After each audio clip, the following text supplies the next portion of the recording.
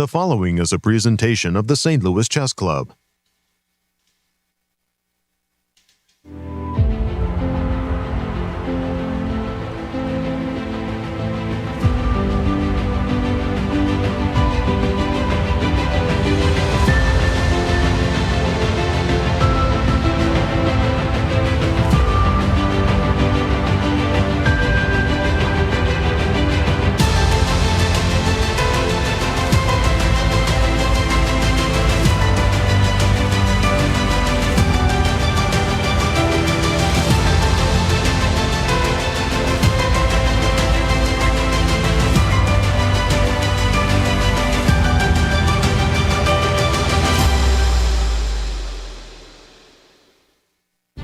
Welcome to round one of the US Juniors and Seniors. We are here at the World Chess Hall of Fame. Make sure to stop by to see some great exhibits. Let's go to the studio and start the round. Tested senior grandmasters, talented juniors, and rising female stars. This tournament has it all, and it starts right now. Hello and welcome everyone. I'm your host, International Master Nazi Paikidze, and I'm here with Grandmasters Yasser, Seirawan, and Christian, Chirila. Good to see you, Christian, welcome back from Zagreb. Good to see you, Yasser. It's been a while. I've missed you, sort of. Well, kind of. Me too. It's brilliant to have you both in studio. Hello, everyone, and welcome to our live broadcast of these three national championships. Boy, for me, it's like a homecoming when the legends of chess, I'm referring to the seniors, come to town, but we have the juniors, the girls, and the seniors national championships, and I'm delighted to be here. Tell us about the top-rated players. Let's start with the juniors. Nasi. Let's take a look, Yasser. We have talented players in every section. Here is the juniors roster. It starts with Christopher Yu, USF rating 2688, impressive. Truly. And we have three of the grandmasters, Andrew Hong, Arthur-Gaw, and Balaji Daggupati. Fantastic. And tell us about the junior girls championship. Of course, on the top of the list, we have International Master Alice Lee, and following closely, Zoe Tang and Rose Atwell. Wonderful. And the seniors, the legends. We have a field of grandmasters, but I will highlight the top three, Vladimir Akopian, Larry Christiansen, and Grigory Kaidanov. Fantastic. And the format for these three national championships?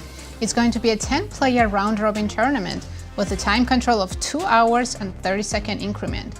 There's no draw offers allowed, and there's a regular scoring system, 1 point for a win, half for a draw, and 0 for a loss. The schedule for these three championships? We'll have 9 rounds total, 1 game per day. On Sunday, July 21st, is going to be a rest day, and if necessary, at the end of the tournament, we'll have playoffs. Our own playoff day. Wow. Okay, very nice. And Christian, again, welcome to town. Great to have you in studio. And tell us about the favorites in these three national championships. Absolutely. We have the best players in the United States, the best juniors and the best seniors. Let's take a look at who our top favorites in terms of ratings are as we enter these three national championships. We're going to start with the juniors section. And in this one, we have a man that we've missed oh so much last year, Grandmaster Christopher Yu, 17 years of age, USCF rating 2688, and he's the 2022 US Junior Champion. He missed last year, unfortunately, but right now he is back and he is ready to fight for the national title. Let's take a look at what we have in the Junior Girls Championship. International Master Alice Lee. We've talked about this young lady so many times throughout the last few years, and she's only 14 years of age. It's incredible. USCF rating 2436, and she's the defending champion, the 2023 US Junior Girls Champion, as well as the American Cup Champion. She defeated Irina Krush in back-to-back matches to win that one. Just an incredible young lady. And let's take a look at what's happening in the Seniors Championship. We have Grandmaster Vladimir-Akopian, 52 years of age, USCF rating 26-51, and she's a two-time Armenian chess champion. He switched federations in 2021, but unfortunately for him, he tried to win this national championship for the past 2 years. He hasn't managed to do so yet, despite the fact that in both of those years, he came into this championship as the rating favorite. Will he be able to do it the third time? Right, maybe it's a charm. Thank you, Christian, and it's my pleasure to introduce the fourth member of our broadcasting team, Kostya. Kostya, over to you.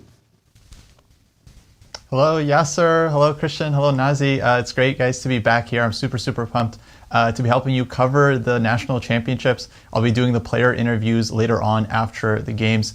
And yeah, it should be a very exciting and dramatic tournament. A couple players I'm looking out for. Of course, I got to start with the U.S. Senior Championship. You have my good friend and co-sensei from the dojo, Grandmaster Jesse Kraai, playing the event. It's his first time in the U.S. Seniors. Now, he calls himself the Boomer GM, but he's actually a rookie for this tournament. It's his first time qualifying, and I'm very excited to see how he does. I'm sure the fans will be rooting for him as he goes for the U.S. Senior title. Then, going over to the U.S. Junior Championship, one player I'm very curious to see perform is Andy Woodward. He is a Grandmaster-elect. He's 13 years old. It's his first time playing the U.S. Junior Championship, and he made his GM title earlier this year. It's actually just pending approval, but he's the second youngest Grandmaster in U.S. chess history. He's been winning tournaments left and right. He just recently won the 2024 Philadelphia International. So an absolute super talent. I'm very excited to see how this kid does. And I'm picking him, guys. I'm just going to say it right now. I'm picking him. Just so you know, he's going to be my pick for this tournament. And yeah, I'm very interested to see how he does against the rest of the juniors. Overall, guys, very exciting tournament. And once again, very glad to be here with y'all. Thank you, Kostya. And Nasi, do the honors. Tell our audience what the pairings are for this round one. Let's start with the juniors. Let's take a look. Exciting pairings. We have Brewington Hardaway playing Nicholas-Ladan, Justin Wang against Jason Liang, Jason Wang against Andrew Hong, Balaji Daggupati playing Andy Woodward, and Atwell-Gaw against Christopher Yu. And in the girls' junior championship, let's take a look. We have Rachael Li against Jasmine Su, Chloe Gaw against Rose Atwell, Omiya Vidariathi against Yasamin Esani, Alice Lee playing Iris Mo, and Zoe Tang against Megan-Paragua. Exactly, nice. And for the seniors, if you don't mind, I'd just love to do the honors to welcome Julio Becerra, his first debutante against Alex Shabalov. Malekset, he is the defending champion going up against the rookie, Jesse Kraai, Douglas Root, Gregory Kaidanov, Joel Benjamin, Larry Christiansen. Those two legends in the U.S. Chess Championship Hall of Fame. And Igor Novikov versus Vladimir Akopian. They're going to be fighting hard. What are they fighting for, Nazi? Well, they're fighting for a lot of money. There's a total prize fund of $40,000 in the junior section. First place, $12,000. Second place, $8,000. Third, $5,000. And prizes for everyone all the way to the 10th place. And for the girls? Let's take a look. For the girls, total prize fund, $20,600. First place, $6,000. Second place, $4,000. Third, $3,000. And for the legends? The total prize fund in the seniors is $75,000. First place, $20,000. Second, $13,000. Third, $10,000. Yes, sir. What are you doing here in the studio? I think you should be playing. I should be in there throwing the patties. Well, look at the playing hall. You see the intensity already as the players have to arrive early because of the security. With 30 players in the event, you don't want to be caught out in the rain standing in a line. Absolutely. No, you want to get here it's early. Raining cats and dogs outside in St. Louis right now. It truly is. And what we're seeing here at the World Chess Hall of Fame is there are two playing rooms. This room where the juniors will be playing today, we refer to it as the attic. It's actually very nice. There. It's very nice. I actually preferred it a little bit. It was more quiet. Exactly. Whereas in the main playing hall, where we're hearing Chris making public announcements, always the very attentive chief architect, Christian. For the whole game, let's study second increment. Remember, once you finish your game. All right, and where should we go? I'll tell you what, I'll do the honors this time because I really do like both Joel Benjamin and Larry Christiansen. Over the course of my career, I have been challenging them many U.S. championships. I won 4, I think Larry won 3, I think Joel won 2.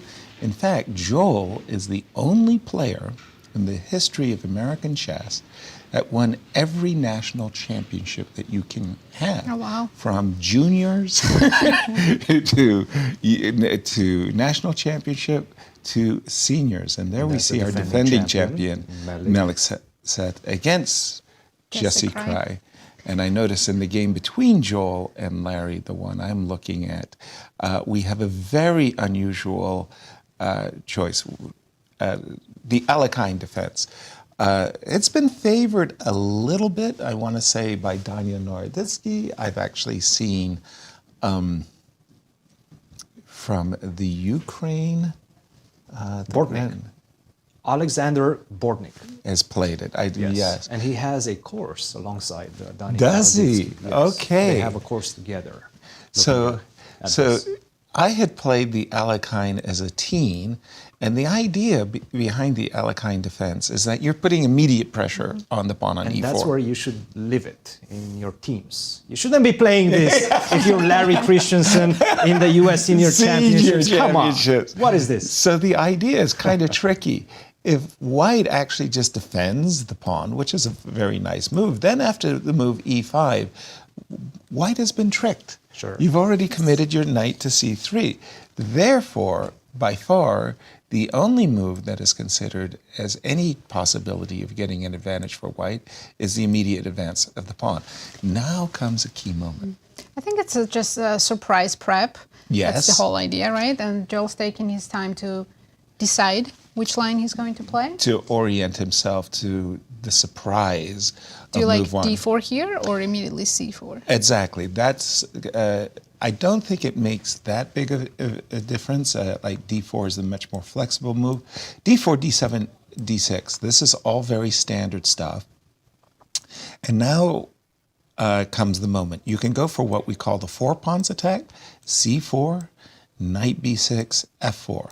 Now, there was a time, this is why they call it the 4 pawns attack, by the way, something logical, at least in the opening vernacular. There was a time when this was considered the only way of getting an advantage. Get as much space as you can, and away you go. In modern times, after the move d7, d6, a lot of players have been playing it the slow way, knight f3. That's what I'm used to seeing. I think that has become more popular, more classic variation, because c4 and f4, like you showed, the 4 pawns, while it looks amazing, right, to control the entire center, it also feels a bit risky to push all your pawns so far away this early before you have developed any of your pieces. Exactly. And Joel takes a slight twist here. It's a twist that has been favored by Grandmaster Mickey Adams, amongst others. e5 takes d6. And then Larry, being the contrarian that he is, he's always playing for a home run. E takes is by far considered the much more stable reaction. Then it's 4 versus 4, 3 versus 3. There's no imbalance.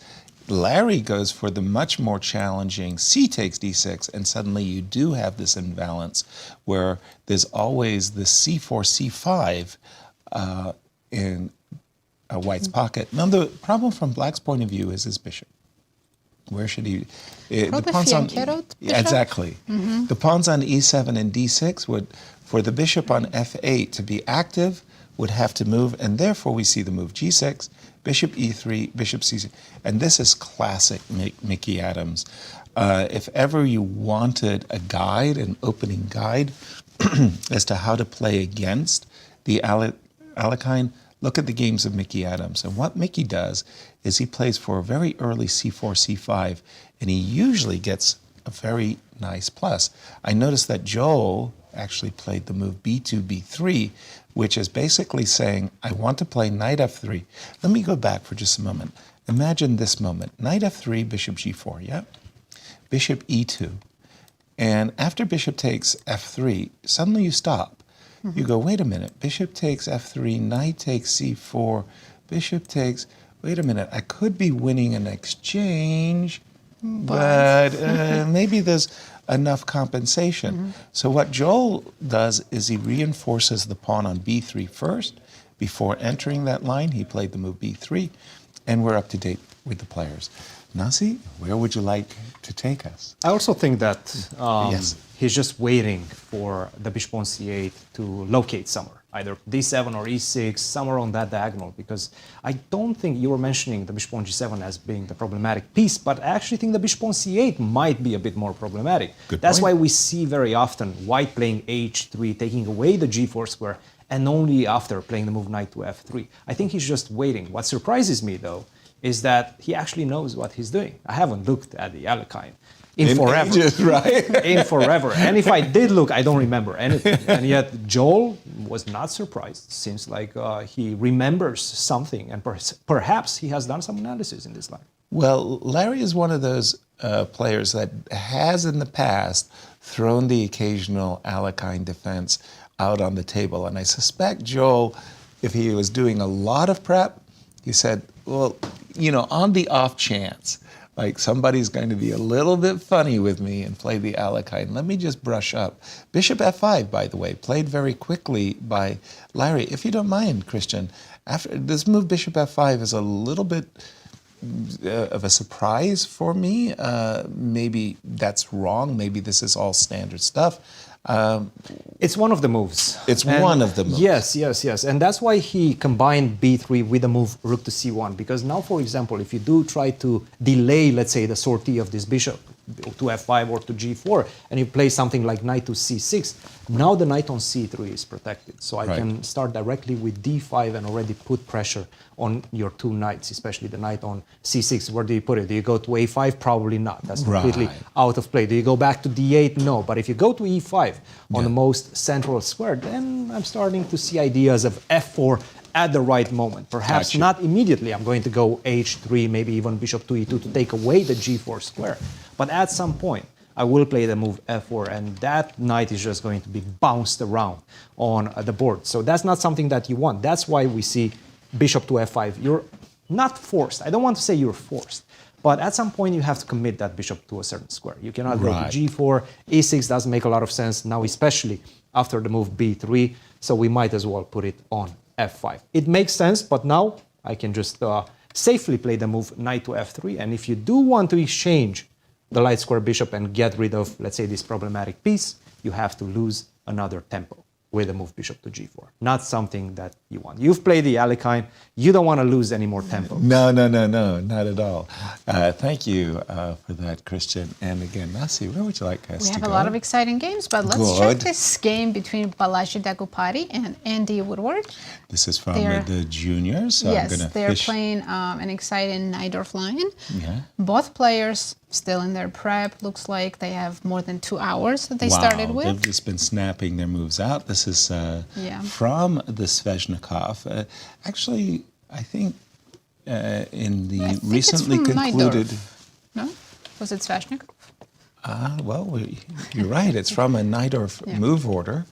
It feels like we do get the Sveshnikov kinds of structures, but you're absolutely right. It is from the Najdorf. I stand corrected. They just played the tournament in Zagreb, and it feels to me like we've seen these variations before. The move b7, b5, it's something you want to do. You want to get action going on the queen side, and you want to put white's king under pressure. But it comes with one downside. Exactly, which white jumped on immediately. That downside is a very handsome outpost. Knight c6. We can get our knight to c6 we're Now, doing can fine. white keep the knight on c6? I was just going to suggest this move knight b6, with the idea after knight c6, I develop my queen, and then pawn on d5 is under attack. Exactly. And if that pawn falls, the knight on c6 cannot remain. Precisely so. Now, I'm sure this is all theory. The question is, do I play c4 immediately, or do I include the capture of the knight first? If I include the capture of the knight first, it doesn't require that you play the move b5 takes c4, and maybe you're better off playing castles.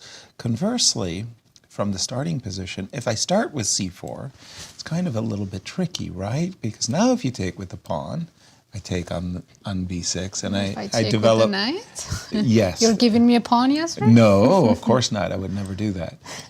You have a plan to get it back I immediately.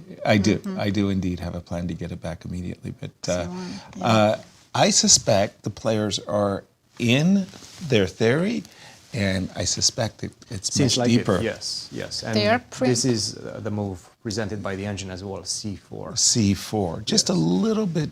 It's got a I think little you bit can more say, nuances. if you try to read the body language, I think Andy is just remembering the lines. I always think of Hikaru when I see somebody who's looking in the ceiling, and he's accessing the files in the clouds. Again, It's one of those lines, right, in Yeah. Najdorf, in which both players have an amazing understanding and probably have analyzed this position thoroughly. Crazy, They're just right? trying to remember the theory, remember where to put the pieces, right? It's very important. Exactly. By the way, on that note, you were just watching MVL Yes. do his magic Yes. in Zagreb. In Croatia, yeah. There is a man who's played the Najdorf throughout his whole career, and he telegraphs in advance, I'm going to play the Najdorf, and the best players in the world struggle Not to only get him, advantages. we've seen Anish say the Najdorf as well, and we've seen a lot of very intriguing Nepo. ideas from the white side Yeah. as well. That Queen D3, Queen D3. Queen G3, and the delayed Zagreb Queen D3 followed by G3 makes What? absolutely no sense, right? Right? The Wow. Nodebrek Queen B3. That Queen was a D3 great Queen. idea. Really? But you saw how MVL refuted it over the board. Yeah. That Queen to C8 move, if you remember, just Fantastic. fantastic. Fantastic understanding. That's the notion about the Najdorf.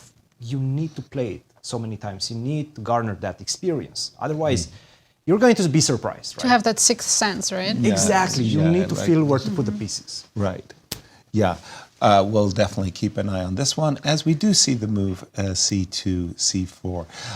For me, even though we haven't yet made our predictions, sadly, I will put it like that, one Alice Li, she stands out so tall in this field. Like, let's face it, she's competing in the women's championship. Right. She's on the She just Olympic played Cairns team. Cup. She just played the Cairns Cup. My goodness, she's going to be a favorite on the Olympic team. We're all looking at her. And yet, here she is in the Girls' Championship. Who is her first-round opponent And today? she's playing Iris Mo today. Okay, and We have already something. Kaplan. Whoa, got very interesting, as a challenge has been put in front of Alice. So Alice is playing the Catalan. Bishop b4 check. Now, the move bishop d2 has been the standard move for ages. Knight to d2 invites this capture. And at first blush, you think to yourself, well, okay, I can go queen a4 check, Knight and C6. after knight c6, I can play the move knight e5. But you're going to be really angry when you suddenly see the tables turned against you. You play bishop to d7 with the idea, haha, knight takes, bishop takes, check, bishop takes. I won my pawn back. Yes, you did. You just forgot about somebody in the corner. Yeah, you left something in the corner. And thank you for competing. So you can't win the pawn back immediately. And after takes, Alice played a3, takes. Check this out. Okay. Yeah, she's b5. keeping the pawn on c4 alive. Absolutely. Did you train her? No, but I'd like to take some credit if I could. Possibly b5 and a4, and I think this is all very standard stuff. I would be expecting the move c6 7c6 to defend the pawn, but that's not the only move here. I'm wondering if I can't play it even more aggressively. Just the fact that white has some time to go before castling. Please.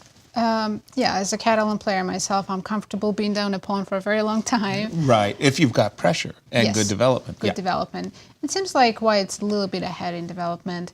Well, the castle is behind, but my pieces are more developed. So next, definitely going to be bishop g2 and castle. Right. And then try to play either knight e5 or e4, fight for the center. Fair, fair.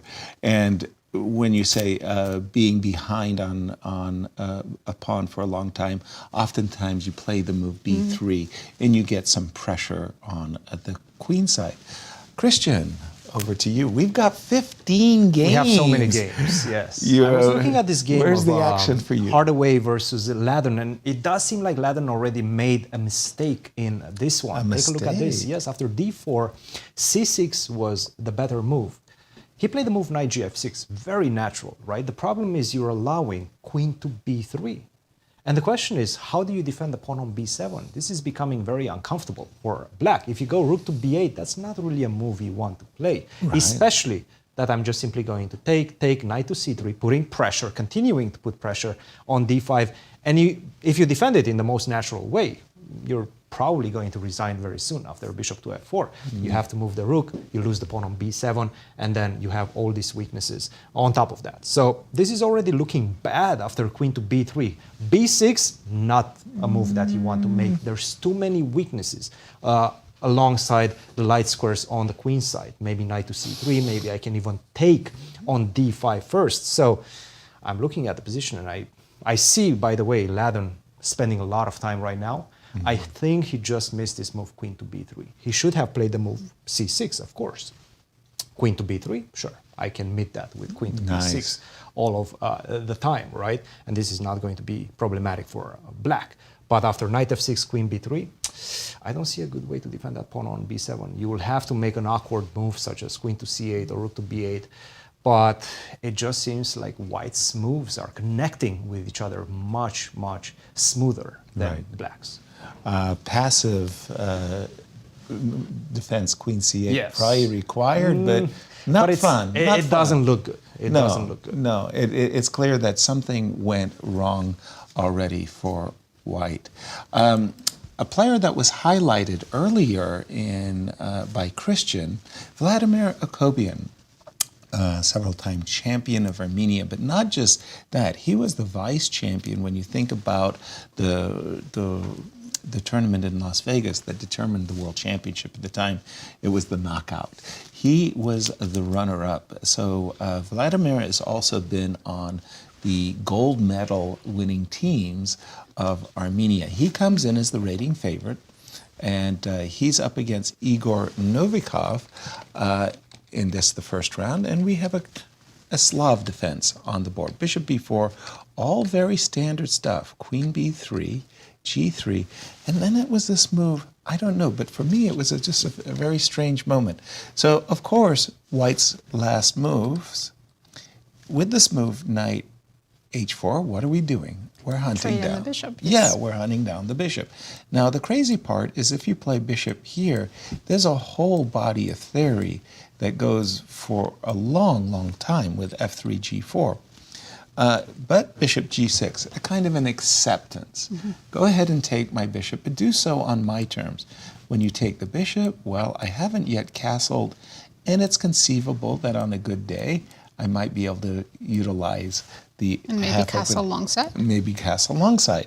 Half-open h-file. So Igor is not That's anxious. why white waits and doesn't take on g6. Precisely. a7, a5, and then Igor decides to wait. He's saying to his opponent, please go ahead and castle, then I'm going to take your bishop. And then this funny move. Now it's sort of like, well, come and get me. Come and get me if you can. Bishop h5, f2, f3. Okay, so that limits the control of the diagonal. Maybe it prepares rook to d1, but then it sort of starts to get a little bit But white's definitely not playing g4 anymore because of the hanging knight on h4. Exactly. So it's a little bit awkward placement of the pieces on the king side. I think somehow for both sides. But with this last move, f2, f3, we are seeing that white is prepping e5, bishop e3, completing his development. Then the question is, usually, black is usually striking back in the center with castles e7, e5. And I'm looking at the clock times. Akopian is only down to 1:59. He's only spent a minute. So he's been snapping out his moves at a very brisk pace. Again, our time control is 120 minutes, 2 hours for both players. That's their entire time control, but they do get a 30-second bonus for every move they complete. When I say complete, I mean moving the piece and pressing the clock. Sometimes, how often, it's happened to you for sure. The only question is how often. How often has it happened that your opponent made a move and then didn't press the clock? Maybe about a dozen times. Yeah. But I always tell them. Yeah. Because it stresses me out. I don't want to wait and see when they're going to see it. I'm half and half. Sometimes. Really? Do you forget yourself, or? I can't recall having forgotten. I know in a world championship match that Garry Kasparov forgot to press his clock, and you can see it on the YouTube. And Did anyone intervene? No, and Anatoly Karpov just sat there as quiet as a church mouse. And then Garry looked, and he was like so surprised and angry, and he immediately pressed his clock, and he glared at Karpov. How dare you not inform me? Karpov just completed move is when you press your clock. How about you, Christian? Have you ever forgotten to press your clock? Or Yes, of course. It always happens, right? But usually you either, take a look at the board and realize that you did that while you stroll around. Right. Or if your opponent is nice enough, they will tell you, hey, you forgot to press the clock. Right. But sometimes, whenever my opponent does that, I just pretend that I'm not seeing it. Spend your time. If I like you. Right, that's the thing. If I like the guy, no question, hey, dude, press your clock. Exactly. Right. Well, this is a very interesting position, and it's still Topical. within the throes of theory. Castle was played, g4 is probably what's going to follow in this position, and not bishop to g6 right now, not knight takes g4 because you're losing a piece. You do take the knight on h4, but I'm taking back your bishop on h5. What you have to do after g4 is this funny little move, knight to e8. Knight to e8. Right, to target my knight on h4. Okay. I'm not going to take on h5, you take on h4, and then you're in fact going to have a nice attack on the king side. So I have to go back, you go here, and then we're going to see this type of positions. I'm trying to play against your bishop on g6 by creating this formation of pawns, right? But what black is going to do, and you spotted that very early, you're going to counterattack in the center. Right. c5 or e5 are the right moves, the right approaches in this position. So definitely this one is going to turn into a barn burner for sure. Nice. And again, Akopian, he's entering the field as the rating favorite. In his previous 2 attempts, he didn't manage to win the event. Nasi, where would you like to take us? Let's check this game from the junior section. It's Justin Wen against Jason Liang. Oh, whoa, so this is the Botvinnik pawn sacrifice. I haven't seen this in a while. It used to be very popular. Absolutely. Okay, so from the top, Michael Botvinnik, famous former world champion, has captured this pawn on c4 and allowed this move e7, e5. So the idea is white sacrifices a piece for 2 pawns, but he's guaranteed of getting the piece back. Now, at the time that Botvinnik introduced this concept, it was the top players said this cannot be. This is not a good thing because essentially black is making a gambit. And white did nothing wrong.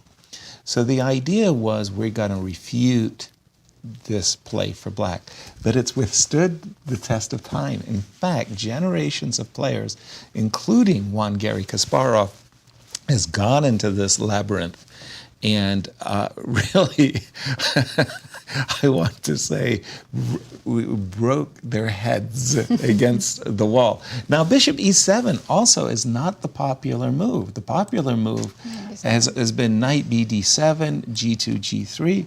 And I remember one Daniel Stellwagen coming to my home and saying, Yasser, could we look at queen a5? And oh my God, that was just painful. Was this the variations. before the engines? No, that's with the engines. And still that painful. It was still painful to understand why you should play h4 in one position and rook e1 in another position. It was really I remember learning these lines with both colors because I used to play semi-Slav with white and black. Okay. And I would just memorize these moves, h4 and all these moves, because none of it made sense. None of it made sense. Can't understand it. It's just engine moves. I had them memorized. And then later in like move 30, 35, I would start actually playing chess. After you had exhausted your preparation. So we're expecting queen takes f6, and then let's see what the situation. G3 still looks G3 good. is the standard move. Again, because these pawns on b5 and c4 limit the bishop, we want to activate the bishop. Normally we're playing g3, what we call a fianchetto, shadow, because we like the idea that the king will be safe. It will be extra protected. Now, again, there are those clever people. We're going to call them theoreticians. I don't know what else we could call them. There are those clever theoreticians who will make arguments that cause you to stop and think that maybe the pawn on g3 is weak. If the bishop's going to go to the long diagonal, first go ahead and play bishop e2. And that way, later, if I ever want to play h3. So it's just one of those things. And then you get all upset because you're not sure what the counter arguments can be. g2, g3, and I want to bring Cristian in on this. It's rare that we see the Botvinnik pawn sacrifice. It's been popular just because it has been analyzed such a depth, so strongly, right? Yeah, so in depth.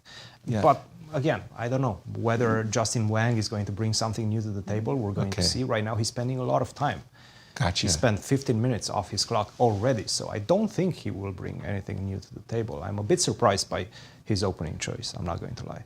Absolutely, but you have something in front of us. Yes, I have this Julio Becerra, the newcomer to the senior championship, versus Shaba. Shaba is combining plans, and I'm not really sure if he's doing it in the right way.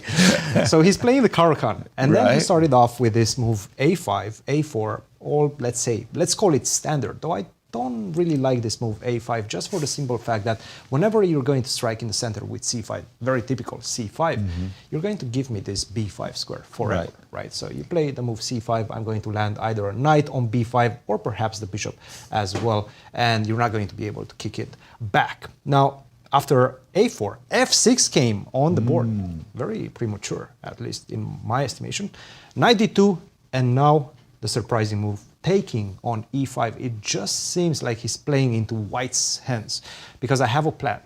Knight b3. Knight to d4. Knight to d4, exactly, especially after the exchange of the f6 and d4 pawn, because right now this d4 square is empty.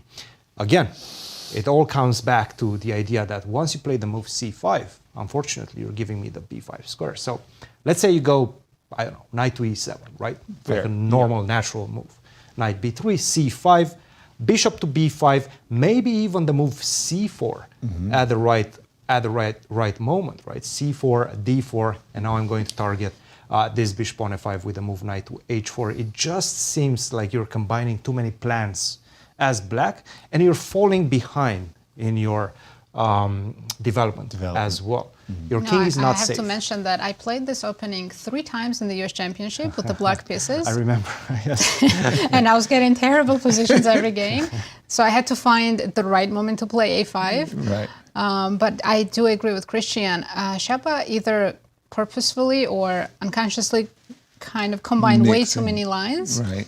And the early f6 mixed with a5, from my analysis, as I remember, is not good for black. Exactly. Yeah. How did you do in those games where you had the bad opening, but did you fight your way? I survived in 2 of them, but big game destroyed me. Okay, but you were getting bad positions by combining. A5 just feels wrong. A5 and then F6? You're playing on too many sides, right? Yeah. It just doesn't make a lot of sense. But by the way, Shaba is playing really fast. Like this is all standard for him. He's confidently showing his opponent that he knows exactly what he's doing. Right. Which he probably does.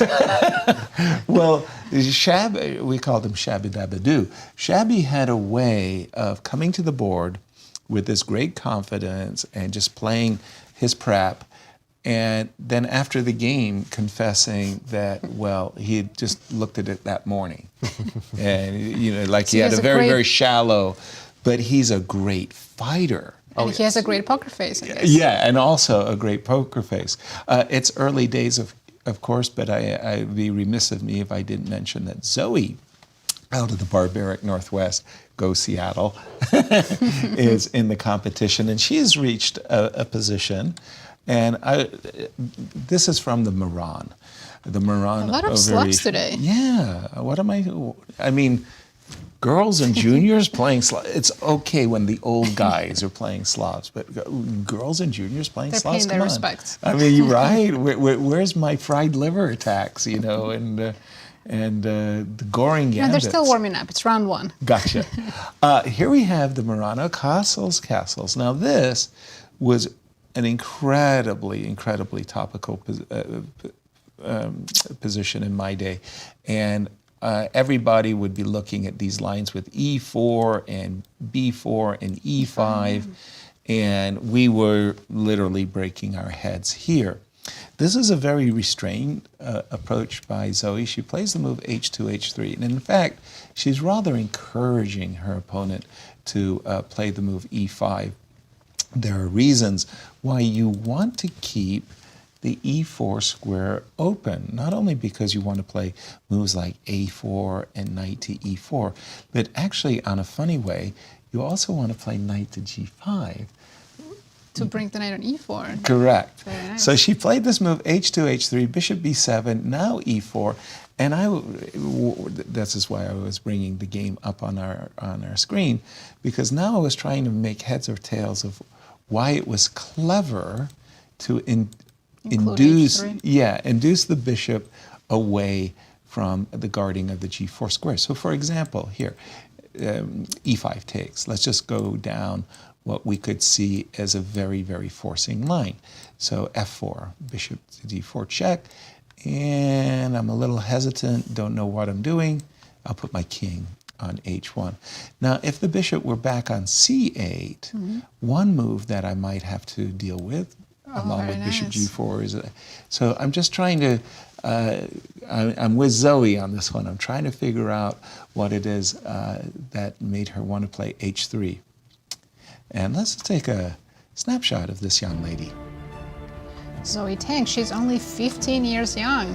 Her UCF rating is 2337, and in 2021, she won the Girls National American Youth Championship. I think North it was, American. Okay. but I like the national. I like throwing, but the whole of the North America. And I was playing with her in the same event at the American Cup. Yeah. And I'm sure you remember that famous match against Irina Krush, where she defeated her in the first game At the with classical. the black pieces. Yeah, so Irina, who was the defending champion, had to come back from a long match. Yeah, that was a great one, and Zoe really acquitted herself well. We're going to keep an eye on that young lady, as we do have the position after bishop takes e5. F4 is by no means forced or only move. Another very worthy move to consider is the move bishop e3, just to keep the pawn on c6 from moving to the c5 square. So I'm going to turn it over to Cristian and say, Cristian, what's going on? I'm looking at this game between Balaji and Andy, which pretty much mesmerized us because both of these players were blitzing out their moves. Exactly. But right now, Andy is spending a lot of time. He spent 20 minutes off his clock on his decision. This, after c4, you can take with the b pawn, you can take with the knight. I don't see any other moves, right? Perhaps castle to give up the pawn and maybe hope for some sort of initiative, but that's probably not it. So he decided to go knight takes c4, bishop takes c4, b takes c4, and rook to c1, and Balaji is still blitzing out his moves. Yeah, exactly.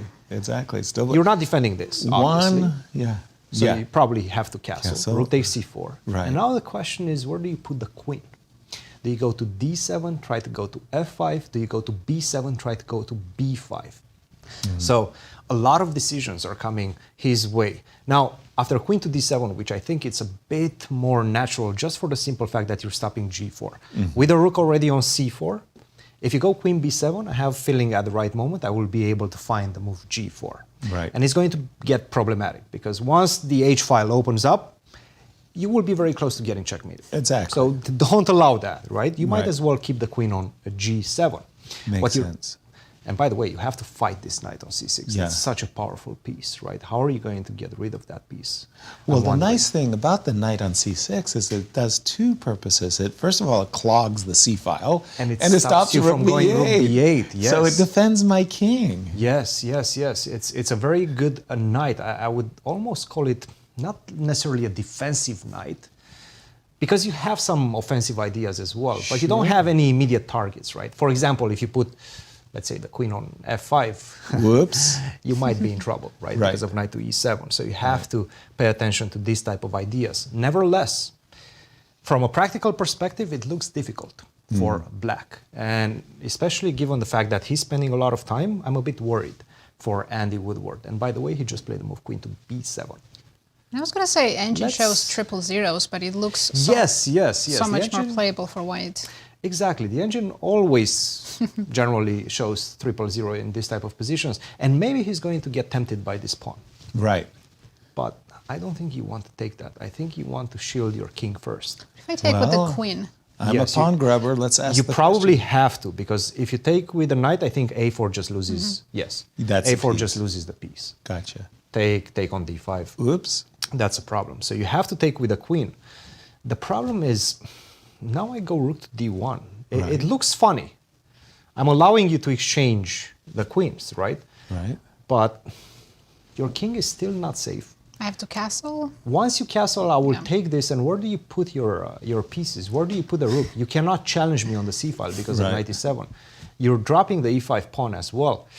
It just seems like my majority on this side is going to be It's decisive. clear. Yes, Yeah. this is looking good for white. So I don't think he's going to go hunting for that pawn on a d5. But if you don't do that, then why did you put the Why queen on did you put the d7 queen on b7? and not on d7? Exactly. So some pitfalls right now for Andy Woodward. He will have to be very careful not to fall into. Thank you, Christian. And Very by sharp the way, position. Exactly. I did see Zoe playing that move f2, f4 that I mentioned briefly. One more look at the position. After bishop d4 check, king h1. Again, I'm anticipating you more or It less. would be between b4 and a6. Either you play a6 c5 or b4 c5. Right, because you've got to really get this move in. And then let's say I go here, and I've got a not so subtle trap that I'm hoping you'll fall into. Go e5. I'm attacking the knight, obviously. If the knight runs, notice that the bishop suddenly is no longer defended, and whoop, yes, I do like those pawns because the king is now so much Very more weak. vulnerable. Exactly. So after e5, you're likely heading to this direction. Same story. So I have to go to e8, e8. And in this case, I'm going to e4, or e2. e2. I was Still threatening. exactly, and do me a solid favor of going here, and Nice. you can see once again that I am making the bishop a kind of a So I have to tactical play pawn target. c5 Yes. after 92. Well, or Or immediately b4. yes, yes, or Because every tempo here is so crucial. exactly so. B4, 92, bishop back to b6. You're playing for c5, but it's one of those double-edged moments where you can imagine you're getting your play in, but I'm getting I'm playing my, on your king side. Exactly, Yeah. exactly. So if I land, if you land on the queen side, you're going to win a rook. Right. If I land on the king side, I'm going to win the king.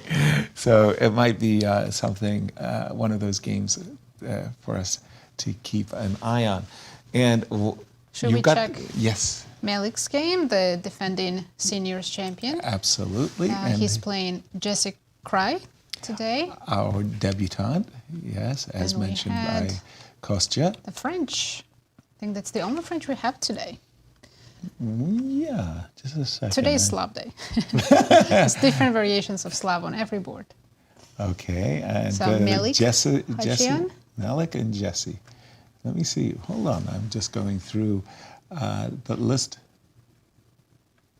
Jesse Kraai Jesse versus Melikset Khachiyan. Now, where are you, Melik? Melik is with white. Melik is with white. Yes. Where is Melik set? We have too many games. There we he go. is. At the very, found my scrolling, it stopped right on their names. This is brilliant.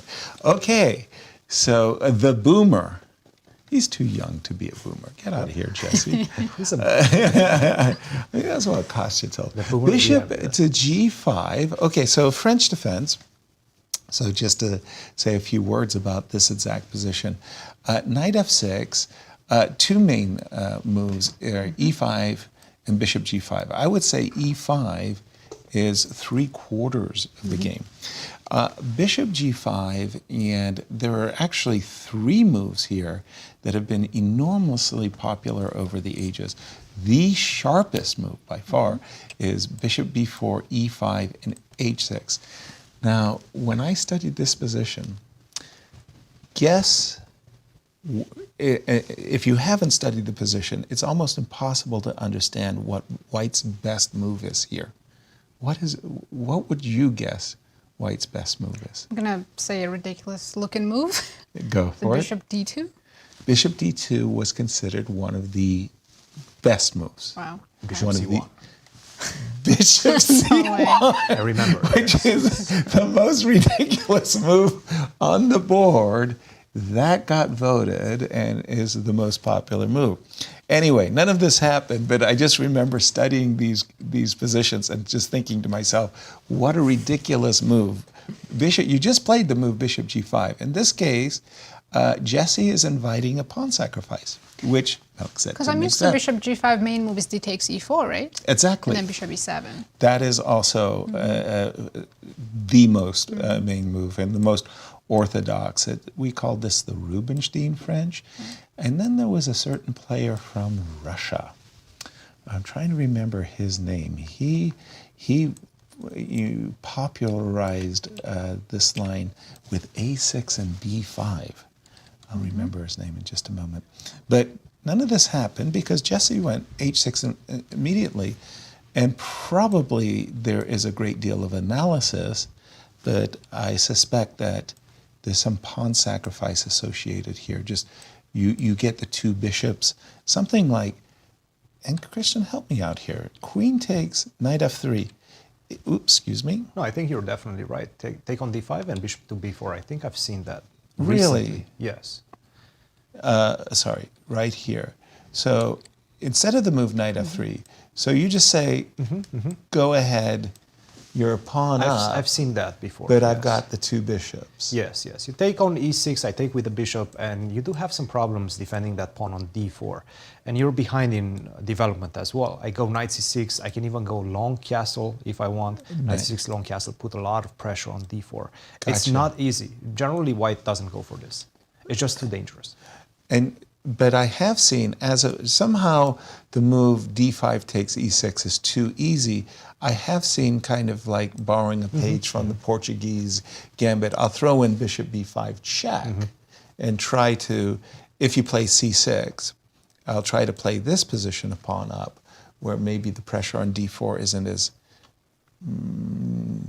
But it still powerful. is. It still is there, So, right? like, knight f3. Also, I don't actually have to go knight c6 or. Oh, sorry. I can Take with the probably pawn. take on go knight d7. Sorry. Or we can play a real gambit and just castle after d takes c6. Now, that's what I would expect, the spirit of the youths. Why not? To gambit pawns. I mean, Why in for a not? penny. not now, when? I wasn't expecting Slavs from the junior players. Look at this now. That would have been fun. None of this happened. Let's see what did happen. Knight f3, bishop b4, bishop d3, c5. Look at Jesse. Jesse is really putting some pressure on white, and we've I think he's managed to equalize pretty comfortably. After this current position. Symmetrical pawn structure. Sure looks like a comfortable equality. Your next move is planning to be bishop f. I'm assuming one day I want to defend the pawn on d4. I'm assuming if I do play the move c3 that you'll play bishop f5 and it'll be pretty even, Steven. Yeah, I don't see how White could even try to play for anything here. Yeah, I too agree. It just looks far too symmetrical. Over to you, Christian, and you've got the bird's eye view of the game. Yes, I'm looking at this Jason Wang versus Andrew Hong. Andrew, in my opinion, is probably one of the favorites going into this event. He's been having a stellar year. He's been hovering around 25-20 for a very long time. Now he's up to 25-70, but also he plays very good chess. I remember he won recently I believe it was the Summer Classic A. I was here calling the action for that, and he was very He was playing impressive. amazing chess. Yes, that's why he's my favorite. He went the World Championship, Blitz, Rapid and Blitz, right? Yes. Just the year before. So definitely he's very competitive right now, and he's surging through the rankings. He just played this move G6, which surprised me a little bit. I don't understand why you would do it. I understand you want to play the move Bishop F5, but I think that's too big of a price to pay to just go Bishop to F5. You're weakening your king, the dark squares around the king, Queen to C1. Maybe I can even wait for you to go Bishop to A5. Like, for example, Knight to E5, you go Bishop F5, I go Queen to C1. Why did you spend so many resources on this side by playing this move G6 just to put the bishop on F5? I don't like it. I'm seeing maybe H3 followed by G4. I'm still going to be able to kick away your bishop from F5. So I don't like this move G6. Nevertheless, the position is still very, very complex. Black is going to try to do something on the queen side, perhaps. White, after this move Rook A-D1, signaled that perhaps he wants to strike in the center. Rook to E1, then put the rooks on the central files, and then go E4, try to break in the center. Perhaps this is something that we're going to see in this one. For the moment, quiet, but it has the potential to blow up in the next few moves. I think maybe Andrew's idea with G6 is if White allows, he can play Bishop F5 and Knight E4 very quickly. If it's allowed. Yes. So let's try to go Knight E5, right? Right. Bishop F5, Queen to C1. Now Knight to E4, I'm starting to think about G4 ideas. G4. I like G4, by the way, as a Catalan player a bit myself. Here it's very funny. I like to take with the queen. You don't want to take my bishop on F5? That would be too compromising. It's not early in the morning anymore. Not early. It's that's not right. 5 a.m. in the morning. Right. Of course. And here if you take, I just simply take on E2. That's a royal Drops the fork. queen. That was my dirty intention. Trick. Yeah. Yes. And the nice part about having the queen on the third rank is I can actually slide across. Especially after G4. Especially right? after G4, yeah. So I can try to land perhaps on H6, try to do something around your king. Yeah. Definitely feels like White has the edge. And by the way, you cannot play the move Bishop to E4 right now because of F3. And that bishop drops is trapped. the bishop. Yeah. And if you go to E6, Oops. excuse me. We'll get back to that one in just a second. Thank you for sharing. We'll calm the board down in just a second. You got to take off that autoplay. You know? I'm going to turn our attention back to the game of Joel Benjamin and Larry Christiansen. And again, I really need to get this right. There may be 5 U.S. championship titles or 6 U.S. championship titles between them. Trust me when I say these two in American chess are legends. Guess what? We left it. This was this Alekhine position, and we just saw the move Bishop F5. So what are you going to do? Bishop F5. Well, Joel, again, played a very, very crafty move. He plays Bishop E2. And if the move Bishop F5 was a prelude to playing Knight to D7. Nice trap. It's a nice trap, right? Yeah. Knight D7, G4, and look at what Joel had all lined up for Larry. Fall into the ambush, and the bishop on D5 runs out of room. It's a very nice trick, yeah. Instead of Knight F3, he plays Bishop E2, seemingly no big difference which piece I developed first. Innocent. And due to that innocence, The move d5 was essayed by Larry, but check this out. Again, a page right out of Mickey Adams' playbook. c5, knight has to go back to d7, to c8, not to d7. On b8 and c8. Right. If you go back to d7, well, that just hangs the d5 pawn.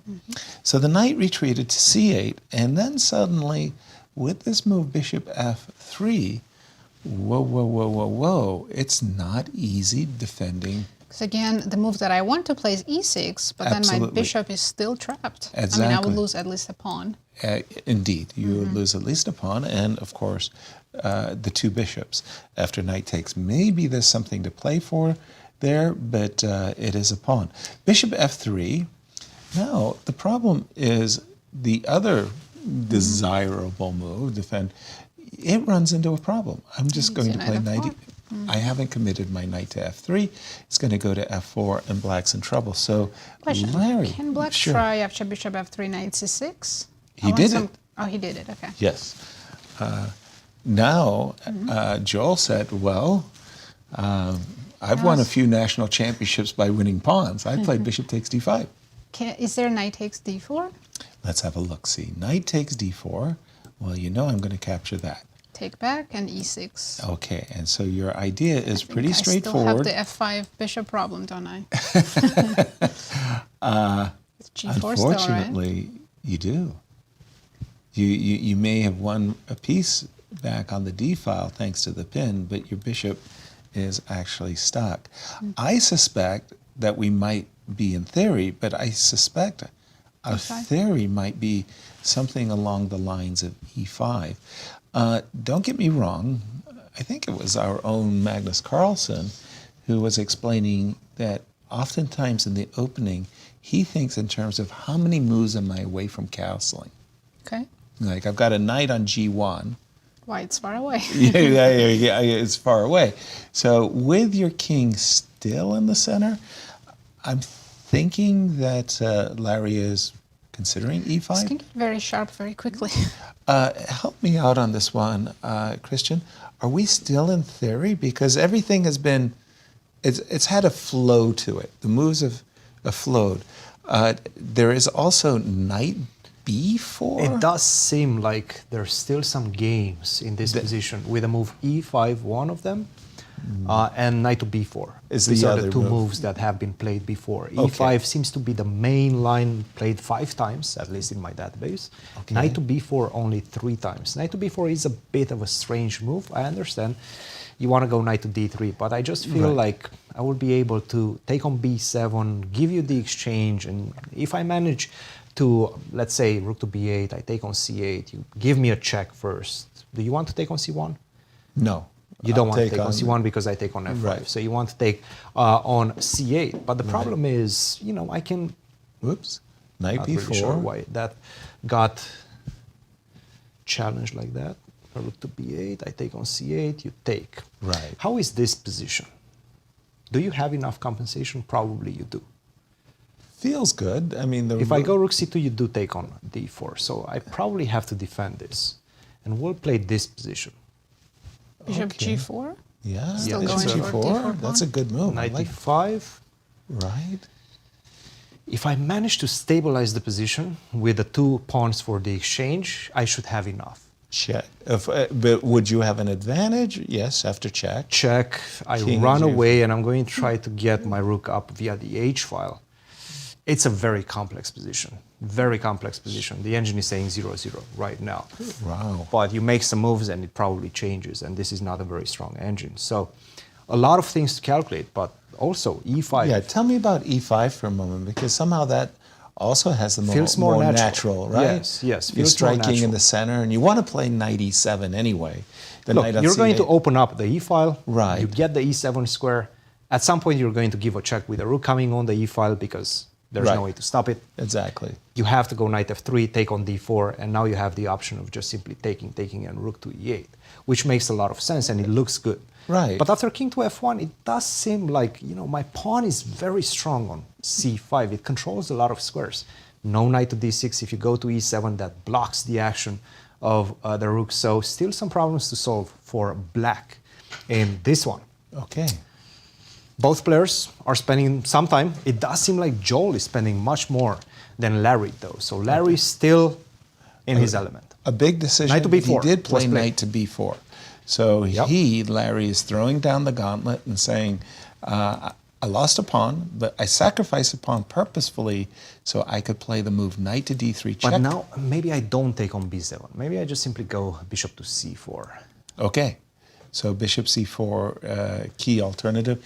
In this case, it's funny, again, with the king still in the center. I think we have knight before on the board. Yes, we do. Okay. Yes. And by the way, I noticed, like, on my question mark. monitor, I get this nice little orange blurb, a bubble, and the orange bubble possesses a question mark.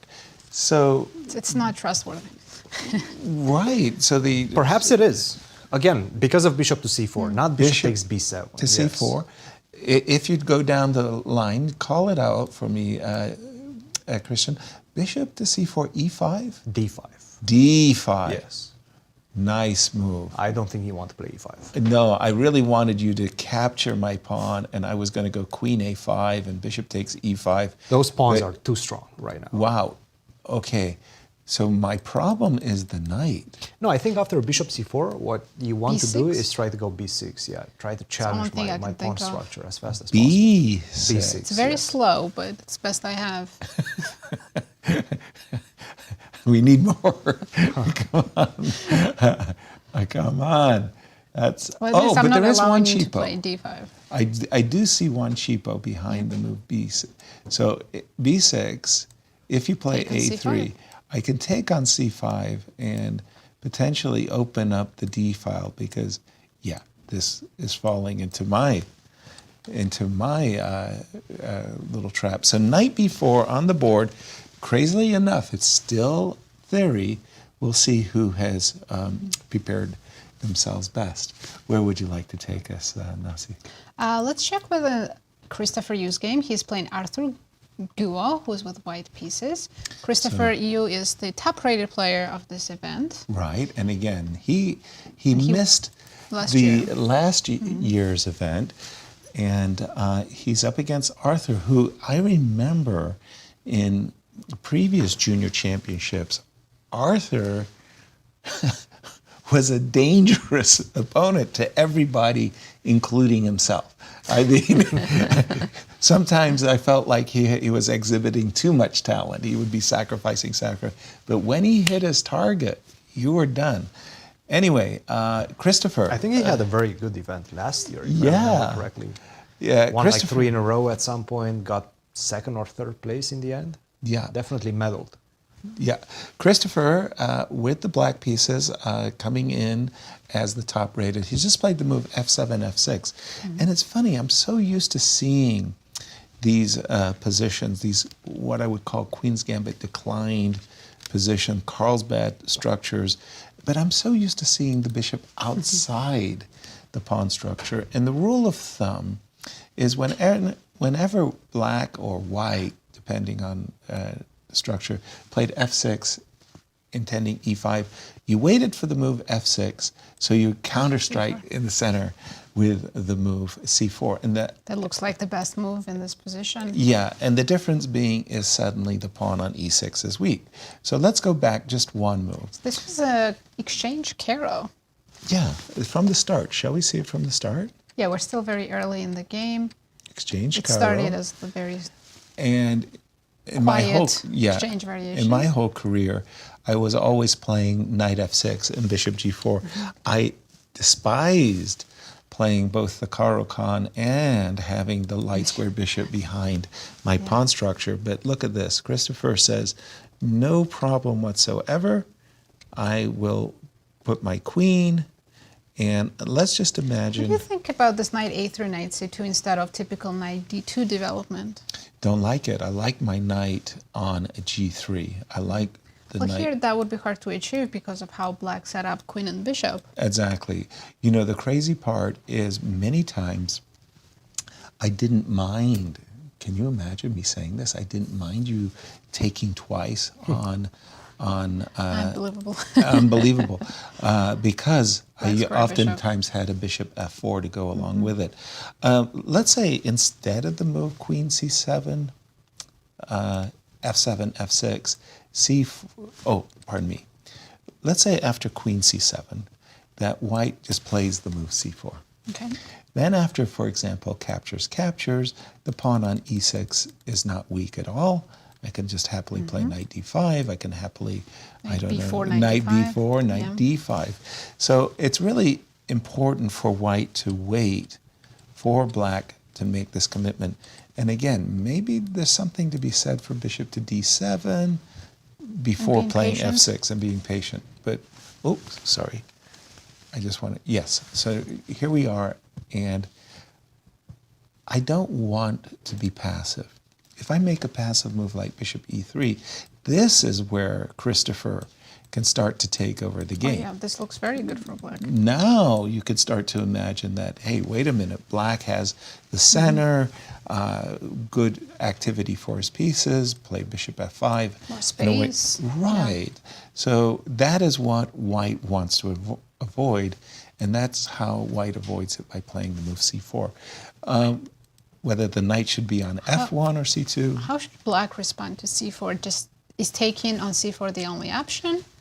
If here white instead plays c4? Right. No, that's not the only option. One c5 option. is coming, or we're not worried about c5? I'm Let's not bishop sure. f4.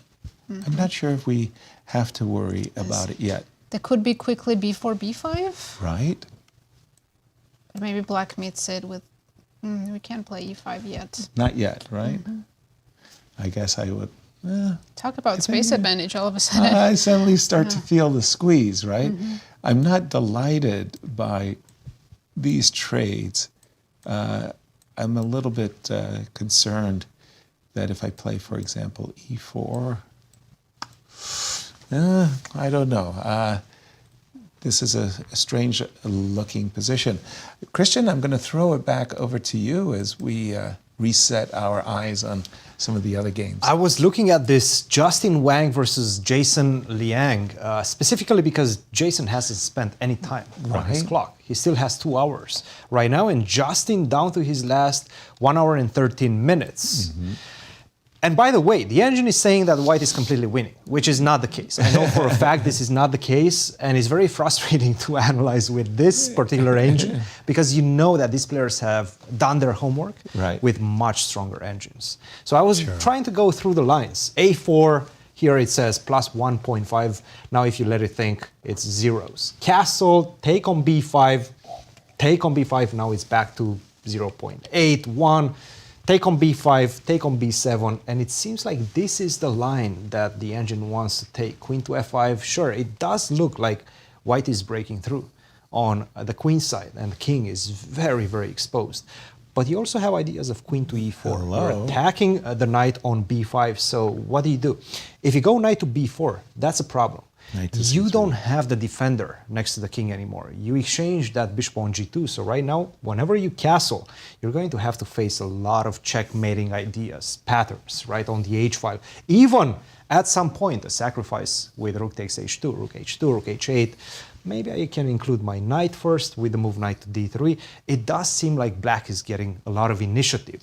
And again, look at the engine. The bar is just going up and down. Back and down. With the best moves, it doesn't matter. It's going to be impossible to analyze it deeply with this particular engine. Nevertheless, again, I'm looking at the clock, which tells me that Jason knows exactly what he's doing. He's analyzed this position.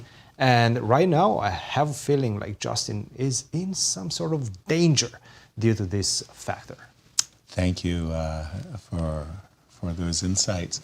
Looking at the position of Rachael Li for just a moment, and I mean, okay, that's what I'm talking about. Gambits, you know, from the opening. Now, this Smith-Morra.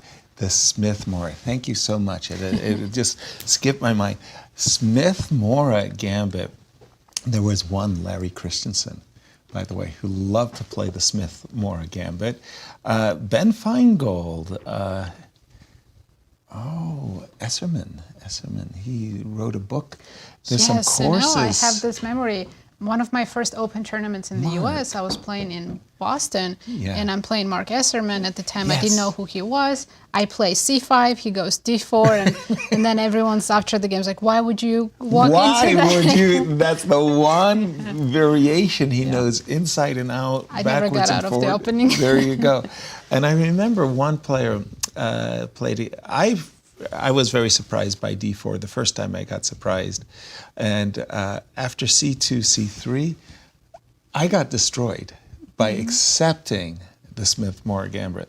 After that, like religion, I never took the pawn again. There's And also I a would play- d3 option if you want Yes, to kind of and- close up the position a little bit. Exactly. That is the other option, to decline the gambit. But check this out. Jenny said, nope. These girls are not afraid to go I'm not into the afraid. gambit. Knight takes c3. And what's it all about is this very, very fast development. Now, if there was a pawn on c2, you would say to yourself, well, this is just a kind of a normal-looking Sicilian. What's the problem? With the pawn on c2 gone, it says, okay, white can't go into endings. White has to land a blow in the middle game. But somehow, the absent pawn on c2 sometimes really favors white. I mean, it's like the craziest thing, but you can imagine the rook switching over, like imagine the bishop coming to f4, the knight going to b4, and in an open Sicilian, white gets to use the open c5. Come on, that's ridiculous.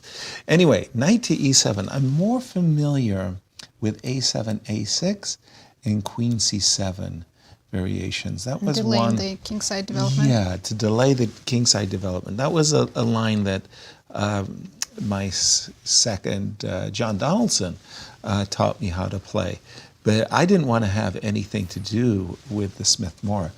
Okay, that's too tempy. Knight e7 to g6. However, knight on g6 is well placed. I don't allow bishop f4. That's true. I control the e5 square. True. Because if black played knight f6, he would always be Looking walking for into e5. That's what I want to do. Okay, so the knight is on g6, but you know, it's the strangest thing. Whenever you're playing the Smith-Morra, it's not that you're looking for the aggressive move. You don't want the aggressive move.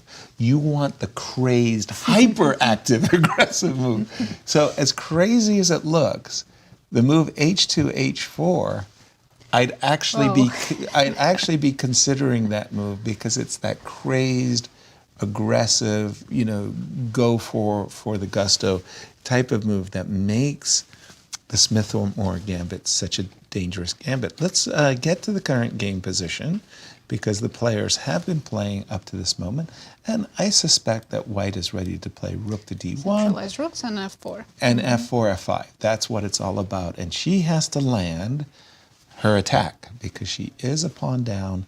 At the moment, there's no big problems for black. I mean, you usually play bishop to d7. Is Rachel the one that beat Yes, Rex when she was 5 or something Yes. like that? Yes, she and her brother, Okay, Rachel, had come. okay.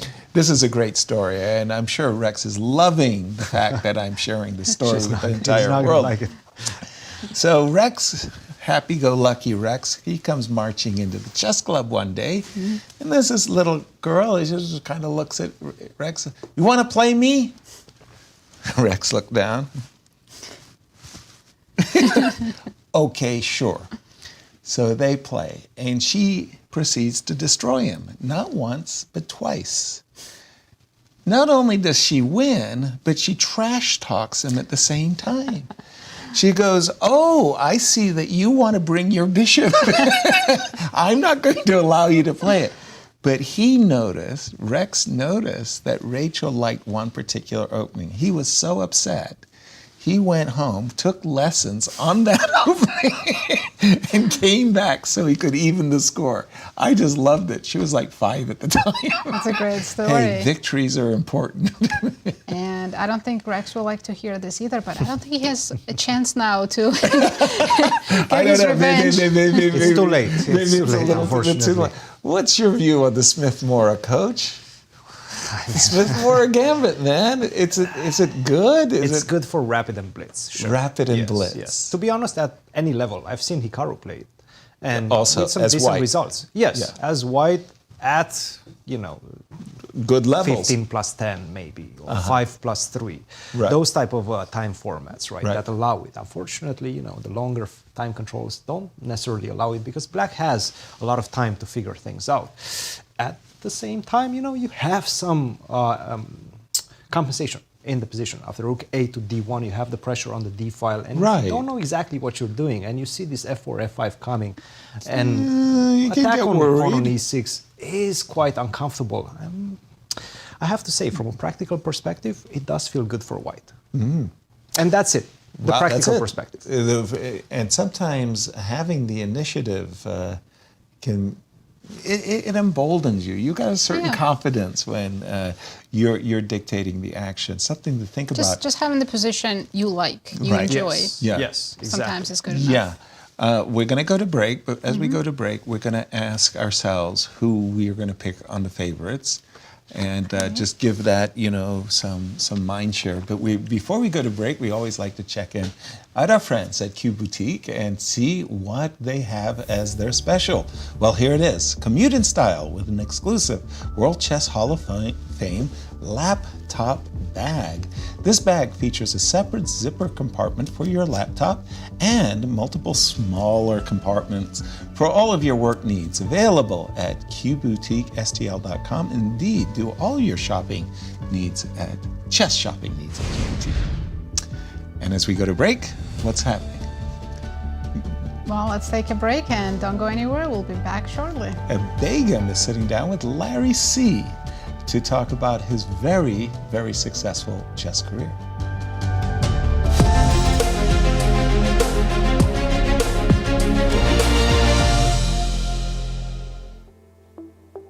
Larry, welcome to the US Seniors 2024. It's great to see you here in St. Louis. No, it's great to be here. Larry, how does it feel to be back to St. Louis and then for the juniors tournament after you were so close to the victory in 2022? Well, thanks for bringing that up, darn it. Yeah, that coming in second a couple times, you know, I guess you get used to it, but I never get used to it. And I hope to finish well this year, hopefully at least in the top 10. At least in the top 10. Top 10, yeah, that's my goal. Do you feel like your break from competitive chess has helped you? We'll see. I haven't the foggiest. Are you excited? Are you excited to come in? A Or little bit, nervous? a little bit. You'll probably a little trepid.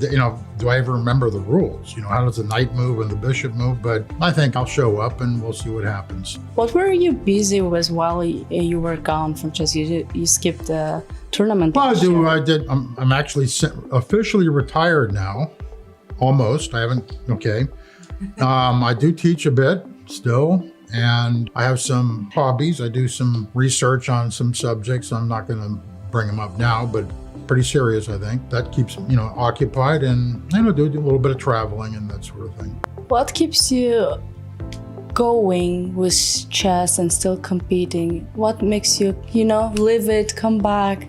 Right. Honestly, the chess does not have the fascination it used to. The game itself has evolved to such a point of so much theory and mental absorption of information. It's incredible. Obviously, you can't even begin to stay up with that. So I didn't even try, but I will devote a specific amount of time to prepare and learn and hopefully win a few games at any rate.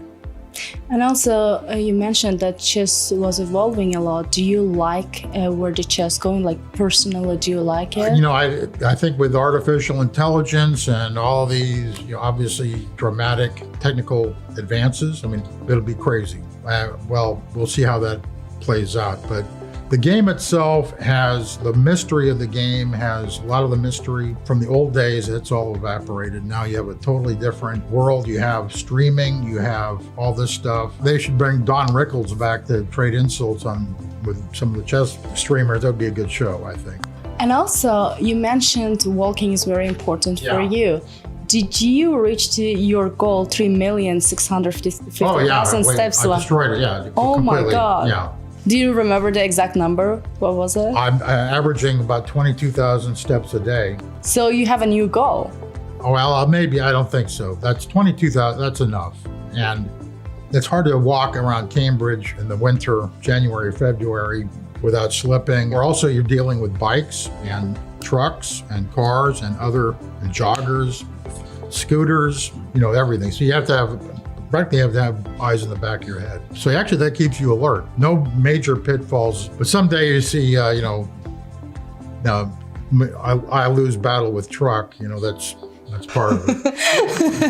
This is so funny. Larry, it's great to have you back here and good luck with the tournament. Thank you. Thank you so much. Great to be back.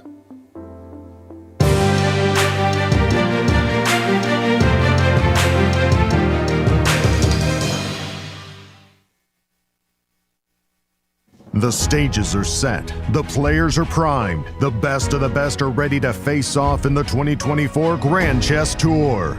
The top players in the world prepare to battle across 4 countries for a $1.5 million prize fund. Everything starts in Warsaw with the Superbet Rapid and Blitz Poland. Then off to Bucharest for the Superbet Chess Classic Romania. The players then travel to Zagreb for the Super United Rapid and Blitz Croatia. The tour concludes with back-to-back events in St. Louis, Missouri, the chess capital of America, for the St. Louis Rapid and Blitz and the Sinkfield Cup. 9 players will go in, but only one can be crowned champion. Who is prepared to make history? Get ready for the return of the Grand Chess Tour.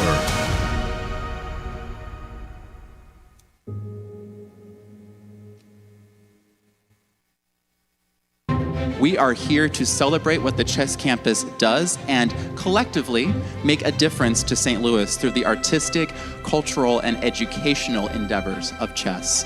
The St. Louis Chess Club and World Chess Hall of Fame make such a significant imprint throughout our community, and with your help, we will continue to grow opportunities of outreach and engagement.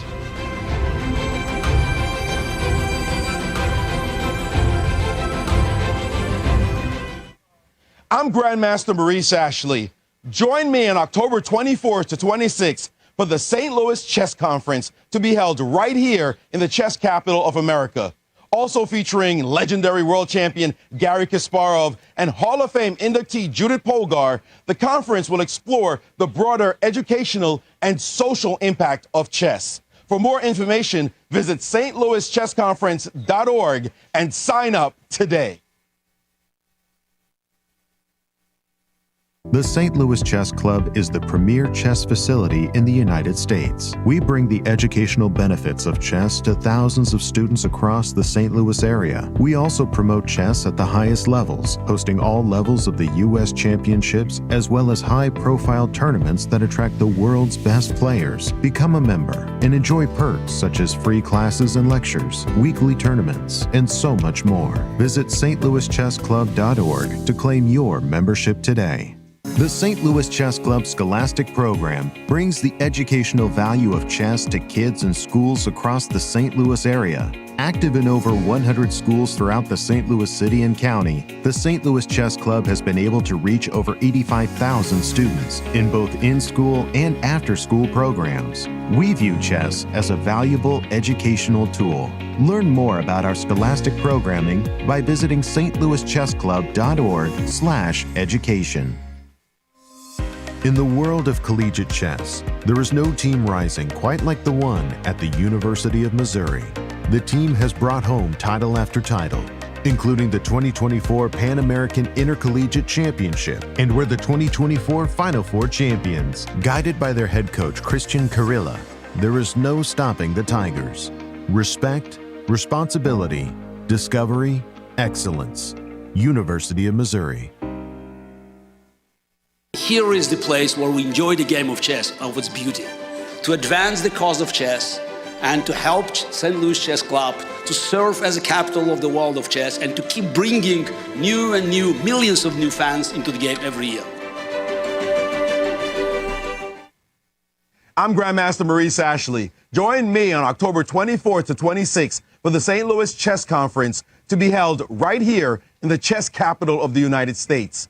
Also featuring legendary world champion Garry Kasparov and Hall of Fame inductee Judith Polgar, the conference will explore the broader educational and social impact of chess. For For more information, go to stlouischessconference.org and sign up today.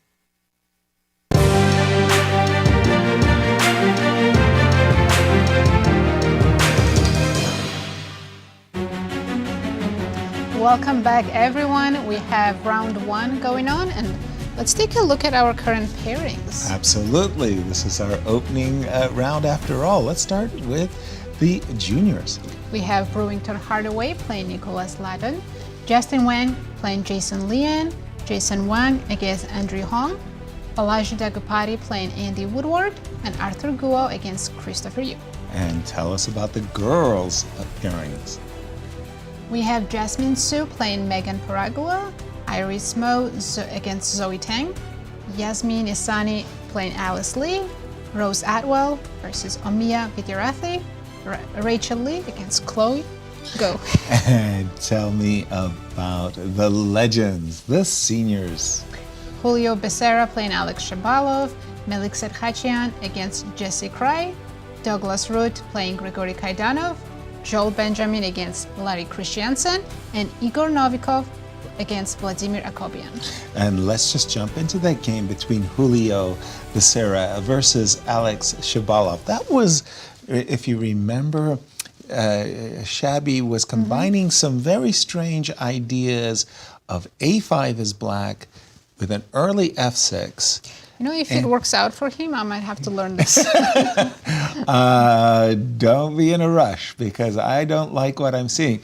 After the move bishop to A7, knight B3 to D4, and that's a very that's a very standard and obvious looking move as you're putting pressure on the bishop, to which was answered knight E7.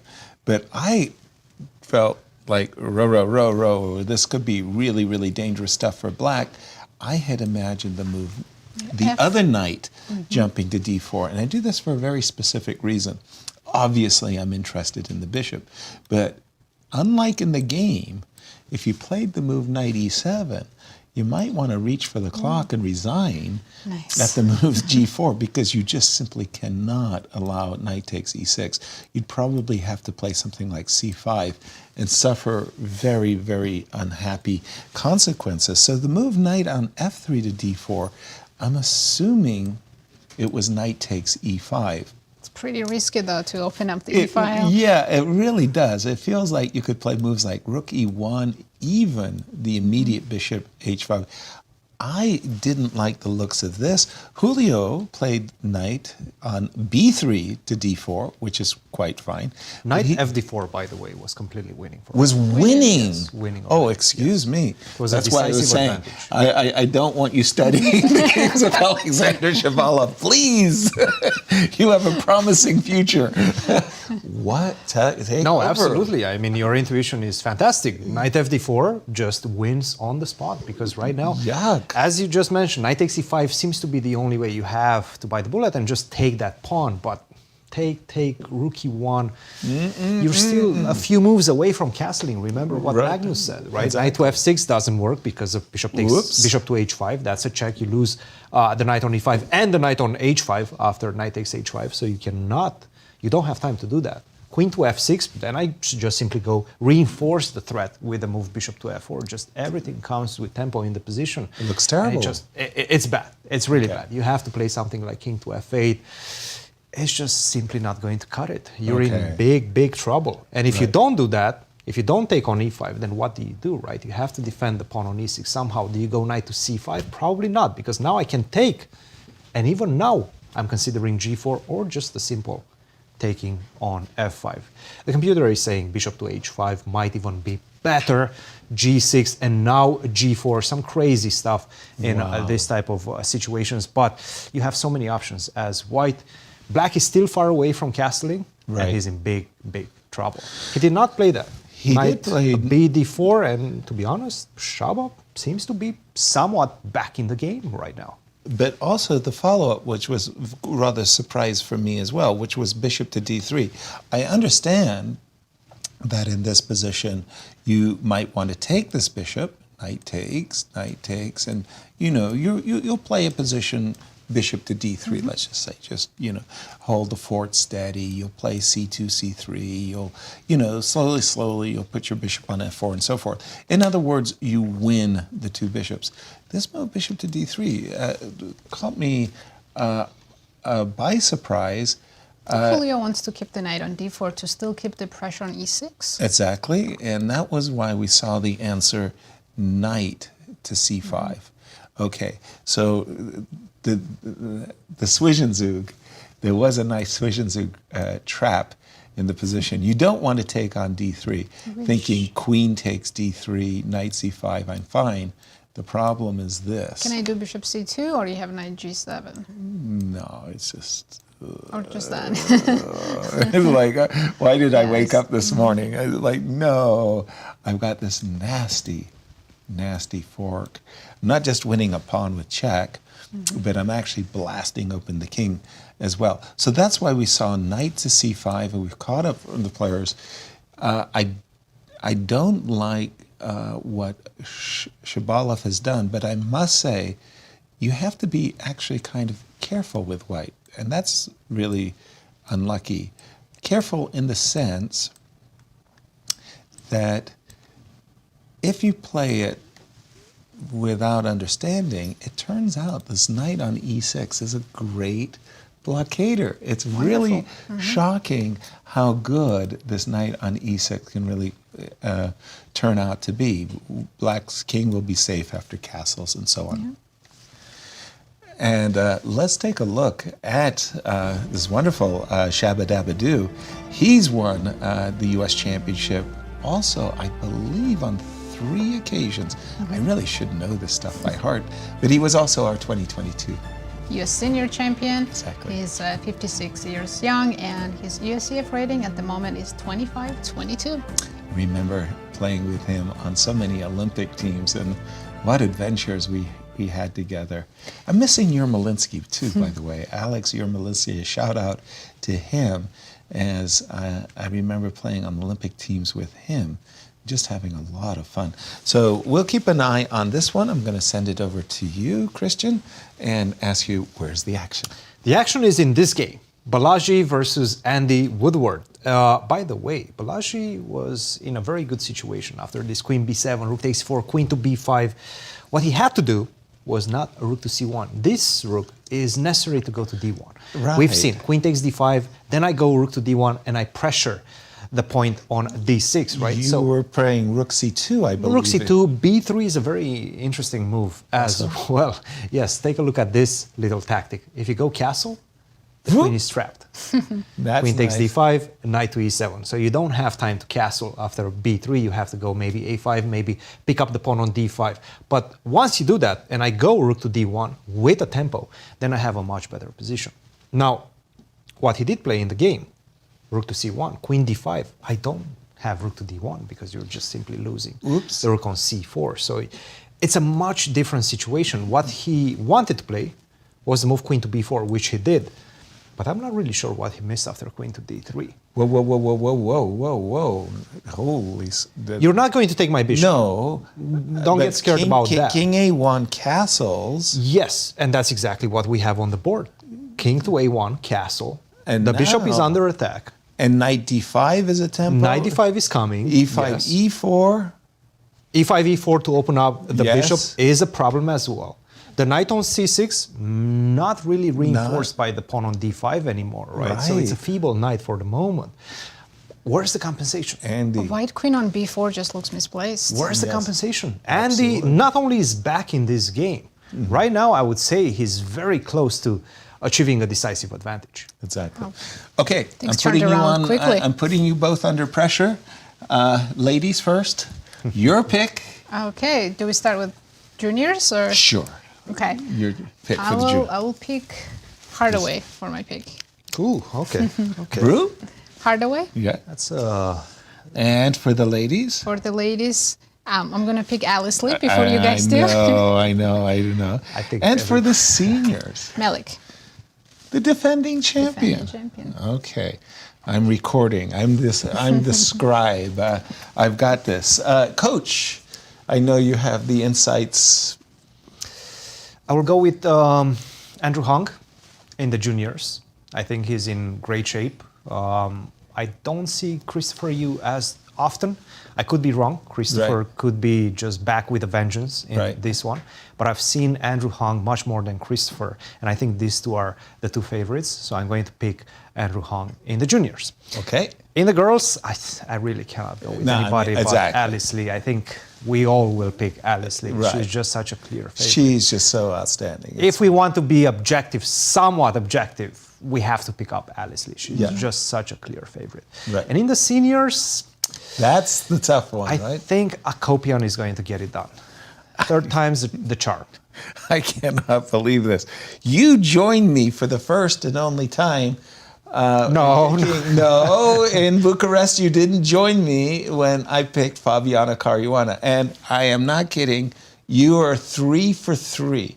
I was going with Andrew Hong only because I saw him here in St. Louis for the Summer Classics. And not only did he play great chess to win the event, he would come on the show and he would just go brrrr, and everything had a logical flow. I mean, it was just like he was in this zone, and I was looking at this young man, and I'm just going, how young are you? How young are you? I mean, it seemed like he had it. So I'm going with Andrew. Alice, what can I say? She has just set our world here in the United States, our chess world on fire. Got to go with Alice. But you have to take somebody else in the scene. I can't go with somebody Akopian. Okay, I'll tell you what. You have many to choose from. I mean, Larry. I know. I'm going to go. Joel has won just every national championship there is. Okay. He's competed. Okay. And Joel is a previous winner of the senior championship.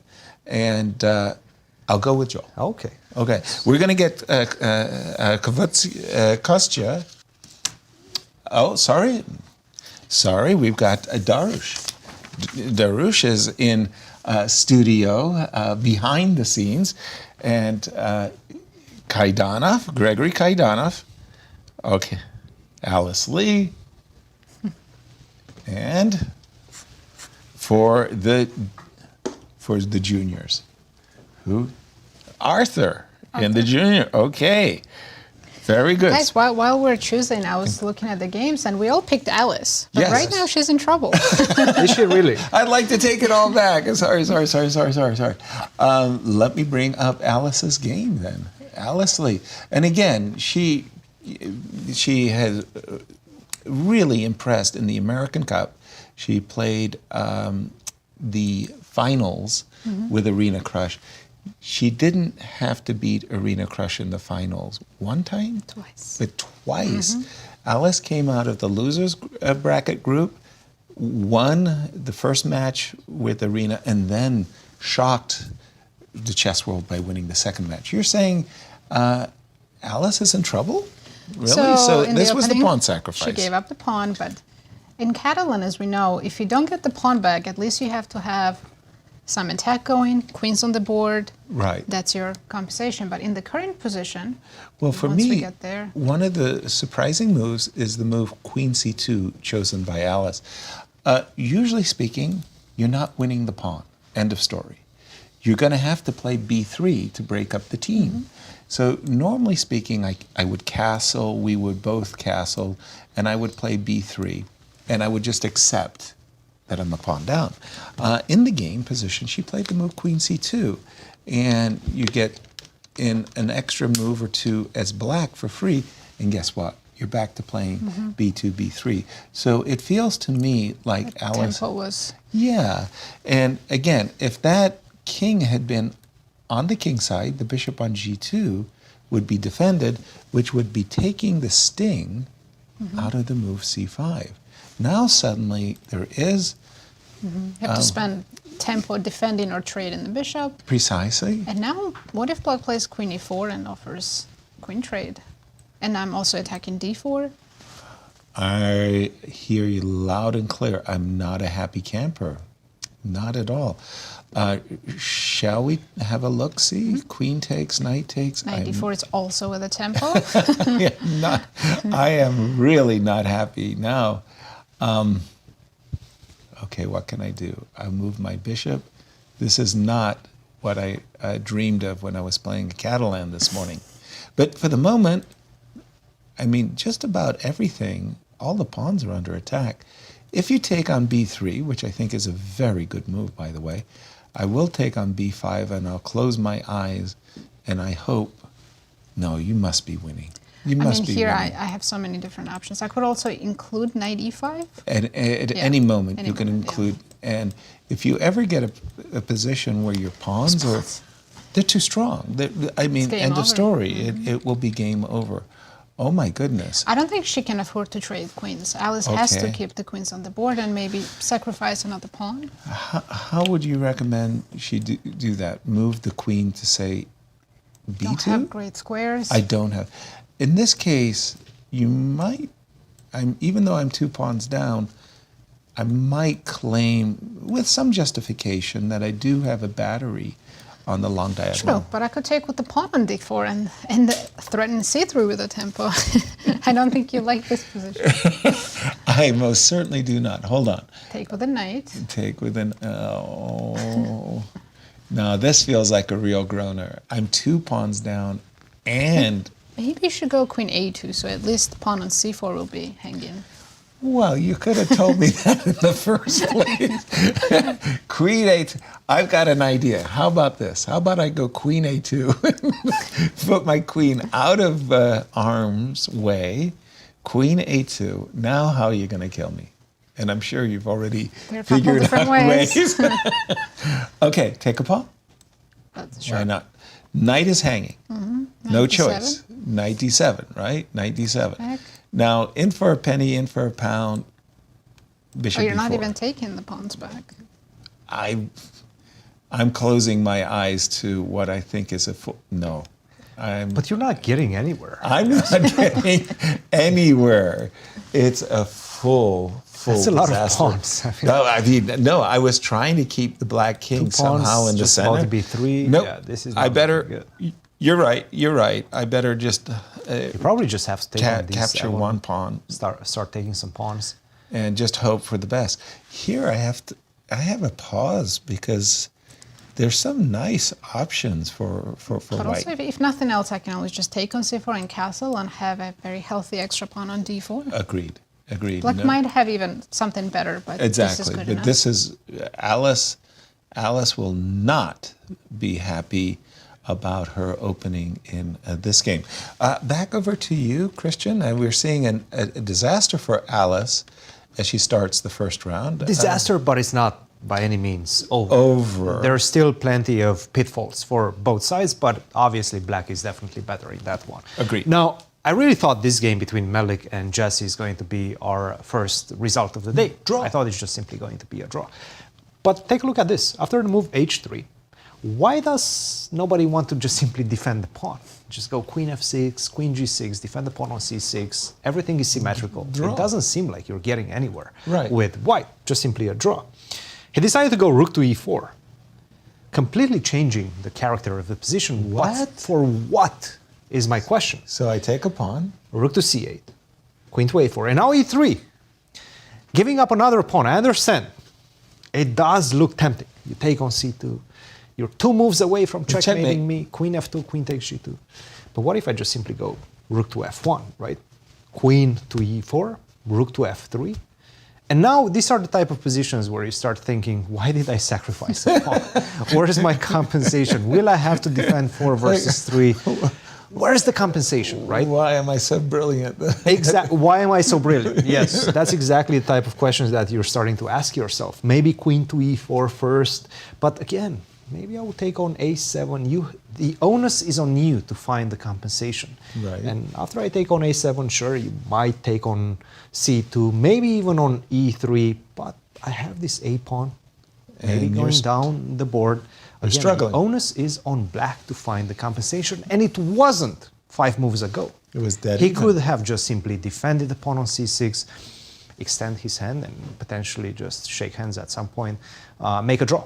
It's all home. He didn't come to make a draw. Yeah, that's the answer. But there's no way you're going to be better. That's the problem. Exactly. You're just giving Melik ammunition at this point for no reason. Again, that move rook e4 is very confusing, I must say. Head scratching, because, indeed. Yeah, Yes, why Head do scratching, that? indeed. Yeah, and the current position, Black has sacrificed some pawns for very nebulous looking attack. Probably queen to e4 is the best move, and maybe you will be able to find the compensation. But I go here, you take on e3, king to h2, king to h1, then you have to play queen to e2. With accurate dragging. engine moves, Black will be okay, but Yes. like Christian No, said, you have to be Jesse has to accurate. find all these moves. Exactly, exactly. I'd like to turn our attention to the game of Zoe and Megan? yeah, when we left this position, I actually had this kind of confusing moment. Where to put the king? I know it was, should I put the king on h2? Or should it be on h1? I wasn't unsure. Zoe chose h1. Knight to e2. Everything was really cool. I liked everything. And then the confusing move was this. H2 back. Of course, with both hands, Zoe desperately wants to play e5. And we understand her immediately. The move comes with a gain of tempo against the knight. As soon as the knight moves, the bishop, the diagonal of the bishop is open, the knight will pop into f5. There's just one small little this tiny detail we shouldn't overlook. When Black played the move c6, c5, she unleashed her bishop on b7, and queen takes h3, it's mate on the next move, which kind of explains, pardon me, the move by Zoe, king, which kind of, you go back one move and or a few moves, and you go maybe king h2 right away. In any case, we see what White is up to. White wants to go e5, knight to really f5. stop e5. They just have to prepare response. Right, and I wanted to invite you to take a hand at the defense. I'd much rather play with White. I was trying to wrong foot you there. Yeah. Can I do maybe c4 and try to... I was about to say, Trade pawns. one of the best defense is a good offense. And in this particular case, let's make a different move. Let's just see what you're up against, what you're fearing, if you will. Actually, I made a bad move. I made a good move for Black. I want to make a bad move for Let's play Black. a5 or something. Let's play rook e8. Okay. Okay, so we put pressure, we go here, and now we start to see really what's going on. We're going to play coming. queen g4, threat of checkmate. Once that, and the queen is undefended. That's why my original rook d8 was too good. The queen would have been defended. So what we're seeing is that the move e5, knight f5, queen g4, all of these moves are coming with a really powerful impact. So I love your suggestion of a c5, c4. In this case, boom, bang, boom. You just take care of all of That my would be attackers. great. Yes, unless... Am I pinned on my bishop on d4? So let's say take on c4. Okay. Knight d4. Okay. Trade the knights and bishop e3. Okay. Or are you safe after rook d8? I think I'm safe after rook d8. I better be safe after rook d8, because otherwise that would be bad news. Okay. But now, As long as Black's not hanging anything here, right, it should be fine. I mean, they do look loose, but I don't see how how White is going to attack them. The move c4, I think, is a very good move. I rather Can continue, right? b3. Oh, b3. c3 Okay. is also good too. Well, b3, you're doing me a favor. I'll tell you You why. want to go back? Yes. What you just did inadvertently is you've actually helped me. You've developed my rook, and my rook is actually pretty darn good suddenly on the open A file. Up to this moment, you might want to consider c3. I was going to play b3, by the way, but at the end of the day, Protected passer on c3. on the c3 square, maybe I shouldn't be doing this. But it does make me question Zoe's king h1 initially, and maybe with the benefit of hindsight, she should have put her king on h2 right away. In the meanwhile, Black has to decide what she's going to do. And a clock's a factor in this one? Not really. They Nancy? still have a lot of time. Zoe with hour and 30 minutes and Megan hour and 5 minutes. Well, it means that Zoe... Some difference there. yeah, Yes. that's considerable. At least A she's half playing hour. fast, right? Yeah. King H1, King H2, at least she played it fast. Right. And by the Yeah, way, rook rook D8. on You see A8 to a D8. question mark on the board. Whoa. It looked like a good move to us, but Well, maybe C4 was required because, again, Zoe telegraphed this from a long ways away. E5, knight. I don't see the reason why you would want to play knight E8. Knight to D5, at least you're looking forwards. Forwards looking. Knight to F5. if I go G6 right here, Pause. Because as a very, very good chess teacher, you know when you play the move G6, who's got the dark squared bishop or where is the dark squared? Because it comes with consequence, right? You're weakening the F6 and H6 square. The bishop is actually on D4. White, okay, I know what you're about to tell me. You're about to tell me the knight is going to go and block me, right? it's my only hope. That's right. But what I really want to say is that with the bishop, the dark square bishop missing, I wouldn't want to play this position. I mean, I It's would very be dangerous. Yeah, I would be fearful that something bad is going to happen to my king.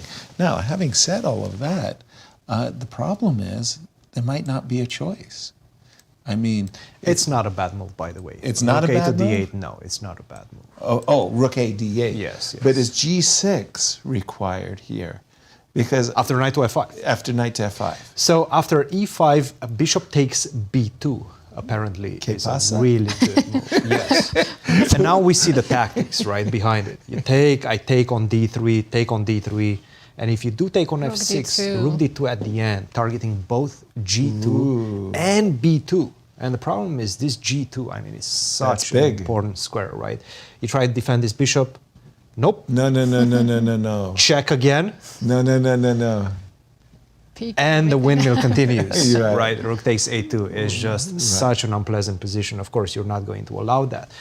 Perhaps she's seen this, but after E5, bishop takes B2 is such a nice blow in Wow. the position, I have to say. But why is it after bishop B2, Yes. queen takes D3, take the knight right away? You want to don't- take the knight, And yes. now queen to D2 anyway? Just a simple queen It's D2. not an easy move to spot from Very far away. difficult. Very difficult, I have to say.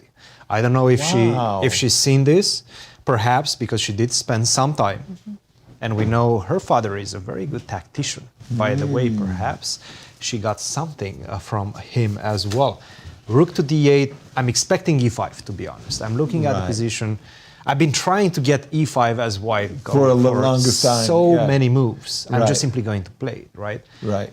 And she's not really spending a lot of time double checking her decisions. I Right. think she's going to go with E5, and then whether she's going to fight bishop takes B2 and win the game, well, only time will tell in that one. Can we check knight d5 here if she doesn't see the tactic? Yes. Knight to D5 is fine as well, but after knight F5, you have to make some passive moves to try to dislodge this knight from F5. Knight E7 and keep the D file open. That's very important because once you take on D4, you want to take back with the queen, keep the pressure going on the D file and also keep the pawns connected because at the right moment you're going to have this majority. C4, C3, try to create the passed pawn on the queen side and do something in that manner. So this is what we have. We're expecting E5, and if she finds bishop takes B2, that's going to be the game of the day. Wow. It goes to show that in an open position, every tempo is so vital. Yes. And king H1, king H2, that loss of tempo makes all the difference in the world. I actually thought, because I missed bishop B2, let me be frank. We are, yes. I actually This is an thought engine white tactic, for sure. White was the one dictating, but the loss of the tempo, allowing rook to D8 and bishop takes B2, that's just really, really beautiful. Once again, let me just put that on my board because I'm really having a hard time coming to grips with this. Especially because that queen d2 move. Right. It's so hard to see. It just really, it really snapped me back, because at first blush, the bishop on b7, I respected the bishop's power. I just didn't realize that we were going to get in a position where this move queen d2 is just... It's not just worse, it's losing for white. Yes. Yeah, I mean, I was going to go queen e2, right? So queen takes e2, knight takes e2, rook down. I could even get a pawn all the way, you know, normally speaking, when you get a pawn down on g7, you're doing things. Doesn't really help, right? But it doesn't help at all. No, we're still going to get the same position. The windmill is killing. By the way, and this is just... Let's just go back one move. Perhaps after bishop e5, can I play f6? Yes. Just to bring the other rook to yes, that is really a very, very powerful... because right now you really cannot stop the windmill. Right. It's coming. You have to go king g3 and hope that you're going to escape. There is one small detail here, though. In this case, you might not be winning g2. And I mean, I think black is still... take on g7. I do think black is still for choice. My knight is terrible. But what a turnaround that would be for Zoe. I have an update. Let's check the game between Daggupati and Woodward. That's the craziest Sicilian we've had. And by the way, e5 came on the board. Things have turned around. e5 is on? Yes. And Andy now is winning his game. Oh, yes, that was that crazy... Yeah, Balaji. I called it a Sveshnikov, but it was from the Najdorf. We left it with the move queen d3 check, and it was sort of like, whoa, whoa, Where's whoa, the whoa, composition? whoa, whoa, yes, exactly. Castles, that was the exclamation mark move. You're picking up a tempo against the bishop. Andy already has a material advantage, and after queen e2, look at this. Beautiful move. Queen takes g2. Seriously, one of the things about the dormant bishop, it's sort of like you're winning pawns and you're just saying to your opponent, please take that pawn on e5. The moment you take this pawn, yes, exactly. The moment you take the pawn on e5, it's like the windows are open and it's a spring clean. Can black do it himself right now and just play e4? No more waiting, let's just open up the bishop.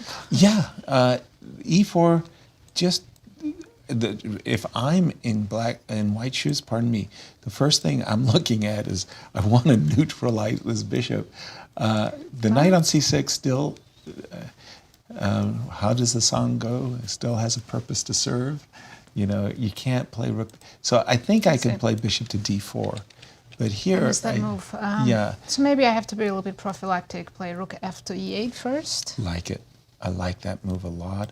Rook f to e8. Black's position has all of the positive attributes of a king's Indian with none of the negatives.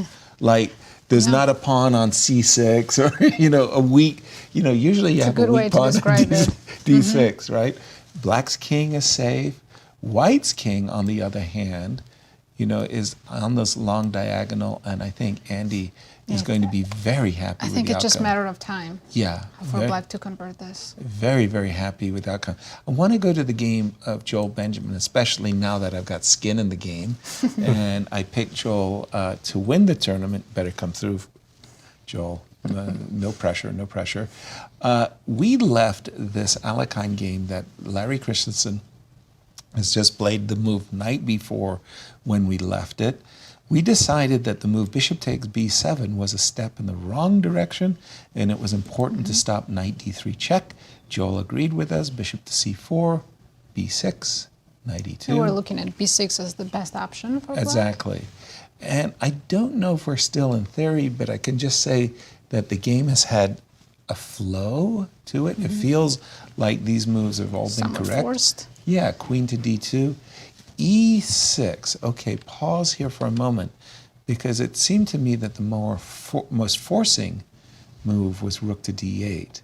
But knight d5? That's the problem. That's why he played e6, I believe. Exactly. Rook to d8, knight d5. We just pause here because I've got ideas of rook takes d5, knight d3. They don't work, but I got those ideas. I just wanted to share that with you. Yeah, because queen on d2 is protected. Exactly. e7, e6. Let me make sure I'm up to date. And I am. e6, and we can see that Joel ready to castle, but then rook to d8. And also, the other point behind e6 is not only to defend the square d5, but really to make room also for this knight. I have this interesting move for white. Please. Before I castle, Yep. a3, provoking you to take, just because after castle, it's a tempo You had me at takes, by the way, but go ahead. You didn't have to. Provoking me to take, yes. Now you don't. I don't have rook castle. d8. And there's no rook d8. And I have rook a1 threat. Ah, that is very clever, because the desirable rook d8 is not protected. I have to go You have back. to go back. Okay, and then you've won a lot of time. I have a couple more tempo moves, but But maybe just simply rook to d1. I have so many options here. No. And all I did was give a pawn back. I didn't even sacrifice it. Exactly, and you've got this very powerful pass pawn on c5. I love this position for White. Joel. I think that white is the one in cruise control. I think Larry just missed bishop c4, to be honest, after that move knight to b4. Back here, but Perhaps even though you just told me consider that bishop takes b7. that knight b4 had actually been played in the past. It has been played in the past. Yeah, Yes. and as has e5. Correct. So knight b4 may be just a step in the wrong direction, a theoretical. But he was definitely not within his theoretical knowledge at that point. I don't think he was. By the way, I just love the move suggested by Nasi. a2, a3. It's looking good. Did I have a choice? I had to take on a3, right? I mean, knight d3 check, bishop takes d3, rook d8. But if you take on a3, Cannot work. castle. Castle? And Now you have to lose another tempo. Rook to a1 is a big threat. exactly. And I'm going backwards. I mean, I just don't like anything about this position. By the way, Yeah. do I have knight a2? Yeah, Queen a5? You start to think about No, it. maybe queen a5, knight a2. Yeah. I also How is had- that queen going back into the game? You have Well, to take with the queen, right? Yeah. Yeah. And then the queen is a little bit. But we also don't have rook a1 here. No, but I'm going to play knight d4 next move. If I force you to give me your black square bishop, you're done. The position is over. It's, well, I mean, I do think, don't get me wrong, I do think white is for choice, but I don't think it's over, that Larry is still kind of kicking, if you don't mind me saying it. Kicking for sure. Yes, Kicking. yes. But that c That pawn, c-pawn. coupled with the fact that I know. your bishop pawn f5 is not coming back that easily. It's the big problem. Almost from the get-go, they open, like this has been hanging over my position, g2, g4. Let's go around the horn, if you don't mind. David. Sure. Tell us what's going on in. I was another looking one of my at this picks. game. Yeah. And my pick as well, Yasser. Jason Wang versus Andrew Hong. We did not like this move g6. Just, it felt a bit slow. It felt like it's creating a lot of weaknesses around the king side for black. And sure, we don't have Fabiano Caruana in the event. We don't have Magnus Carlsen. But these are still the best juniors in the country, and they can play really good chess. They can. Knight to e5, best move in the position. Queen to c1. We were, in fact, looking at this exact same line. Right. h3 with the idea to go g4, exactly Nice. what I prescribed with the help of the engine. Right. And he's playing it. Knight to d7, g4, bishop to e6, bishop to h6. This is what we have right now. But I'm seeing the very natural moves. f4. Exactly. Pillsbury attack. Let's go. f5 is coming, right? So how do Right. you stop that? Probably you have to commit to f5 yourself. It's risky. If I take, then I can even go king to h1. I'm even starting to see ideas of e4 in the position. Something might happen on the g file. No, if I white get is- something on the g file, and look at this monster. in the middle of the board, knight on e5, right? White is for You choice. take it, I take with the f pawn, your pawn on f5 is going to fall, my queen gets involved into the attack. It's not looking good for black. So you start looking at this position, and by the way, f4 is not a difficult move to make. Right? No. It's kind of plays itself, right? f4, f5. Once I play f4, it feels like the pressure is definitely on Andrew Hong. You're an influencer. I just realized that. I let you go first. You Okay. convinced me to go with Andrew, who had impressed me the entire summer. He comes and he makes the opening round. He's flat here. By the way, You can change your pick. no. F4. I hate it recapturing with the G6 pawn. Sorry, but F5. So you want to take with if the you bishop. don't mind. I mean, Yes. And But E4, now I yeah. continue with e4. I have to take it. Yes, knight takes e4. I'm never going to allow that knight on e5 to live. I'm going to take the knight on e5. You will. Yeah, I don't like it. Even allows me to take with the d-pawn like this. And then I'm thinking knight to d5. How You bad is have- my position? I mean, I'm not happy. It's just bad. It's just bad, and Yes, but it's how not. bad? It's not getting better anytime soon. Is the problem? Give me a number. Give me a number.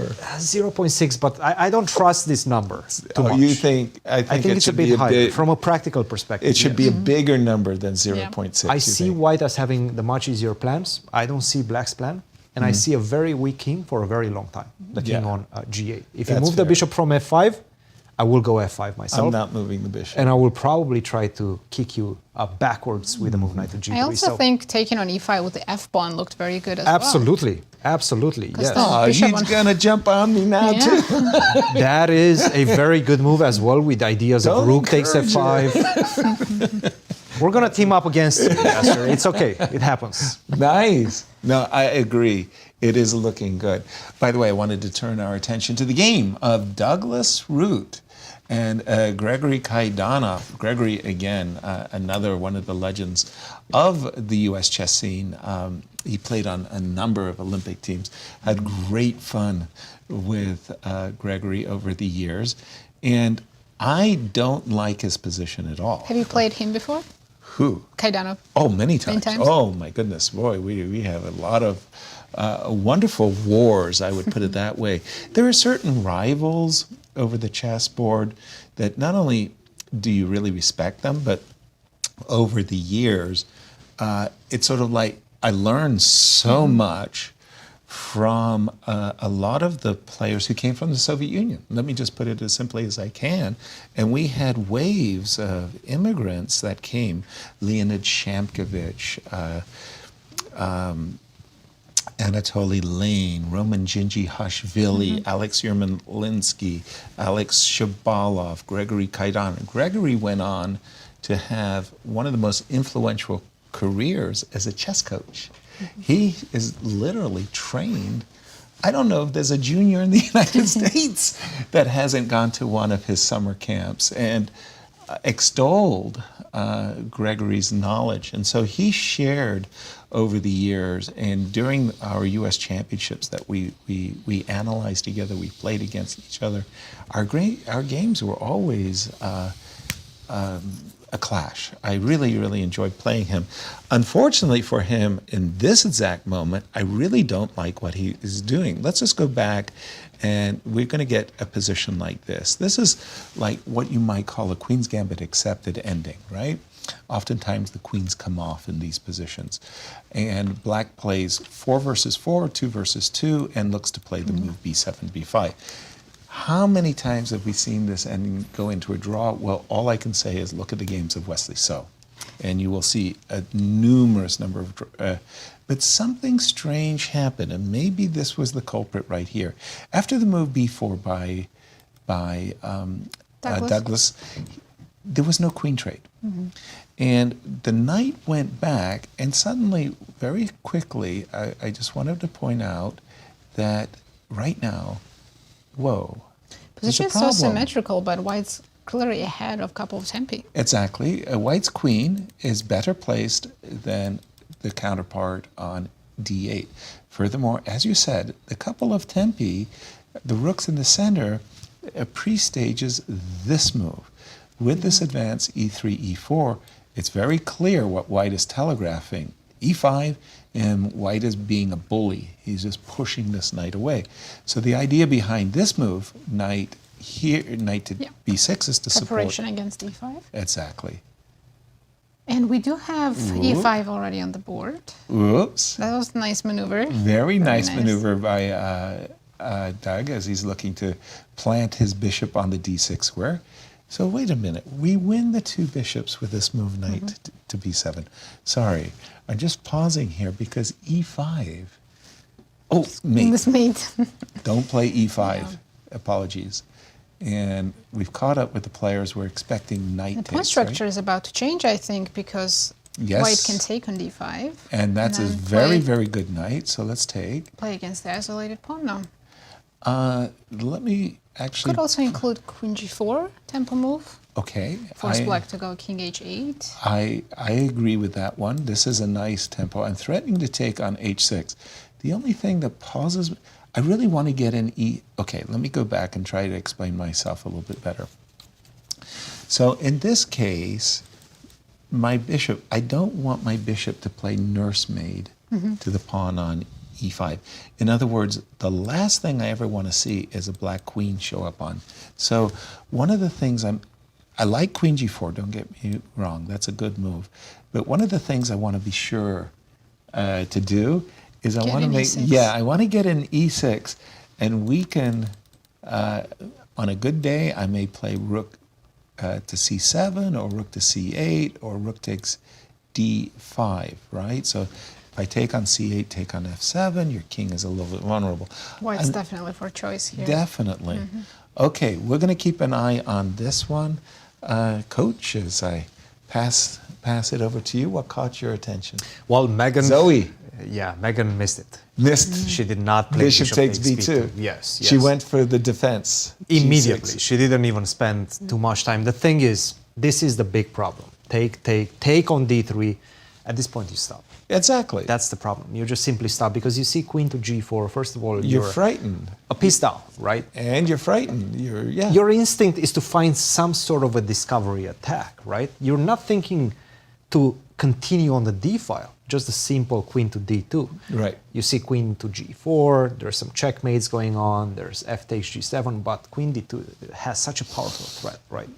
Queen takes g2. And of course, this endgame, probably once you see queen d2, you start looking at this and analyzing this endgame, and you have a chance to find this whole variation. But if you don't spend more than 5 minutes, 10 minutes on this one and just simply play instinctively in the position, unfortunately you miss your chance. Exactly. She played knight to e8, queen to c2, g6, and now white just simply enjoys a very nice position. You can start with a3, try to give a job to this rook on a1, open up the a file, potentially have rook a7 at the right moment, perhaps not in this position, Aren't but we at the worried right about moment. the bishop on d3 hanging at all? Oh, sure. After a3, yes. Is bishop takes b2 an issue or is not an issue?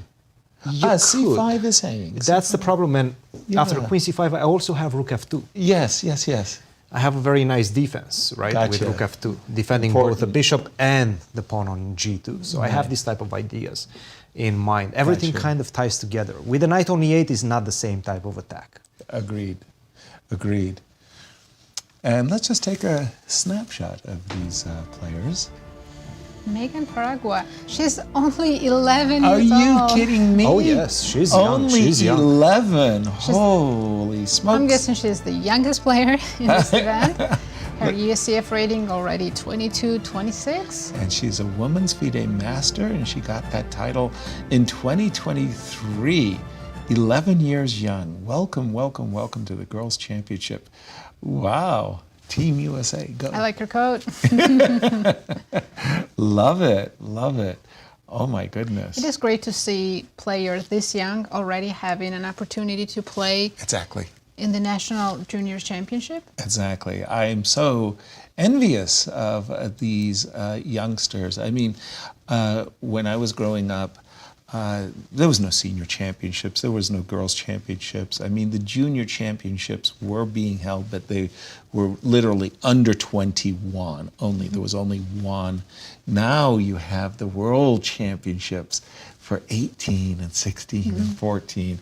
And boy, would I have loved to travel the world playing in those junior championships. Just described my entire childhood. Wow, what an eventful childhood you must have had. Absolutely. I'm looking at the game between My pick.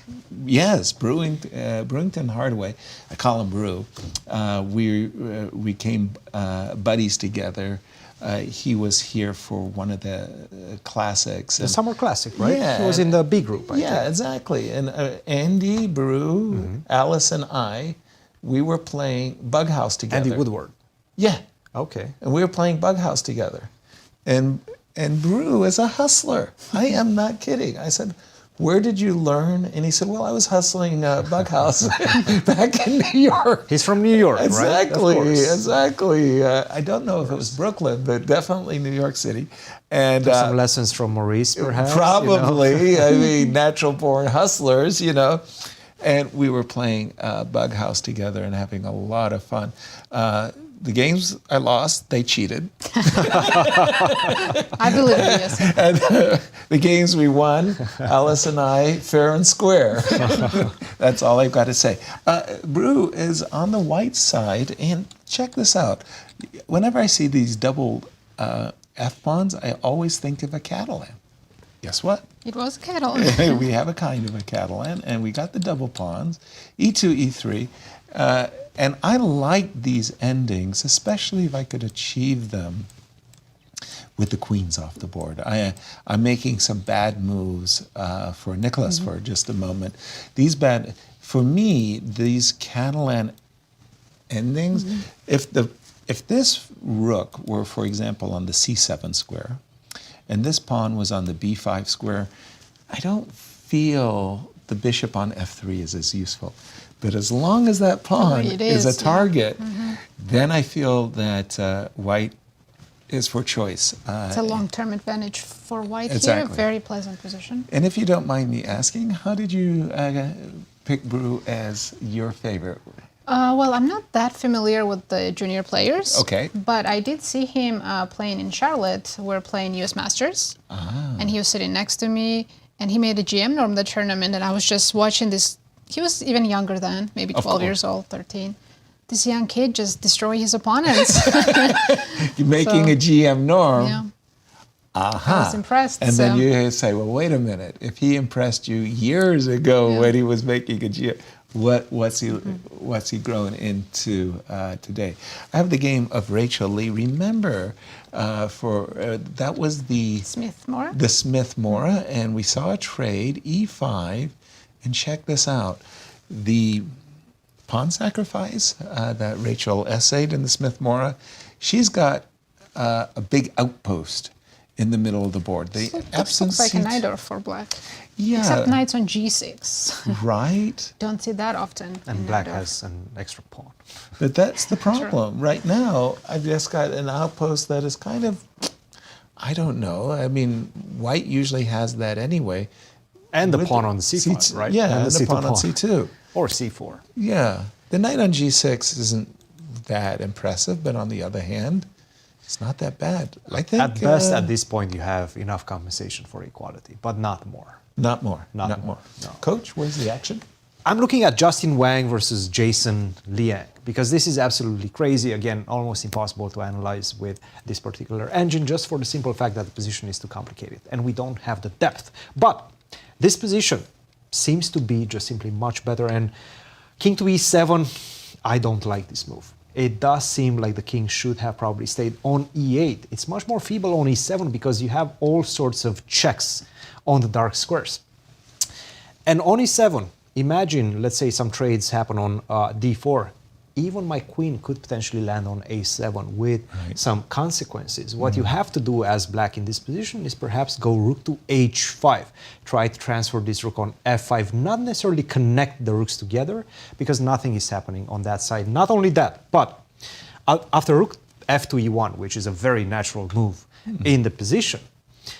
If you take on d4 and I take back with the knight, there's a knight f5 coming, That's right? not nice. The king on e7 very poorly placed in this position. And if you don't take on d4, at some point, you're going to have to answer the question, what is that knight on a6 doing, right? You have to transfer it via c5.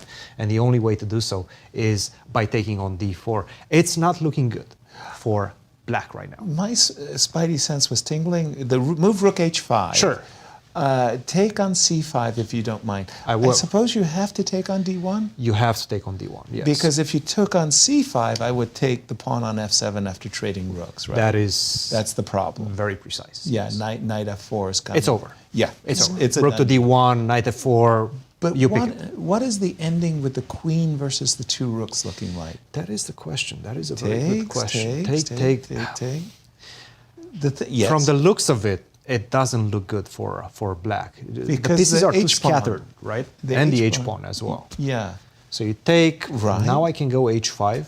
I'll even give you that pawn if you want to take it, because if you take it, I take on c4. And Again, there's a tempo. focused on the knight. Yeah. That knight is really badly placed. You move it, you lose the pawn on b4. You don't move it, I'm going to combine the forces, queen and knight, and I'm going to get closer and closer to your king with devastating consequences. It's not Nice. looking good for black. Yeah, that move king e7 doesn't inspire confidence, and Knight on a6 too. yeah, it's not happiness. I like those cameras, by the way. Those Hobbit cams. Yes, you weren't around when we were introducing them. Yeah, I think I was. Been missing out on us. I'm looking at this game of Chloe for a moment. What is going on here? I'm trying to. So we're looking at a game Chloe against Rose Atwell. Exactly. I'm just seeing the move familiar bishop with g5. Rose. She's been playing a lot of chess. I see her play every open tournament in the U.S. Really? Yes, and she's improving quickly. She plays a Really? lot, yes. Wow. That's true. Well, okay. I'm looking at this position, and I was just saying to myself, why aren't I taking on f6 and taking on d7? And I came up with the answer. It's black to Because otherwise, that's really, really good. The problem that I'm having with black suddenly, and it's actually kind of funny, the queen, the move bishop g5, in a certain way, trapped the queen. So we can imagine bishop c6, right? Okay, bishop to e2, your queen. You have at least perpetual. Exactly. If you wanted to. Even though I'm a pawn down, just because of the closed, the queen's kind of ensnared, I have at least a repetition. I suspect I don't have anything more than a repetition, by the way. I mean, that's a very, there's no targets. There's no weaknesses in black's position, so That's maybe exactly. draw is a good result here for white. Exactly. Again, I wanted to go, we haven't visited it for a while. If we check Alice Lee's game, she's exactly what we're calculating happened, so she's in trouble still. Exactly. We saw Alice Lee was playing a Catalan gambit, if you will, and then she played a move that was a little bit strange to my eyes, which was the move queen c2.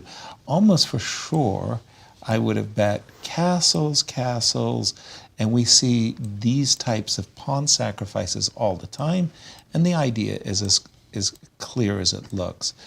White wants to play rook to the center files, c file and d file, put her bishop on b4, Knight on put her e5. knight e5, Great pressure, position. pressure, and away you go. She played the move queen c2, and that stutter step might have made all the difference in the world, as she got her b3 in, but it was this counter c5. If her king had been on g1, this counter would not have been as significant. I could take on b5 to begin with. But with the bishop on g2 hanging, whoops. She also played move h4, so the two tempos she spent h4, on h6. queen c2 and h4. Right. I think that was enough for black to get the good counterplay. Right, but if you take away the h4 h6 move, it was really the queen c2 because h4 h6 is like a pairing that you might have. Okay, here takes.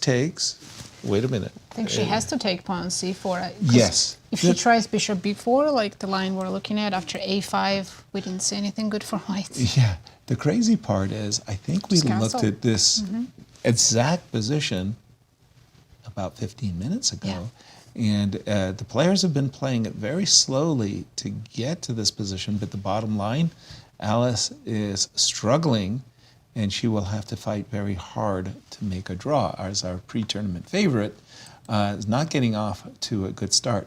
Also, speaking of favorites, I wanted to look at the senior. And being a favorite is hard. Everyone's I'm coming not to beat rating you. favorite. Yeah. Everyone wants to beat Alice in this tournament, so. That's the other thing. I mean, Alice has got a very, very, very clear target on her shoulders. I felt I did too when I was playing in the U.S. Championships. So I had been a candidate player like twice. Coming into the U.S. Championships, I really felt like everybody said, you know, I don't care if I have a bad performance. If I beat Alice Li, you know, people are going to remember I beat Alice. And let me go to the game between Igor Novikov and Vladimir for just a second, because that was that very, I don't know how many times the light squared bishop for what has moved. Black's light squared bishop. So once, twice. Three. And four. And it's still on g6. And it's still on g6. Okay, so finally, we've captured off the bishop, and now Igor has won the two bishops at the cost of advancing his kingside pawn shield. Almost certainly, he would prefer to have the pawn back on g2 so he could comfortably play bishop f1, bishop e3. But it's not a huge liability, right? It is. So for example, let's just put the bishop back, yeah? So imagine you go bishop back, and just imagine I go queen f6. So I immediately... I'll go f4. Yeah, I know. I'll push all my pawns. In this case, you would probably go f4. But here you can understand a little bit where maybe you would rather have the pawn on g2 and the bishop on f1. Like this types of positions, things can go awry. Now, in terms of what you just said, Christian, it just looks wrong. Yeah, well, I don't know. There are just things that could go wrong. C5. White queen is badly placed right now. It needs to be on e2 or f3 or somewhere. Or g3, right? So maybe g5, maybe. Yeah, No, for white. g5 for white. Wow. Okay, the benefit. It takes away the f6 square. I was just about to play knight f6. So here, bishop e3, maybe? Bishop e3. I don't know. Rook c1, rook c8.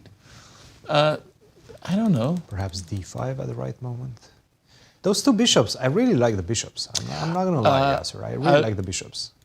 I wanted to take one of them away from you, of course. My intention was to take on d4 and put the bishop back on c5, hoping f4 or g5 might be weak in the... I would say this is still a 3-result game. It's not that white, with the two bishops, is an absolute favorite. There's kicking. But big development in Justin versus Jason. We were discussing this position after rook fe1, said that black is in danger. Right. He played the move queen to f5. Wow. Very strange move to my eyes, because look, the pawn structure is bad. Right. The knight on a6 is bad. I have this beautiful h-pawn ready to run in any sort of endgame. You want to make it even worse, the pawn structure, by allowing me to double up your pawns. No more initiative against my king. And after rook to c1. I love that move, by the way. That's beautiful move. Yeah, patient. You take on d4, I take back with a check. You have to go king to f6, and then I take on c4. I'm a pawn up. Wow. How do you defend the knight on a6? How do you include it into the position? You have a very badly damaged structure. Yeah, that's huge. Can I play knight c5 here? I mean, it still looks horrible, but Sure. let's say I don't have some knight c6 tactics in the position. Let's say we go into this position. First of all, I'm just a pawn up. I'm going to be a second pawn up. Yeah. I don't have any weaknesses. You can go to d3. White's that's king fine. is very safe. White's king is perfect. I'm throwing you under the bus on this. It's completely lost. Completely lost, right? Yeah. So, and the thing is, you don't have any counter chances. That's the problem of the position. Not necessarily that you lost. At least with the queens on the board, you can hope for something. Hope for something. Rook h4, rook h2. There's some no hope sacrifice, right now. No. The hope is over. I'm going to pick up the pawn on c4. I'm going to be a pawn up. Better structure. I have to say, this is an easy conversion. And not looking good at all. One crazy game that we had, thank you, Christian. One crazy game was the game of Alex Shabalov and Julio Becerra. The Caro-Kann, right? Yeah, this was the Caro-Kann where Alex had put his bishop on a7, he had played a5, he had played f6, a kind of a bad mixture of various ideas. He got lucky. Yeah, Julio let him off the hook by playing knight b to d4 instead of knight f to d4. Exactly. That was the crucial moment right here where Julio played the wrong knight to the d4 square. The right knight to d4 would have introduced the threat of g4, followed by knight takes e6. And Shabby was in trouble. As it turned out, in the game, he got a chance to climb his way back in. And remember what I was saying, if I could ever get a knight to e6, I'd be a really happy camper. Didn't happen. Didn't knight happen. is gone. But bishop's pretty good on c5. And for the moment, the pawn, okay, so for me, it's always these questions that I always ask myself. Asset or liability? Yeah. So my question is, if I push my pawn to e6, and I'm hoping to play moves like g3, and maybe it's got to take a really good day. Stop you with rook e7. Okay, let's do it, and let's ask another salient question. Take queen h6. Okay, and so I'm about to threaten third time. Are you ready to defend the pawn? Oh. Rook f6? Yeah, rook f6. The surprise I had for you was this one. So I was hoping... Okay, takes. For knight g5. Oops, sorry. I should make a move. I was hoping for knight g5. Oh! What's happening? No. Sorry, I'm thinking queen f5. No. I should be able to defend that. Right? Sorry. I've got it in the... Then I can't do it the way I want. Okay, so I have to do it in a different move order. I apologize. h5, rook takes e6, yes? Rook takes e6, rook takes e6, queen takes a5. So I keep at least the material equality, and the resulting position that I will have is queen and knight versus queen and bishop, but maybe your king is just a little bit weaker. And my queen needs to come back to the game quickly. I can imagine that this is actually advantageous for white. But those variations, by the way, are very, very forcing. And, well, e5, e6 is a responsible move. Like, it could be... Because you could keep the pawn on e5. Right. Safe. Never have to worry about it. But... at the same time, it could be a powerful... Is maybe planning to go queen h6 and g5 if white doesn't play actively? Yeah, agreed. I can Let's imagine... say if white plays g3 here. Okay, g3, queen h6 and queen say h6, king g2. King g2, and let's say g5. g5. Yes, and again, I'm thinking in this particular case, I'm seeing that you want to rock and roll on the king side. One of the best ways, and you'll hear me say this repetitively, when your opponent's making a pawn storm, one of the best things you can do is get your pieces out of the way. Okay. Before they go, bang, bang, bang, bang, bang, you kind of move your pieces out of the way, and then suddenly the threat of g4 doesn't look that scary. Doesn't look that scary. I mean, play h4 and you go en passant, I'll go king h2 and I'll laugh at you, right? So pawn storm away, but make sure you land. You don't want to miss your target. We could still play f4. Yep. Keep trying, but f4. Yep. And then you're looking at an f3. Knight f5 would probably be asking too much with the position. I really want to play g4 here. Yes, you do. I could feel there are dangers here. I probably have misplayed it because this looking like you're getting you're getting in. You're getting right in. Now. Yeah, that's it. Probably maybe I had to play 8. Well, maybe I don't know. E6. Oof. Not sure. Great game, Coach. Your pick is very slow. Yes. My pick is slow. Joel is very slow. Joel is very slow. He has 25 minutes left. Oh, on that's his the clock. slow part. And his opponent Larry has 1 hour and 26 minutes on the clock. And I have to say, the position is starting to look better for Black than what it used to look 5 moves ago. Gotcha. This is the position we have. Bishop to g5 seems to be the best move, but right now, how do you deal with this bishop on d3? I have a threat in the position. If I take on c4, I double up your pawns, then you're going to lose the pawn on c5 at the right moment, and it just doesn't seem like you're getting anywhere as white. So what do you do next? How did my queen end up on b2? It was supposed to be You just placed it there.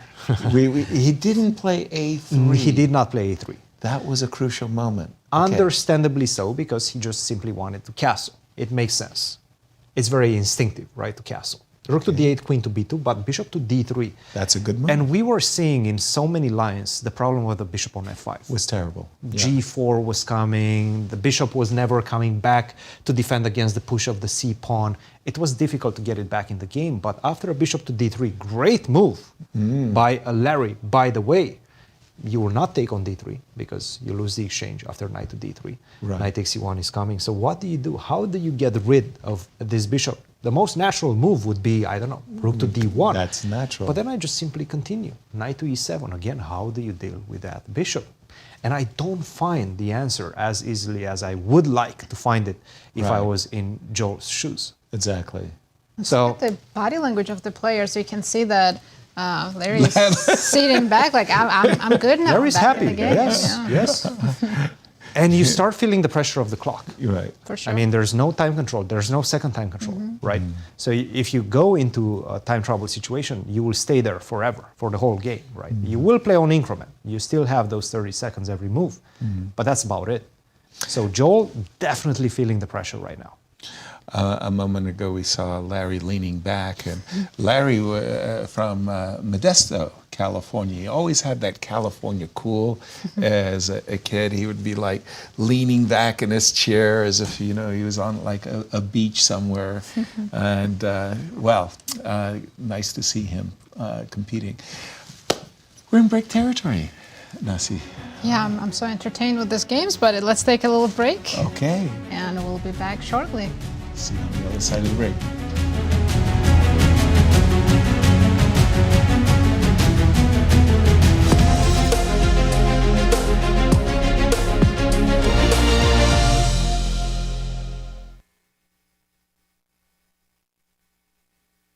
The stages are set. The players are primed. The best of the best are ready to face off in the 2024 Grand Chess Tour. The top players in the world prepare to battle across 4 countries for a $1.5 million prize fund. Everything starts in Warsaw with the Superbet Rapid and Blitz Poland. Then off to Bucharest for the Superbet Chess Classic Romania. The players then travel to Zagreb for the Super United Rapid and Blitz Croatia. The tour concludes with back-to-back events in St. Louis, Missouri, the chess capital of America, for the St. Louis Rapid and Blitz and the Sinkfield Cup. 9 players will go in, but only 1 can be crowned champion. Who is prepared to make history? Get ready for the return of the Grand Chess Tour.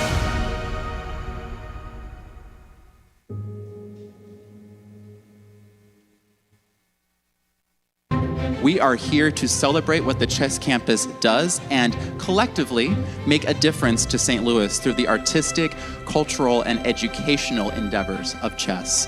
The St. Louis Chess Club and World Chess Hall of Fame make such a significant imprint throughout our community, and with your help, we will continue to grow opportunities of outreach and engagement.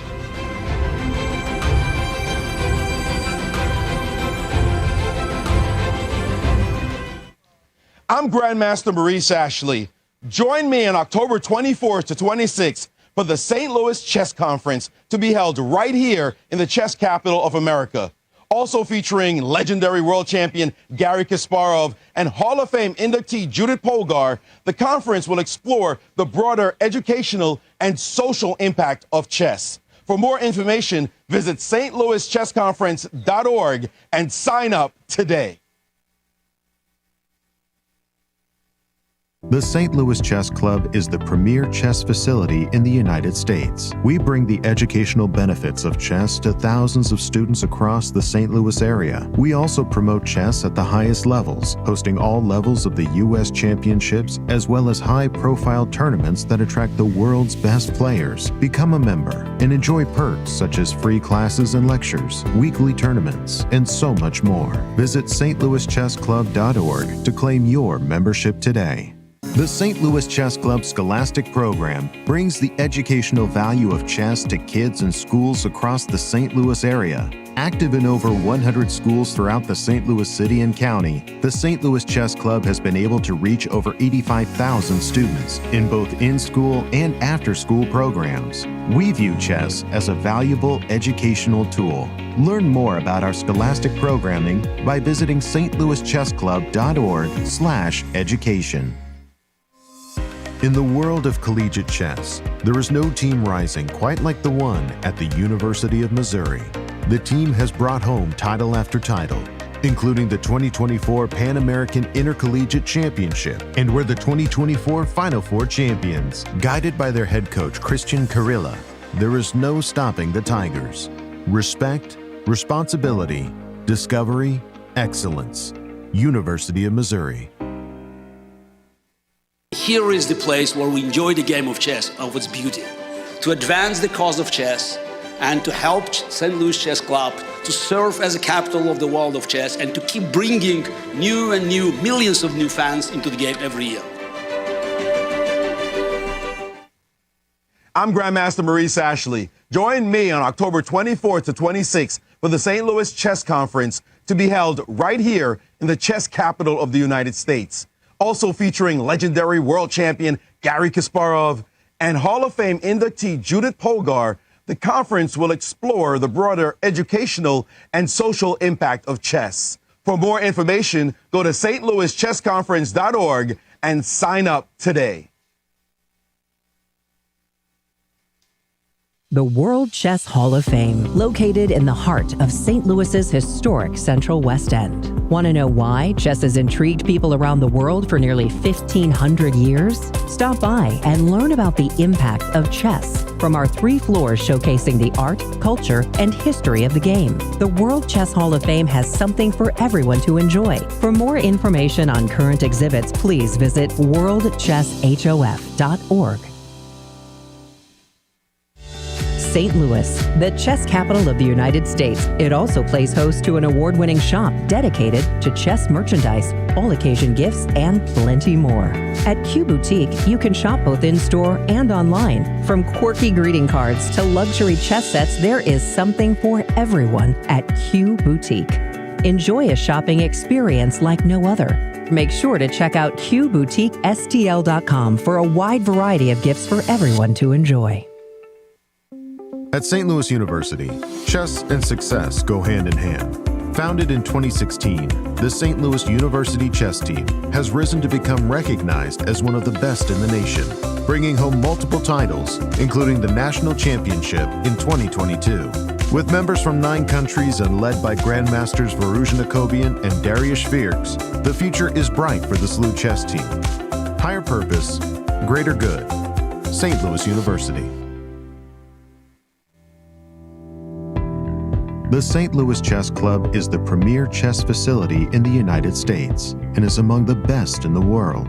Thanks to co-founders Dr. Jeannie Cairns-Sinkfield and Rex Sinkfield, the St. Louis Chess Club is a non-profit organization committed to promoting the game of chess locally and internationally. We bring the educational benefits of chess to thousands of students across the St. Louis area, promoting cognitive development, critical thinking, concentration, and analytical skills. The St. Louis Chess Club welcomes chess lovers of any age and skill level to come and enjoy the game of chess. We also promote chess at the highest levels, hosting all levels of the U.S. Championships and the American Cup, as well as high-profile tournaments that attract the world's best players, including the prestigious Sinkfield Cup, Cairns Cup, and many more. All tournaments can be streamed via our YouTube and Twitch channels that also include over 2,000 chess lectures for anyone to enjoy. Become a member and enjoy perks such as free classes and lectures, weekly tournaments, merchandise discounts, and so much more. Visit stlouischessclub.org to claim your membership today.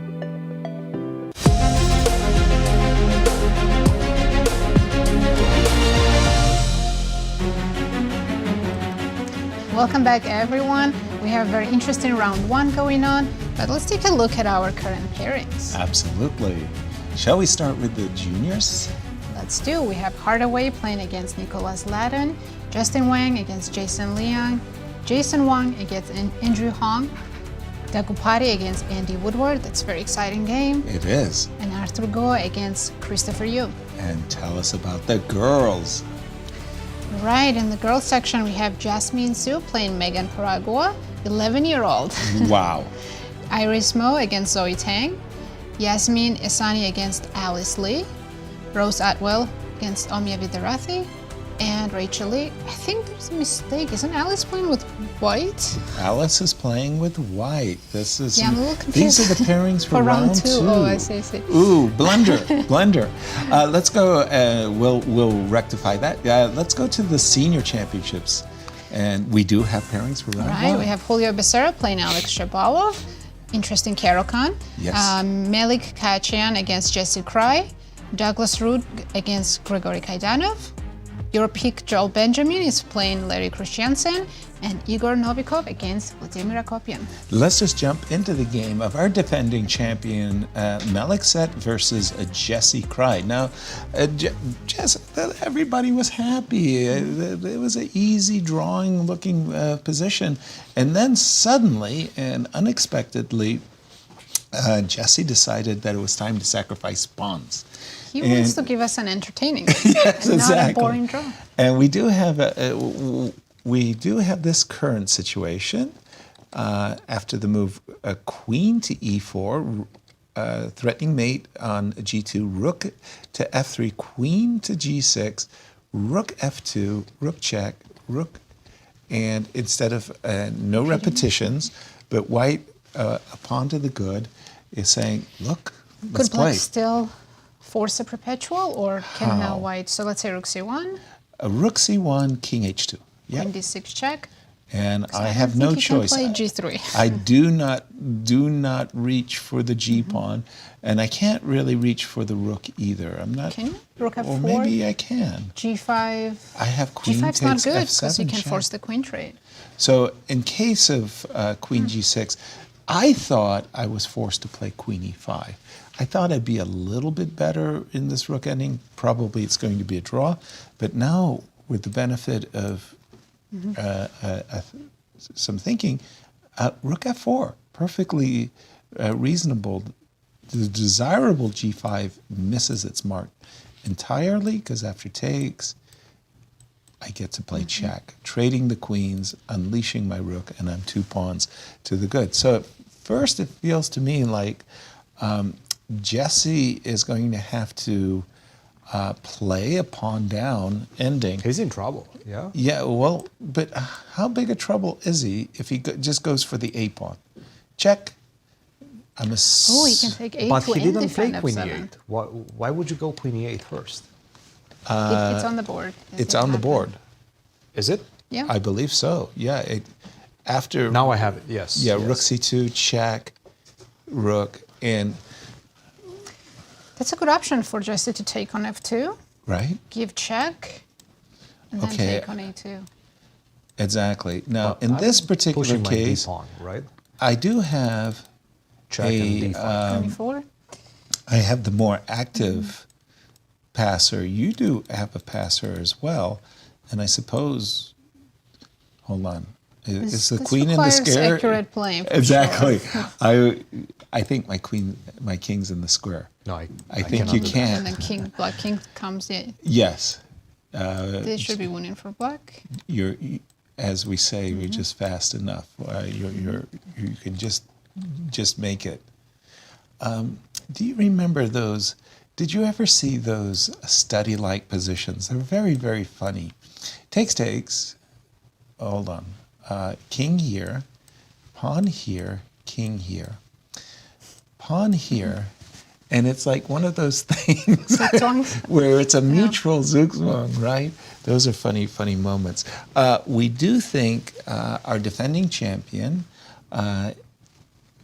has the advantage. Whether it's enough to win, well, only time will But it's tell. one of those positions that shouldn't have happened. No. It just seems Jesse it had shouldn't a have happened. safe, easy route The to easiest equality. position you can ever want out of the frame. And then that sudden ambitious He ambition. just this is human psychology, right? You're looking for the most forced ways to equalize, or whatever your goal is. Your goal is to equalize, you're looking for the most forced way to do so. And he did that, but unfortunately right now he will have to spend a lot of energy trying to save this position. And by the way, I was looking through the engine eval. Rook takes f2, king f2, queen c2, try to go for the same line. Yep. If you might. Yep. Rook takes f2, king takes f2, queen a2, check. Yep. And now I go king g3, I don't go king f3. King g3? Yes, I stay on the dark squares. So I munch a pawn. And after queen to e4. Check, defend block the check. Now the eval is much worse for black. Much worse? Much worse for black after d5. d5 now, big advantage black. Queen d2. Yes. And now I go simply queen to e5. I continue trying to push my pawn. And I will hide on h2. The So last time your king was on f3. Yes, it was a bit out. Now it's on g3, ready to go to h2. I go d6, queen e7, d7, d8. I have a very simple plan. And it's not that easy to stop me. So let's just show to the audience. D6, A4, Queen E7, that comes with a tempo. And I'm defending everything. The pawn on E3 is protected. The king is going to be The king is safe. fine. And the moment I do a defensive move, for example, King G7, you play D7. And, oh, yes. And I'm, That's this it. is no race. There's no race. You're not even close. No. Wow. All of which makes me think that after A5, D6, boy, you know, I want to play King G. I want to meet Queen E7 with the move Queen B4. But at the same time, I want my king on G7. So in other words, I would like to make the illegal move King G7 now, so that when you play Queen E7, I don't want to get in the race that you just described, but I can't do that. Nope. So there's, in this position, in the current position, what I want to say is there's no rook takes F2. It looks like I have to go in this direction. He took on F2. He did. Yes, he did take on F2. Which surprises me a bit, because these endgames, first of all, they're so difficult to assess. Right. You could be just simply very easily lost, as we've seen in a lot of these variations. Exactly. I put the queen on the perfect square, and then the pawn just pushes. Everything you've just said about the position dictates to me that this going for Queen A2 is going in the wrong direction. Sure. Maybe I should start with H5, H4. You're trying to go H4. But Queen I check. still put my queen in the middle of the board, Queen E5. Yeah. Queen on E5 is just too powerful. You go H4, I still hide, right? I still go King G1, King No H2 question whenever you about give it. me some sort of checks. And by the way, whenever you go H4, Yeah. I might even have ideas whenever you start checking me of King F3, King G4, and pick up that pawn on H4. So.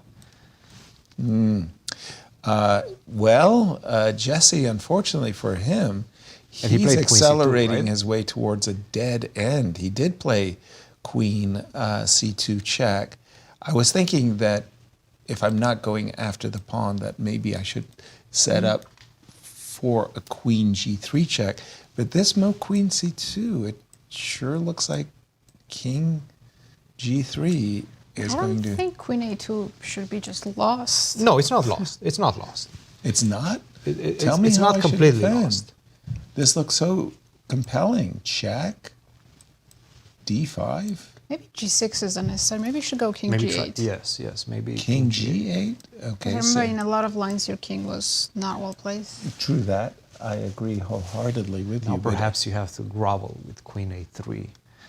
Queen A3. Try to go Queen F8. But this Queen is F8. so difficult. This is so difficult to play. Queen E5. Again, I'm not... C5? Finally, some way of stopping my runaway train, yeah? King H2. Oh, I don't know. Queen check. Queen But F8. my question for you is, how easy is King G3 instead of King F3? I don't think it's Not that It's easy. kind of a natural. No, King F3 I Yeah. found instinctively. Bit more natural, right? Right. Yeah, I think he's going to go King F3. Yeah, King I truly F3. think he's going to go King F3. But he's going to spend some time, which is good news for Malik. It means he's in a good shape right now. Exactly. Because this is a critical moment. Nasi, where would you like us to go? Let's check this game we haven't looked at yet. Omia Vidrathi against Jasmine Esani.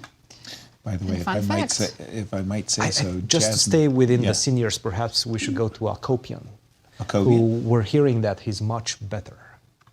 Really? Yes. Okay, I'm going to find the game of Igor Novikov. And remember, we were talking about whether or not the bishop should go to F1 in G2.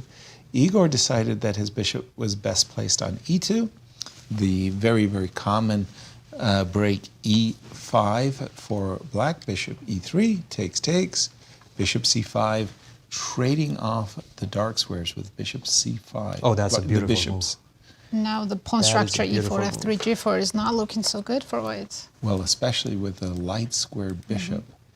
Strategically much better for black. right now. Takes, knight takes, rook takes, knight takes, rook takes, rook takes, Sure. Rook D1, rook to D1. King F8 maybe. Well, for me as white, I'm sitting there thinking to myself, Should play G5 maybe. yeah, at least with the queens off the board, I don't have to worry about my king being exposed.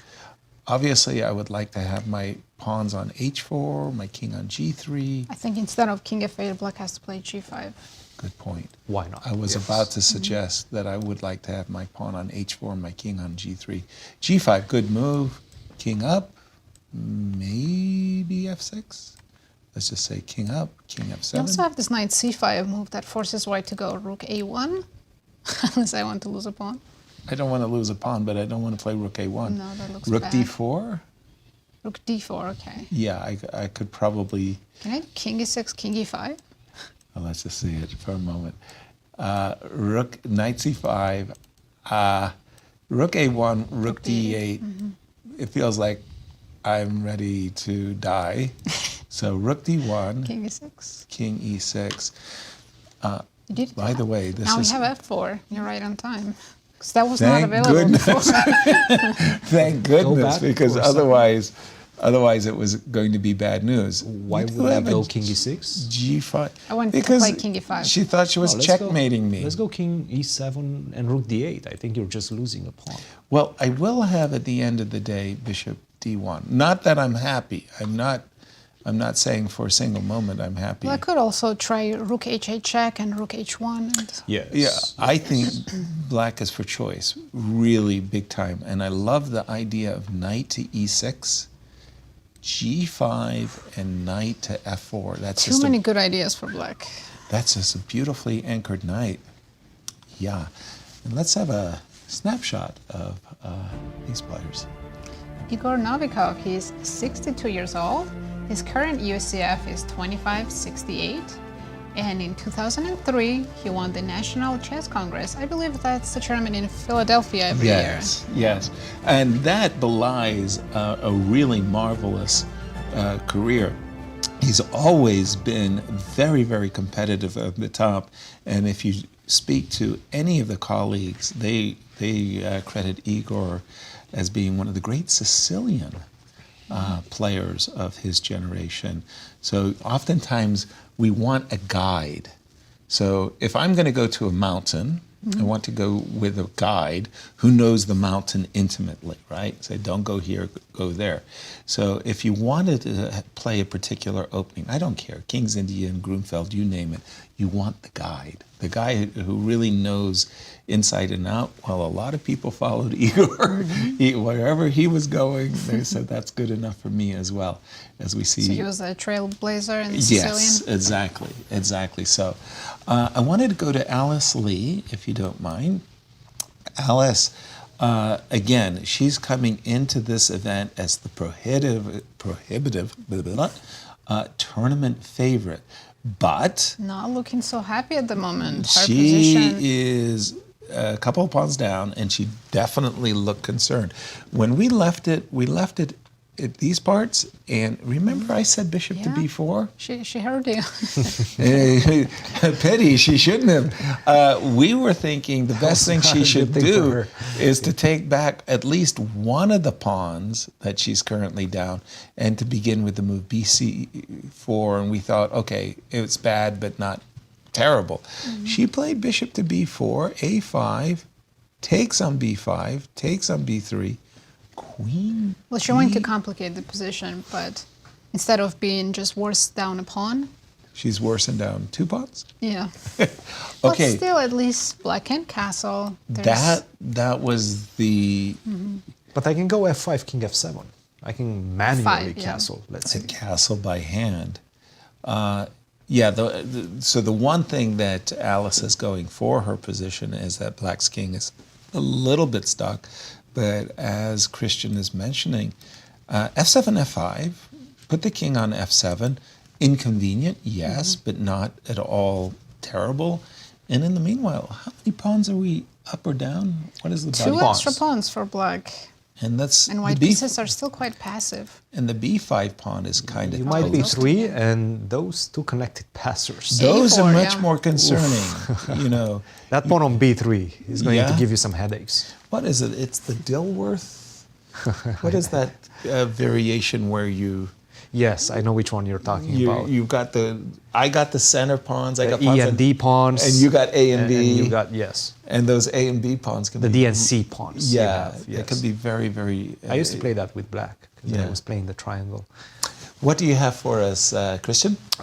Your pick is in big trouble. Joel Benjamin just made some huge mistakes. Yes. So both of your picks are in trouble right now. I'm sorry. He's the influencer. I'm sorry, Yasser. It just so happens. I'm having a bad day at the office. Come on. We left it somewhere around, where was it? After bishop to d3, somewhere around here, right? Yeah, you got it. This is exactly where we left it. a3, which I actually liked. Take on c4, because knight to d3, what he was planning was queen b5. Yeah, exchange sacrifice. Exactly. Nice. That's what he wanted. Right. He wanted to get this position, have the doubled, the pawns on b5 and c5 ready to, get close to promotion. Exactly. It looks good. Right. From a practical perspective. Let's do it. Larry said no. I'm not taking no.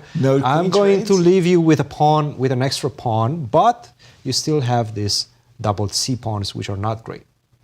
And after the exchange of the queens, which was not mandated, to be honest, knight to e7, what he should have done was bishop to g5. Okay. Now this creates some tension in the position. And I think this is the idea. Rook to b8, I can take on e7 right now. Ooh. You take, maybe take on d8. Rooks. But perhaps I'm missing... of course, A5, just the simple queen a5, yes. So this is the idea. Queen a5 and bishop takes e7. Yeah, that's a piece. That's clear. Very important move, bishop to g5, did not spot it. And after knight to b5, knight to f5, now I get to your pawns, which is exactly what happened. Knight takes e3, knight takes e5. We have this position in which you have a huge problem with the c pawn. I can go rook to b8 and a6, perhaps a6 first. I have the very good bishop. I have a nice blockading knight. I have everything and all the prospects in the position to have a better endgame. Yeah, but c4 and e3 are big weaknesses. Too many weaknesses. E3, A3, C4. My structure on this side, and by the way, I can start attacking your pawn on E3 very soon with bishop to H6. If I manage to include this rook via B2 potentially into play, then the game probably will be over. And with only 14 minutes on the clock against an hour and 18, that's not this good. is not looking good for Joel. That's not looking. There was a moment here when he played the move knight on E2 to D4, and my instinct was, no, I can't do that. The problem with having an open D file for the rook is you got to be sure that the business squares aren't protected. So in this, the business is the 7th and 8th ranks, or the 1st and 2nd rank. Rook to D6, with the idea of playing rook to C6 and rook to C7, now my rook could invade. Now, yes, there is bishop H6, and yes, I'm a little bit annoyed that I have to play knight F4, but rook to D6, if you play A6, now you can understand. Pardon me? I will play A6. You will? That's good. And knight to C7? Don't I have rook A7? Where is your knight going? Ah, good question. Now, Cover? now the business squares, I've got some business. Bishop Found it. E7. Oh, just a second. Rook to E, C, C. And if I start running, King G7. E8 check. King G7. Check, I go to H6 perhaps. Whoa, whoa, whoa, whoa, whoa. At least I feel... You get something. Yeah, I mean, I have an interest with what's going on here. The current position, however, it feels like this is just really nice for black. Conversely, look at black. Rook B8, bishop E5, bishop H6. I think it was Jovi recently who was saying there's a lot of happy moves. You know, black has a lot of happy moves here, and white doesn't. White doesn't. You're on the defensive right now. Right. As white. The pawn is nicely blockaded to begin with, and there's weaknesses that I can see. It's a long-term advantage for black, and he can really torture and white you were for saying a long that time. The clocks are a big factor, right? Yeah, Joel Benjamin down to 13 minutes, and Larry hour and 17. Right. By the way, how am I supposed to defend this pawn on E3? King F2. The king F2 runs into a nasty idea, rook to D8. So the nasty idea being that you can't. Yeah. I've got the fork. Oops. So then I have to play knight C2 instead of king F2? Yes, exactly. So you're going backwards with this knight. Pause for a moment. You can pin me with rook D8. And we are getting an alert that one game is about to end. We think that that repetition is occurring. What game was that repetition? Yeah, this was Chloe against versus Rose. Okay. Remember that black's queen had been kind of, well, partitioned. I don't know exactly how. Had been cornered. There you go. The black queen was cornered, and we're expecting a repetition. That would be our first result of these national championships. By the way, I mean, playing for the national championship is, first of all, an incredible honor, but also, you know, to be 11 years old, I'm still overcome by this idea that, you know, an 11-year-old is playing for the national championships for these under 21 junior competitions. I think it's Megan. That's Megan. I know, it's not this. But like Mishra played. It was the other. Megan Paragua. Megan, Yes. But also Mishra was playing US championships. He was 14, playing amongst top players in the world. Exactly. Yes. Ridiculous, right? And he finished third, by the way. It happens that they get very good very fast now. By the way, we are missing Mishra in the field. Remember, he qualified for that U.S. championship you just spoke about through the junior championships. So the champion of the junior will get an automatic seeding into the national championships. And that's one of the reasons, along with the prize fund, these national question, championships. if Alice Lee were to win this one, Yes. and she already qualifies for the US Championships by rating, Right. does a second place get her spot, or? That's a very good question, and I do believe there's a protocol as to. So let's imagine that Alice Lee was the overall defending women's championship. That would be the first criteria. And then she qualifies yet again by rating and yet again by the girls' championship. I think there is a protocol, and I do believe you're right that in that case, if she qualifies by rating, the number two. It's the second place. Exactly. So, Coach, where's the action? Well, Malik did play the move king to g3. He did? Yes. They're actually going straight into the line that we were discussing. King to g3. Let's see where we are. Queen takes a2, queen to e4, king to g8, d5, queen to a3. This is exactly what we were looking at. And we were saying that queen to e8 is going to be met by queen to f8. Very important move. And queen to e5 is the move that Nazi spotted. Queen to c5. Very good. Very important move. Because once you achieve this construction, then the d pawn is not mobile anymore. Exactly. Right? You go queen e8, king h7, you still cannot follow through. You cannot play the move d6. If you take on f7, you lose the pawn on e3. That's also going to allow me to get the perpetual More checks. going. Yes. Yeah, it's some sort of a perpetual, right? Right. And at some point, if you do try to go for queen f3, and I'm within the square, then the a-pawn is going to be very decisive in the position. I can go king g6, king g8, catch your pawn, and then the a-pawn starts going down the board. So definitely putting the best fight right now, but we're thinking perhaps queen to e8, queen to f8. What if I go queen to d7? By the way, we do have a result. This is the first result of the day. Chloe versus Rose will be finishing in a threefold repetition. Chris It's Bird? not Chris Bird. Yes. He has an assistant deputy arbiter. The only downside of this no draw offer rule is I never want to claim it. Because you're afraid it will be denied and you'll be thrown out of the tournament for false claim. And you see this often, players will repeat 4 or 5 times just to be sure. You will be fined. See, I think they were told to, no, yeah, it was she did the claim was correct way. Upheld. The claim was upheld. Back to our queen ending. And, well, white's for choice. You can go queen d7, right? Which does support the push d6. Of course. I'm starting to look at position. Of course, queen to a3 seems to be the best move, right? Now I go king to f3.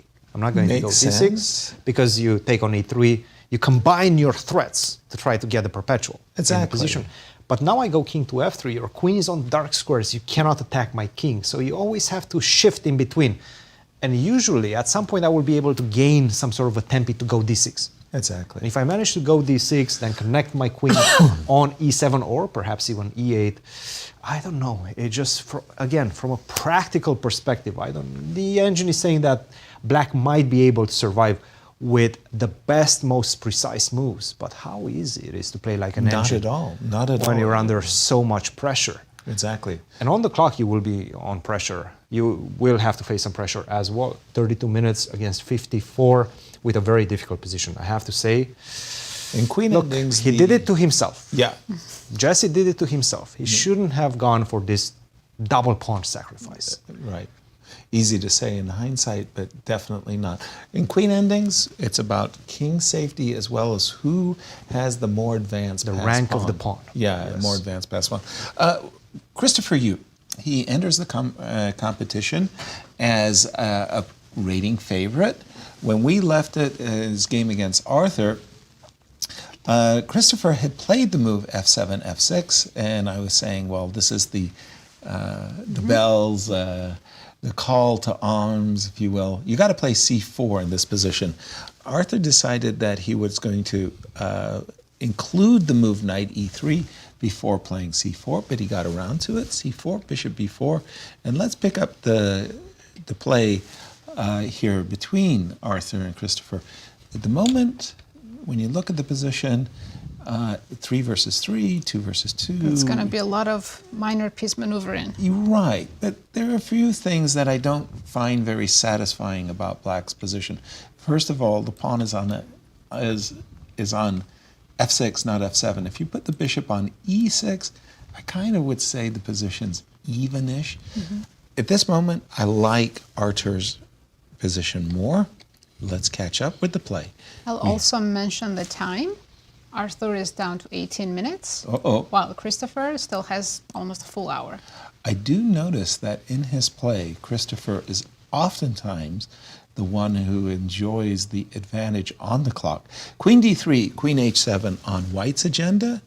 So here we go. That was an exchange sacrifice. Interesting. And I think white offered kind of a draw, right? With the queen d1 to repeat. Which Christopher said, no. I'd rather play an exchange down. And we're reaching this position. And rook takes h3 now. You got to ask yourself the question. Whenever you see these pieces are lurking and eyeballing the king side, you have to look, even though it's a rook, an entire rook, look at this sacrifice. Would you like to play white's position? Tick, tick, tick, tick, tick, tick, tick, tick, tick. Clock is ticking. Target. No way. No, I would not. Rook takes Bishop h5 come in. That's what scared me. Really? After queen h3. Yeah. It's not the queen f3, it's bishop h5 that really scared me. On top of... And we have to break our analysis because Kostya... we have Kostya with a guest interview. Thanks, guys. Here with Chloe Gaw, just drew her first game against Rose Atwell. Chloe, tell us a little bit about your game, your thoughts.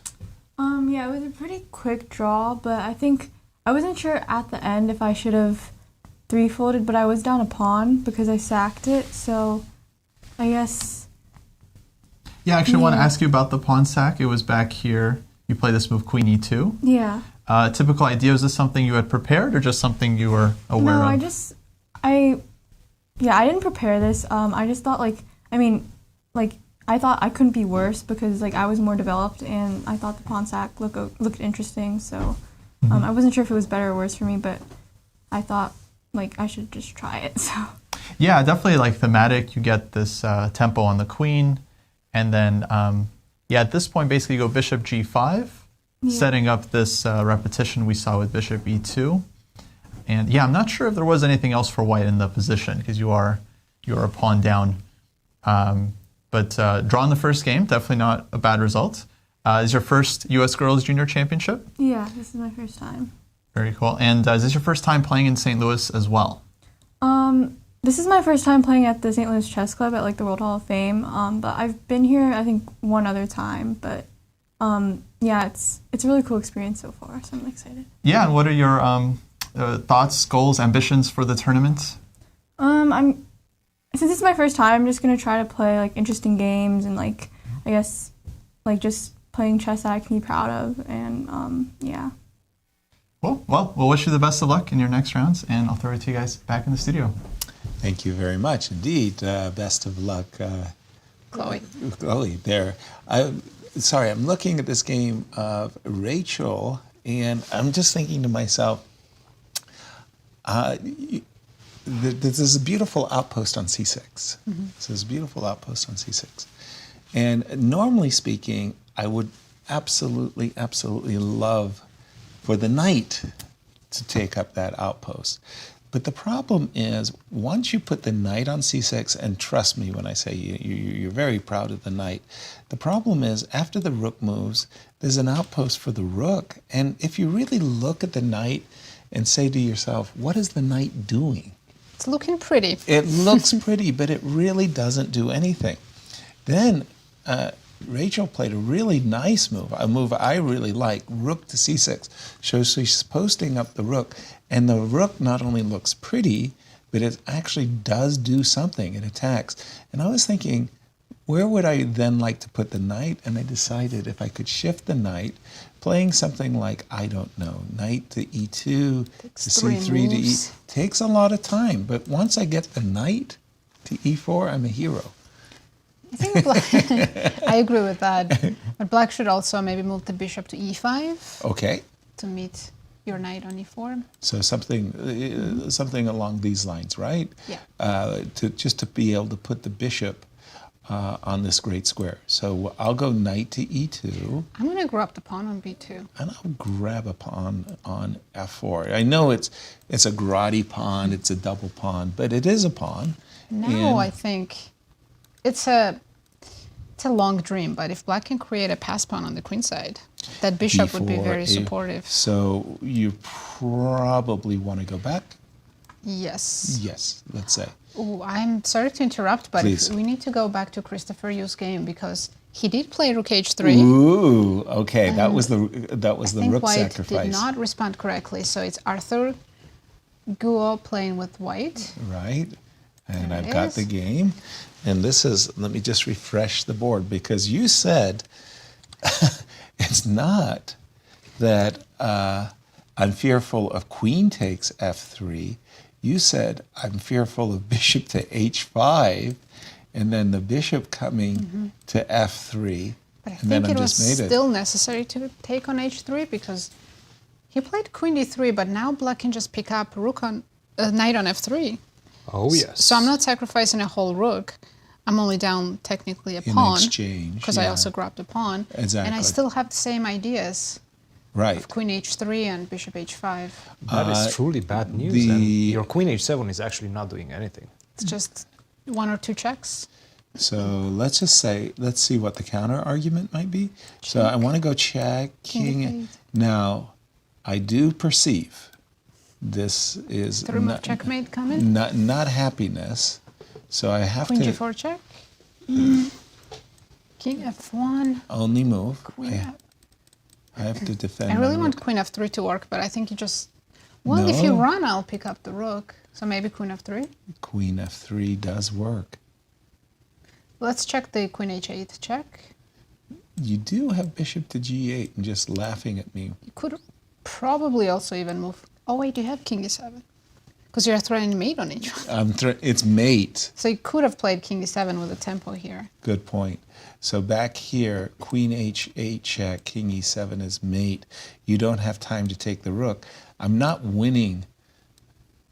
And you have discovery checks, but again, doesn't save white. It's not much of a discovery. I can also just play king d7. Right, not much of a discovery either. Even king d7 should be with it. I agree. Looking good. And by the way, Christopher followed up his rook takes h3. He is a with very rook good takes f3. Tactical player. So yeah, this is over. This is wow.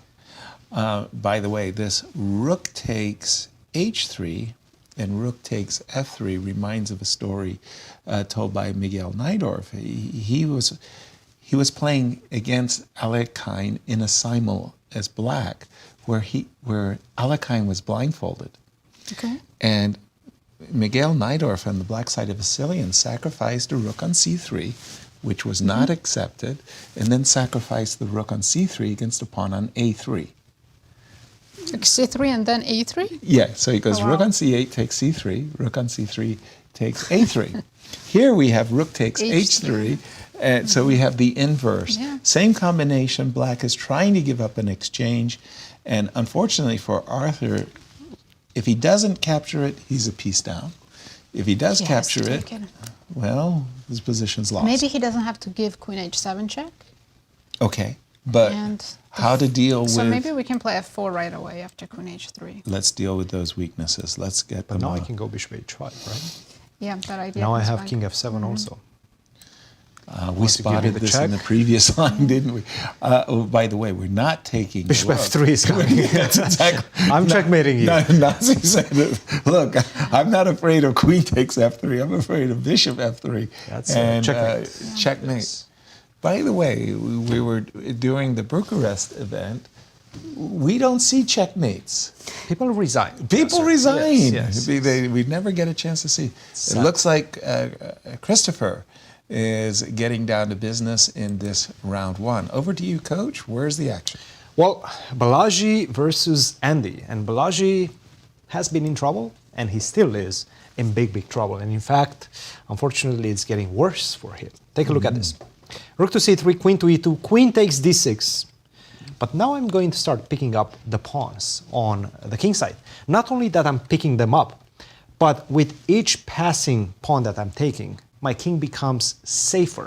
Wow. Because you no longer can open it up with g4, especially this g pawn. Very important pawn. G4 doesn't hurt me at all on the king side. So my king is perfectly safe despite of these files opening up. h4, rook to e8. Why not? Let's try to take some more pawns. King to h7, bishop to e3 is what we have in the position. It's time to open things up. e4. Let's go e4. If you go f4, then I'm probably going to take on h4. I have so many ways. I open my bishop. If you take on a6, that doesn't really hurt me much in the position. This pawn on h5, such a powerful pawn, and the pawn on e4. At the right moment, once I manage to dislodge this bishop from e3, it's really bad news for you. So I'm looking at the position. There's so many ways for black to play this one. Also, the clock is a big factor. 58 minutes for black for Andy, only 13 minutes for Balaji, with what I would call a hopeless position right now. I just don't see the counterplay for white. You can take a pawn, but I'm taking more pawns than you, and my pawns are more advanced and more dangerous, and my pieces are more dangerous and better placed as well. It's just looking spectacular for black right now. Thank you, Christian. And just looking at the game, we thought earlier in the day that Grigory Kaidanov was worse against Douglas Root. Now they're in a position of rook and 4 versus rook and 4, and I think after the move f5, f6 by Doug, the game is going to peter out into a draw right away. But a good save, I would say, by Gregory. I'm going to go over to the game between Brew and Nicholas, because this was a game that I was more than curious about. This is Hardaway against Ladan. Yes, queen to d3. That is okay. Queen to. Still trying to get the zen of the position. So right now we're seeing the Joel versus Larry. I think we're on a different game. Yes, we're looking at Hardaway against Nicholas Ladan. Yeah, there we go. And we just saw this move, rook to d8, knight to e7, and I was trying to. I really do like endings, and I was trying to make a guess as to how much Queen d6. I like this endgame position for white, and I determined I liked it a lot. Because you're winning b7 pawn. Yes. And then the question was, okay, rook takes d8. What about queen takes b8? And in this particular case, right? Pardon me? I can still go queen d6. Yes, and it's the same. It's maybe even better. Even better, yeah. Is it a better version or not? Queen b6? Well, that's what I was thinking. But Yasser wants to exchange the queens. Yes. That's his plan. Yes. I know his plan. A pawn is a pawn. But a pawn is a pawn, yes. And I'm a bit slower, but what if I go queen takes b8 and rook d6? What if I just play it like I played it before? And like we played it before. And I'm saying that there's no counter chance for you. Can I go? No, I don't have b5, a6 hangs. That's the thing. And rook b6 is coming fast. a5 also. It seems like I have time. That's the problem for black. It's funny. I was happy about rook a6, ba4 because then the knight is but then the knight is kind of stuck on a4, and gosh knows me. But the move I kind of don't want to. Oh, that's a problem. I mean, there might be issues. You know what I mean? Oh yeah, you know, that looks suddenly very strong. Suddenly it's not as much fun as it was. The bishop on f3 just completely dominates the game. Totally. A game, Rachael Li. That was the game that it was the Smith-Mora Gambit, right? Looks like now black is winning. Things have turned around. Black is winning? Well, I was thinking that the knight was going to come to somehow the e4 square. So Rachael chose a different route. She played knight to b3, And in her mind's eye, she wants to play knight to d2, de4. Your immediate reaction was black is winning, and why? Well, I saw the evaluation bar. That's no fair. I thought you had made an instinctive guess. No, I haven't even looked at the position. Knight a4. Ooh. I'm not liking that move. Yeah, I think I can don't play like queen that move. a7 or queen e7. Queen e7 with the idea of rook e2 looks very strong. Queen e7 with the idea of rook e2. I was looking at Queen queen a7 also a7. tempting. And then double the rooks. And then I'm looking at a massive threat of rook e1. Which Jasmine just played. Queen a7. And did Rachel misplace her pieces? Seems that way. Maybe now she has to play rook d2 just to protect second rank. I'm allowing rook e1 check. I'm not happy. I also, previously when we were looking at this game, you were suggesting bringing the bishop back to g7, putting it on e5. I'm just thinking that with the queen and the king, the instinct I'd have is I'd love to put my bishop on d4. Yeah. Like I would be Black squares are really weak. Really weak. And black bishop can come back and... Is time a factor in this one? Rachel has 26 minutes, Jasmine 40 minutes. So she's also ahead on the clock. Yeah, she's in the driver's seat, looking good. Nice. And coach, where's the action? Well, everywhere. Justin versus Jason. This one might be over soon. This is the position we have right now. Justin is going to go rook to c3 next move. There's no way to hold on to the b3 pawn. The knight on c7 is completely arrested by the action of the pawn on c6. I'm also having ideas, by the way, of knight to b5. To get this rid is of it. problematic. Yeah. You give me one more move, you don't play the move a6, knight b5. I'm going to promote my c pawn. That's going to be over. I'm also picking up the f5 pawn if I really want to. I have a menu of options right now at my disposal. I think this is about resignation time. Rook to a2 maybe, but I'll pick up this pawn. I can always defend with rook to c3, so I don't have to worry about this type of things. And by the way, your knight to d5 doesn't really work either because I go c7. Or you I can just pick up the knight on c3 and then go c7. Why not? I can do both, by the way. But of course, king takes c3 is just simply much better. It's looking bad. And I think right now Jason Liang is about to extend his hand and resign. Yeah, that's a winning ending. Andrew, remember we left it. I actually chose Andrew as my top pick in the juniors. No, you copied me. You copied me. You did. I did. I will admit, Christian was first. He's an influencer. He got me on this one. And we got to this position where we didn't like what Andrew did. And there was this very nice move, f2, f4. In fact, it's a winning threat. f4, f5, white's crashing through. We thought f5. The engine wanted to recapture with a pawn, and I was like, oh no, that's just too hard visually on my eyes to open up the G file like that, allowing king h2 and rook g1. I thought bishop takes f5 was forced, which is what Andrew played. We got to this position, and guess what?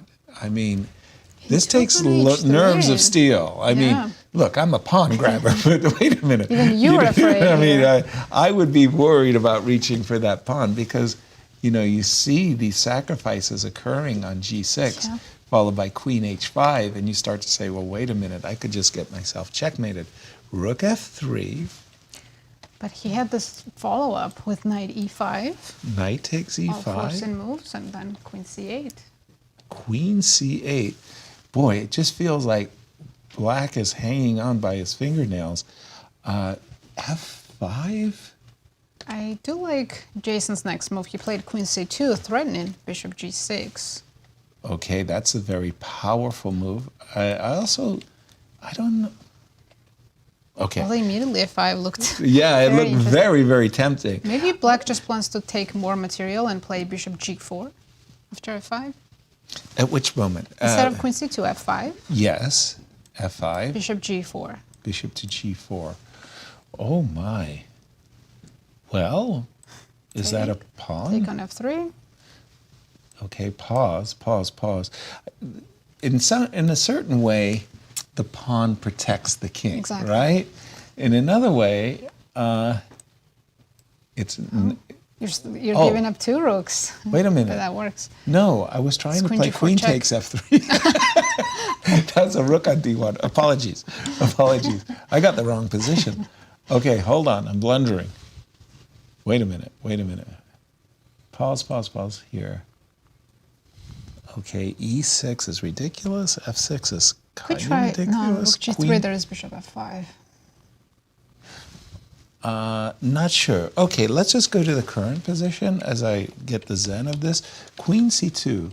Are you suggesting he should play bishop to g4? By the way, what are the clock times? Maybe bishop f5 is also safe. They both have 28 minutes. The rocking of the table. Would you say that is because somebody underneath Tapping the table them, is yes. their knees are shaking and the body's moving and we got an earthquake going on?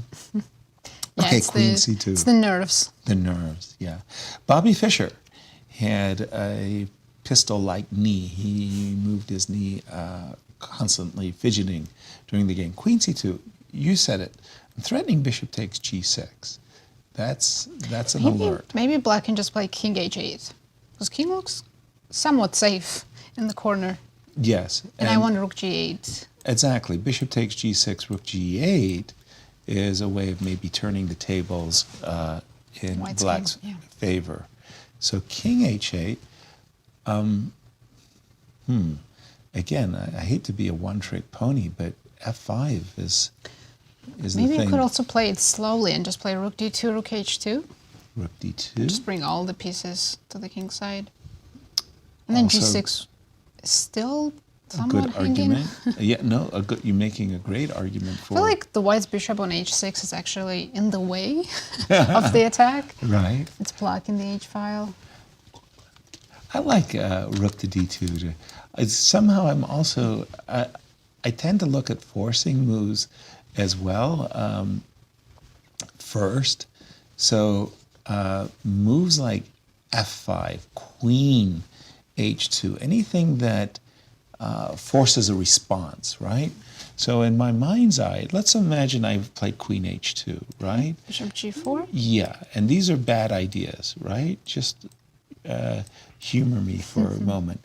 So you can see where I start looking, right? And I start to say, how do I... Bishop f6. Right, how do I combine here? It's not working, right? Everything I've done is a fail. G takes f and yeah, black looks Right. safe. So, but those are the moves that I start looking at, the more forcing moves. And if I can't make them work, then I like your ideas of just, slowly, just building up the position. It feels like white is the one, because again, look, the rook on a8 isn't working. The knight on b6, yes, it does defend d7, but it's not the most attractive piece. It feels like white is the one dictating the action. Can I go queen e6 maybe? In this moment? Sure. Queen e6. Okay, king h2. Bishop g4, I'm guessing. Bishop to g4. Okay. Maybe rook g... Oh, bishop d1 is with the tempo. It's not the end of the world. Seriously. I mean, I would love... The knight's coming now, too. Bishop takes g6, I don't know.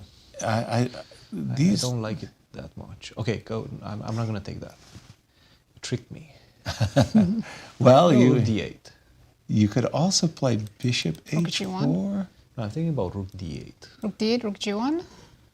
Rook d8. G1. Rook g1. And now Nasi and I are on the same page. Now I go knight c4. We do have... We are expecting a result in this game. This repetition. is Kaidanov against Douglas Douglas-Root. Root. It looks like they're repeating the rook ending, and it's a draw. Our deputy arbiter is coming over. I think that's... 4. I thought that was Alex. Yeah, that's Alex Shabalov. Shabalov. Oh, sorry. I thought the deputy arbiter was coming over. There's Chris. Yeah, jumping and So second result of the day, and also a draw. But And we again, do have, we think that Doug had the better chances in the middle game. Gregory came out of that where his queen was on e8 and he was passive. 4 versus 4, 2 versus 2. The queen's gambit accepted ending, and he got away with one, I wanted to say, on that one. Where would you like to take us? let's check Alice's game, because I see that her opponent did not play f5, king f7, as we were suggesting. Okay. Instead, she played knight e5. We left it after the move bishop a3. Alice is down lots of pawns, no question about that. And her one trump in the position is that the opponent's king still stuck in the center, which can be solved by f5, king f7, knight e5, rook c1, and cheapo alert, rook c5. And I think her opponent played the best moves with d3 and then queen d4. Okay. Oh, Iris is looking good in this one. She is. Can't even find a good move for white. If you go e3, it light skirts around the king after queen e4. E3, queen e4. That's it. Be over. No me gusta. There's some knight f3, some checkmate is coming. Yeah, you got that. Maybe even knight f3 check right away. And queen, of course. Yeah, also. No, I don't like e3, but really, okay. I think she has to bail out and go queen b2. But she's down so many pawns. Yes. I agree. I just would don't bail say out. anything else. I will bail out and I will play queen b2 and Maybe get she into can a go- move. But Some where's the pawns bailout? Let's keep going for a second. Do I have to take? Can I take on e2? What? That's a nice move. You can take on e5 though, is the problem. Oh, rook e5, rook e5. Rook e5. Oh, sorry. Rook That's e5, the queen- cheapo. And Queen d1, king and it g2. doesn't really help me too much. You go king Yeah. g2. And then suddenly, Not a piece. unbelievably, Alice is winning. Yes. Yeah. Queen But we can b2. take on b2 and go knight d7 with the tempo. Yes. That's a good point, yeah. And by the way, once you have played knight d7, the king is free. I mean, Which pawn would you keep as black? b3 pawn or I might go b3 a4. pawn? Just to, a4 looks good to me. but a4 you can take on b3 still. Oh, it's still hanging. Yes, that's the problem. that's annoying when you do a move like that. You just played the move a4 to defend the pawn at b3. Your opponent happily clips the pawn and you feel like a complete idiot. Yep. It's like, what? Why did I play a4? Oh no, d takes e looks good. And Yeah, exactly. D takes e, and again, just matter of Alice is technique to convert this endgame. fighting for her life in this one. Are the clocks a factor, by the way, Nasi? They will be soon. Alice has 27 minutes, Iris 21. So in a couple of moves, I think they can reach time trouble. And then maybe that will be Alice's chance. Okay. Game that we have been following is the game of Balaji against Andy. and Andy. Andy, we liked his position, and we still like his position a great deal. And he Let's is see ahead what's- on the clock as well. Let's see what. Yeah, it was this whole. He's played it magnificently well, as far as I can tell. And with this last move, Queen G1. Isn't it time to bring the knight back into the game? Knight to f6 to. Is f5 anything to worry about? Well, let's have a look. See, f5, and if we. Wanted rook. No, this knight g4, you just cover everything. Well, you do G5? have bishop to g5, right? Let's go and then queen this g4, is there's rook g2. well. G3 This maybe? is this is a trap. No, rook g3. Or the other. There's so many rooks. Because rook g2, this is a trap that I would love to fall for. Here I'm going to have 4 connected pass pawns, a rook and a, but the other rook, keeping the knight protected, this is maybe not what I want I mean, to it's fall still for. interesting. Maybe e3 even works. I know, right? I mean, because you've got such a great setup. But I'm sure that is White's trick that he's playing for. I don't have to allow that, of course. So what if I just bring my queen back? Let's say queen g4. That's the simple route, right? You just you're offering a trade of queens, and you want to play queen to f5, and slowly, you'll get your pawns motoring on the king side. This looks still very, very good for Andy. I'm going to check in with the game of coming back over to Christian. Yes.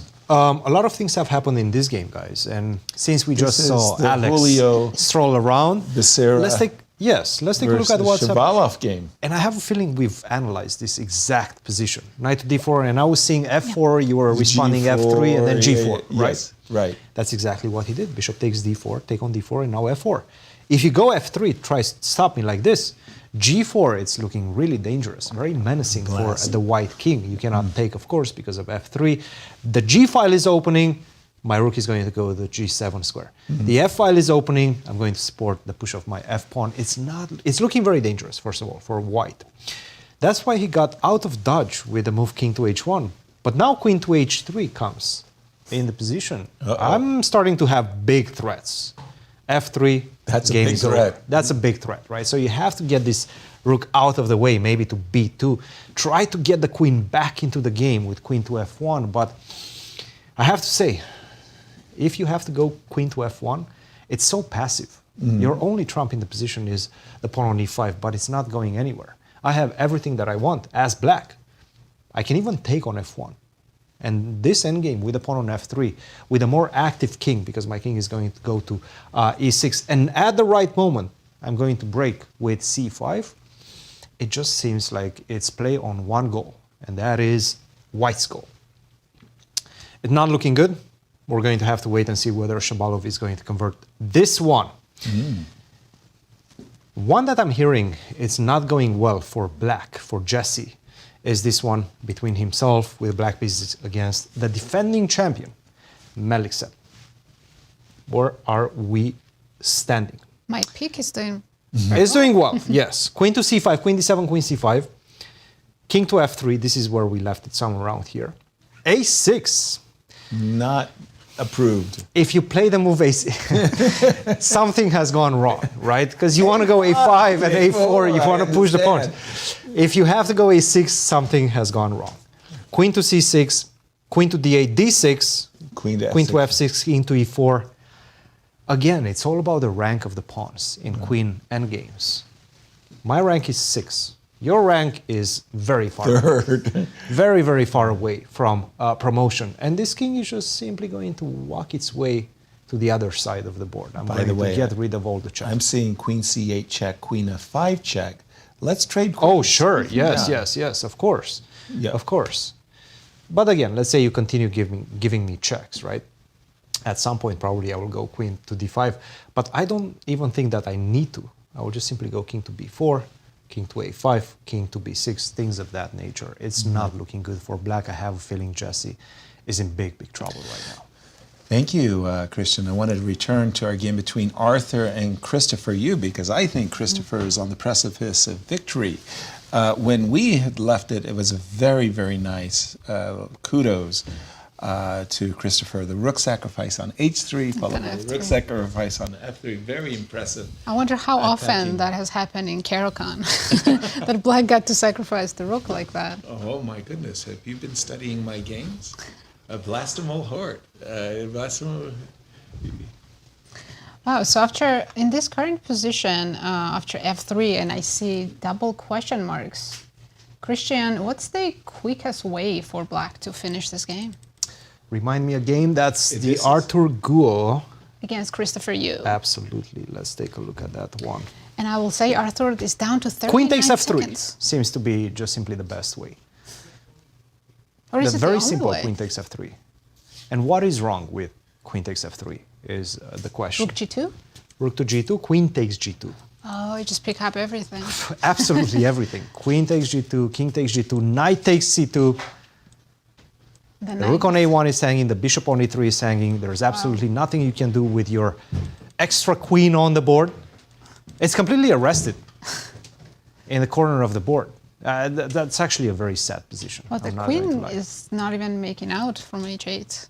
Yes, exactly. That queen is completely trapped. And Arthur has 40 seconds on his clock. Big that's also a big problem, right? Because there's no second time control. Your position is not getting any better. And your opponent is just blitzing out at the best moves in the position. Yeah, it just seems like this one is done and dusted. I think Christopher is going to get the first victory of the juniors section. Queen takes f3, really, that looks so nice. And just that finishing position, that touch of queen takes g2, king takes g2, I really have to speak to that position. It's just amazing how bad the queen is on h8. It's trapped. You could almost call the queen checkmated, if you will. Yes, yes. On h8 square. And this was a very, very nice game of Christopher. The thing is, he has to take on f3. He has to take on f3. It's the only move that gives black a very sizable advantage. If you go queen h5, which might be tempting as well, which he just did. Tempting as well, that loses a lot of its advantage. No kidding. Yes. After king to g1, now the position seems to be close to equal. So not king g2. By the way, king g2 loses to knight c2 and queen g6. Yes, the idea is king to g1, which he did. He plays. Queen takes f3. Now I can go bishop to h7 first. And queen e2 is not with a check anymore. Precisely. Wow. But wait a minute. So why would Christopher include this queen h5 check? Because I can take on c2. But I have rook g2 covering now. If you're trying to win my rook. To take rook c2? And take on f3. I'm only an exchange down, right? Or did I miss a No. Knight takes c2, I go rook g2 first. Immediately. Rook to g2. He may have missed that because. And now that's a threat against my king. Exactly. Oh. Queen. Big mistake. This queen to h5. Huge mistake. But will Arthur find it with his? Well, 50 he found seconds? king g1, so King he G1 knows where to look for counterplay. And I have a feeling Christopher is finally realizing the mistake he just made. You know, it always happens when your opponent is down on seconds and you have a lot of time. You rush yourself. Exactly. And then advantage can slip away so fast. It's remarkable. It's remarkable. By the way, what also is remarkable is now if you play queen takes f3, which he just did. Instead of playing, instead of moving the rook, I think I have the opportunity to play bishop. Bishop h7. Yes, that's the move. That's the move. King f7. There's bishop g6 check. That's the move. Well, no, because then I take the bishop. Rook g2? I take the rook. And we're right back into that position. But I have an extra rook, and I can go rook to g1. What? Yeah, the rook's still alive. I have the rook on a1. Hold on. 10 seconds. 10 seconds. Yeah, he's got very important move. Will he play it? Bishop h7. Oh, He's no, done he it. Didn't. No, rook g2 No, is he not. played rook g2. He should have played bishop g6 check. Yes. Yes. But he did it with 3 seconds on his clock. Rook right? g2 is over. Queen takes c3. Queen e3 is just hanging. It's Oh over. no, he's hanging the bishop with check, of Queen course. e3, queen e7 I defends apologize. the pawn on g7. Oh, what a big missed opportunity for Arthur to come back into this game fully. By the way, it's equal after bishop h7. Incredible. After bishop h7, It's equal. It's equal. It's equal. Still plenty of things to calculate, but it's equal from an objective point of view. So rook to g2, of course he's threatening. Now you can also take on g2, and then on c2, and then on e3. That's back to our old line. That's not it, because No, I if you can't. take on g2, then I put the rook on g1, and you take on on e3, I go king f3, and you're still probably winning. Yeah, it is. Knight f5, yes. Let's show Christian what he might have missed. But this is the Queen easy takes way, right? Yeah, this is the easy way. Well, first of all, that's a bishop. Secondly, queen check, queen takes, knight takes. That's And he probably three. has to do it, because I if you don't go want to give queen my e7, then there's bishop h7. And queen f7? Rook g1, maybe? So Yes, what were maybe you things are getting a looking- little bit annoying. Yeah, I think you what- should just give up your queen. Who needs it? Who needs the queen? Correct. But we do have Kostya with Kaidanov. Thank you, guys. Here with the 2021 champion, Grandmaster Gregory Kaidanov. You just drew your first game against I am Douglas-Root. Let me start off by asking, how do you feel to be back in St. Louis? I feel great. I like this tournament a lot. This is pretty much the main tournament of the year for me, so it feels great. Have you been doing a lot of preparation upcoming to this tournament? Yes. Oh, very good. And can I ask, what are your ambitions for the event? My ambitions are play well. Play well. I try to play well in every tournament, so that's usually the main goal. Great. And let me ask you about today's game. What were your thoughts on the fight? I lost to Doug in the last year tournament, so I definitely did not underestimate him. So I tried to play solidly, but I got much worse position anyway, and so just tried to stay in the game, and fortunately was able to make control. Great, yeah, solid draw to start off the event. I think we have a lot of games coming up, Gregory, so I'll let you go, but thanks so much and best of luck in the next round. Thank you very much. Guys, back to you. Thank you, Greg. I'm looking at the game between Jason, Wang, and Andrew. This was this game that was incredibly tense, and we were wondering how white, with the much more active pieces, should approach this position. Yeah. I mean, we all admire Michael Tal. We all admire, the great attacking players. But then suddenly you have the table set and you've got to produce. We have two Wangs playing in the tournament. So right now we're talking about Jason Wang's game, not Justin Wang's. Sorry, Jason. No, you have a correct position. We just don't have correct one up there. On the board. That game, right. This is the one with Andrew Hong. Andrew with Queen H2. And we were looking, should we be playing with our king on H2? Should we be playing for F4, F5? And guys, but I think we should stay with the Christopher Yu game. Because that's going to be the handshake? Right? Something still happened? It's moving very fast. Okay. Did he not take on G2? He did. You did? Okay. So I'm looking at your position and... No, my position is crazy because I actually wanted to show you some of the lines that could have happened. Okay, please. In the game. Do it. So Bishop H7, sure, the engine is saying that it's equal, but it was absolutely wild. King F7, Bishop G6, now I can in fact take. That was the move. Rook to G2, not Queen takes G2. There's a huge difference right now because King to F3 comes with check. Gotcha. Huge problem because then I pick up the knight on E3. Not only that, but I go Queen G7. The king is in big trouble. Gotcha. The black king is in big trouble. But of course, you're not forced to take my rook. You can just simply go King F5. What? And the only move right now in the position to keep the balance for white is Bishop D2. Balance? It's zeros. It's zeros right now with a bunch of moves for black.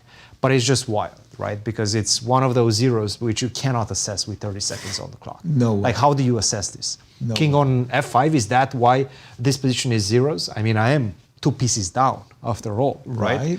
But also Queen G7 is coming and Black King is getting mated. Yes. If you have 30 minutes, maybe you can analyze this and assess it. Right. With 30 seconds, I can understand why he played what he played. And right now we have this position, which is pretty much game over. Bishop to G5, cover the G file. I have 3 pieces for the queen. The problem is the queen is not going anywhere. That's it. The queen is staying on H8.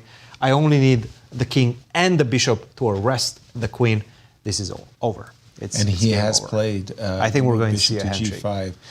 And I think a handshake is absolutely inevitable. Again, that queen on H8, trapped on H8. I actually only need to find the path for my knight to go to G6 or F7. Right? Like, how do I get there? That path is very direct. Knight takes E5 check. D4? Knight takes D4 check. King to G4. Look at this. The king. Where's the king? To G6. You know, the king is To threaten in G7. Right? The problem, it's a very funny position, actually. You know, if white didn't have pawns you could hope for some stalemates. Just give up everything and stalemate yourself on g6. By the way, King Knight e3, King h5, King f7. And g6 checkmate. I have a big threat. No, he was playing knight e3 check. Knight e3 check. Oh, Yes. excuse me. Knight e3 check, King h5, King f7. Yes. And there is a very nasty... How do you defend against it? I don't think you Knight e3 goes for it. He's going for it. Christopher senses opportunity. And this is what I'm saying. If there were no pawns, rook g5, queen g7 would be stalemate. Right? He's There we going go. for it. King f7 H5. is coming. We're about to see a visual finish here for Christopher. King f7, threat of checkmate. By the way, you would love to And not he's done have the pawns. Yeah. A4 and B2 on the board. Exactly what. If that would be the Nasi case, you was could take saying. on g5, take on g7, and stalemate. Right. But that's it. Yeah. It's a beautiful finish.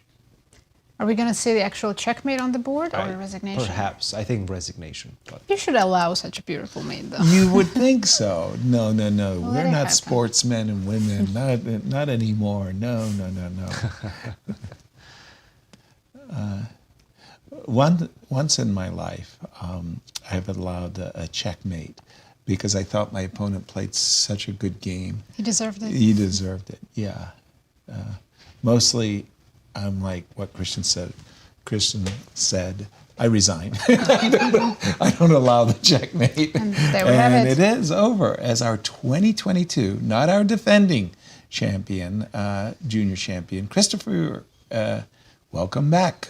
if I was Christopher, I would still consider myself to be the defending champion because I didn't play last year. Right. I still have the title. You're Nobody right. took the title away from me. Well, I got bad news for you because Mishra did.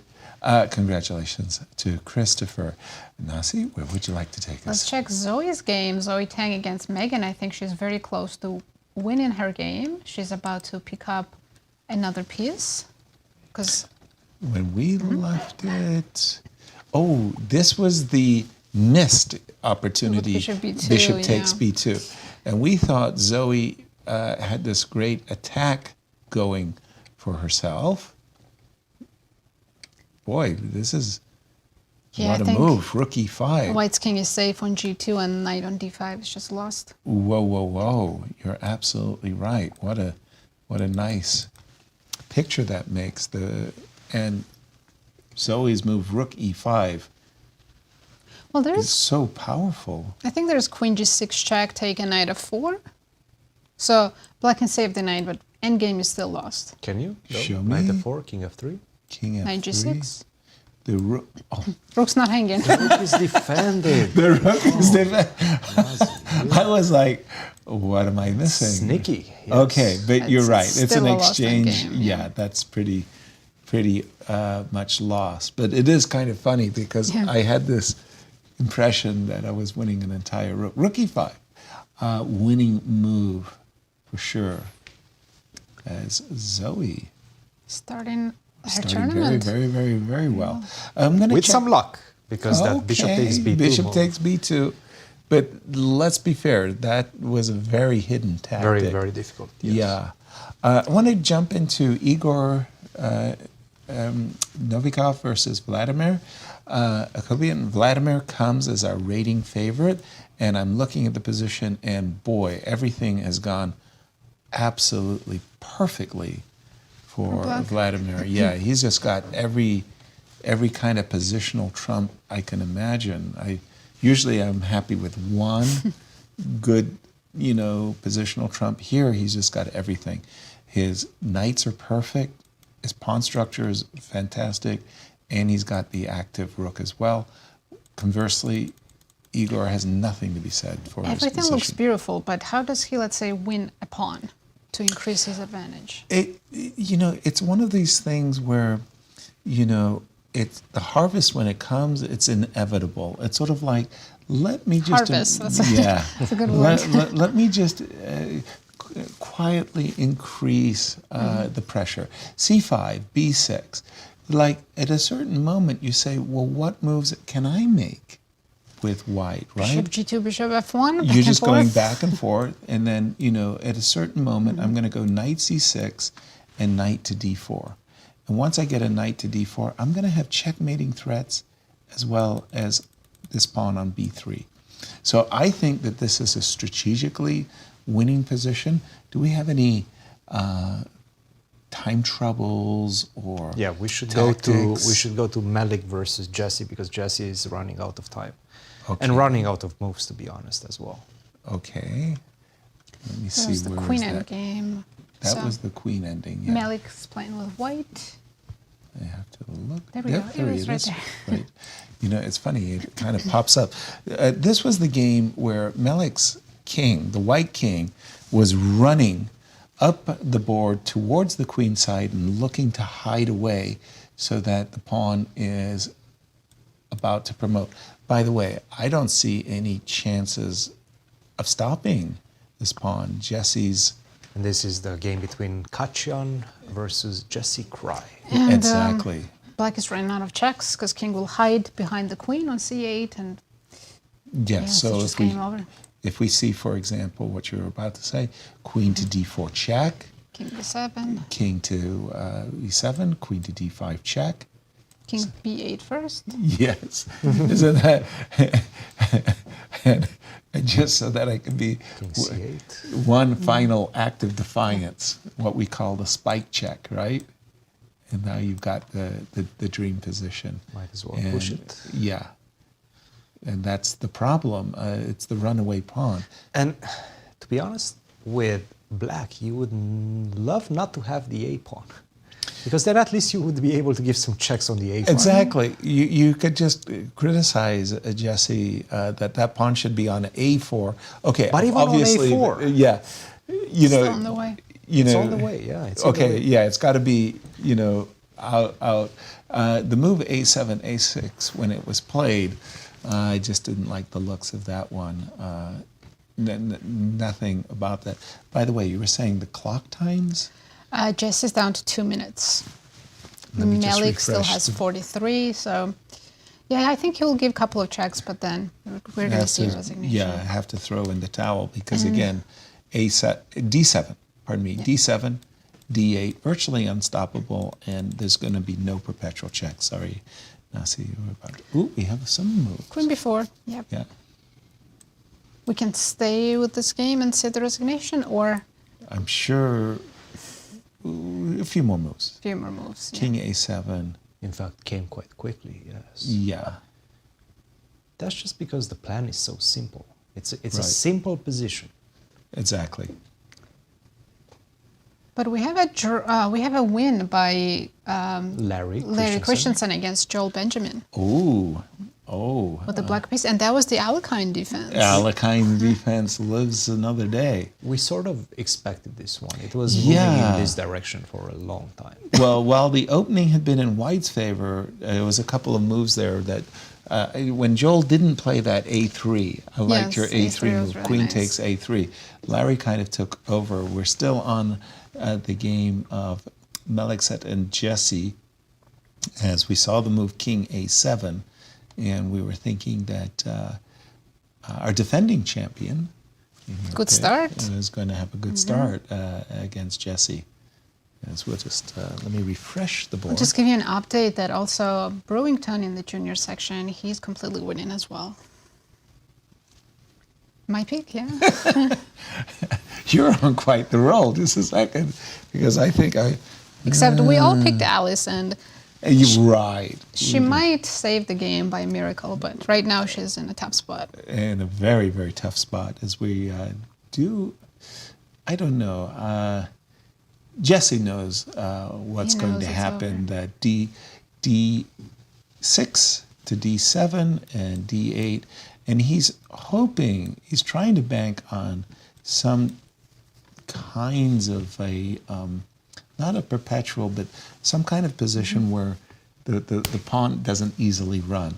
But the problem is he can't set it up. There's no. Actually, Hardaway already won his game. His He opponent did. resigned, yes. It was that quick. So I actually. That's our first decisive result today. No, second. Because we After just saw. Christopher Yu. Yeah, Christopher third. Yu. And Larry Christiansen. Yeah, just all happened right one after another. Yeah. they're falling like dominoes. By the way, King it C8. seems like Melik has got everything wrapped up. He plays fast right now. Perfectly He's not spending any time. set up. Now he pushes d7, queen a8 check. That's the problem? d7, queen 8, queen b8, queen c6 perhaps, and then King d8. king d8, and then king f8 maybe. You're starting to have some Actually, difficulties. I say that again. So if d7, yes, check on Yes. a8, queen b8, Queen yes, c6. 6, your only move is king d8, and Christian was suggesting just move the king to f8 or f7. Or f7. It just feels like it's a bit more difficult to get out right now. But you still have queen b4, perhaps queen e7. Queen before queen e7. Yes, and again, Brewington wins his game against Ladan. This one is a little bit not exactly what I had in mind. So after queen So e4, how do you finish the job? I'm thinking queen c5, just to give Go my d7. king Yes, I like that. the c7 square. That's a beautiful move, yeah. So I'm inviting queen a8 check, but I'm thinking after king c7, you have no more fun. That's the end It's of a it. very good move, queen c5. Yeah, just makes everything a little bit more tidy. Queen e6 check, well then I just play d7, and that's pretty straightforward. Queen e8 check, and I go king c7, and again, no really stopping d7. I can also centralize queen d5. And so this one looks winning. Nasi, I'm going to invite you to tell me where to go. We have a lot of games where it's almost over. Okay. We have Justin Wang close to winning against Jason Liang. I think he's about That to was push that- c7, and That was that ending. Ooh, the c he pawn. has c and h pawns. Very hard to catch both. Okay, c and h pawn. Rook to c. Oh, it's white to move. It's Pardon white to me. move, So yes. Which okay. pawn would you push? I know. I think they're both winning. They're both winning. f4 is even good, so you can push any pawns really. Yeah, it's the certain attraction. But okay. So if I go c7. Oh, sorry. Is c7, rook c1. Yeah. Okay, c7, rook c1, but there has to be Knight. something there, right? Knight to c3. No, knight c3, knight c7. is the Apologies. problem. Rook b1? Yes. Just cause I can. Jesse. Ooh. I mean, I have rook u1 also. I like it. I like it. Rook e1 as well. We might see a different move. h6. h6. Okay. You have too many. That's the problem. Sometimes it's really nice when there's a very, very narrow path. You just go talk, talk, talk, and it wins. And sometimes when you have those positions where you have like 3, 4, 5 very attractive choices, you can't figure out which one is the best. h6 looks good to my eyes, I must say. I mean, And on rook h1 you can play c7. c7. precisely. Yeah. But we do have Kostya with Larry Christiansen. Thanks, Nazi. Here with Grandmaster Larry Christiansen, who just won his first game against GM Joel Benjamin. Larry, congratulations. Oh, thank you. Let me ask you, how do you feel back to be in St. Louis? I'm back. I'm glad to be back. I wish the weather was a little better. Wet or either too hot or too wet, but I'll take it. Yeah, I do apologize for the heavy thunderstorms today in St. Louis. Take us a bit through this game. Sure. You started with the Alekhine defense. Right, Alekhine. I'm getting a little too old. I like to dictate the opening now. So Alekhine gives Black the initiative. It might evaporate quickly, but we do have the initiative early. I'm attacking his pawn. Joel I think he himself has played the Alekhine, and he's a pretty deadly. I mean, he's very versatile. He's very good against the French, the Caro-Kann, pretty good against the Sicilian. So this was a choice I had made maybe a couple weeks ago.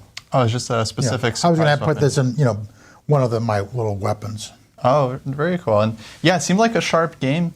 In your opinion, where did you think things? This is all theory. Good for Black.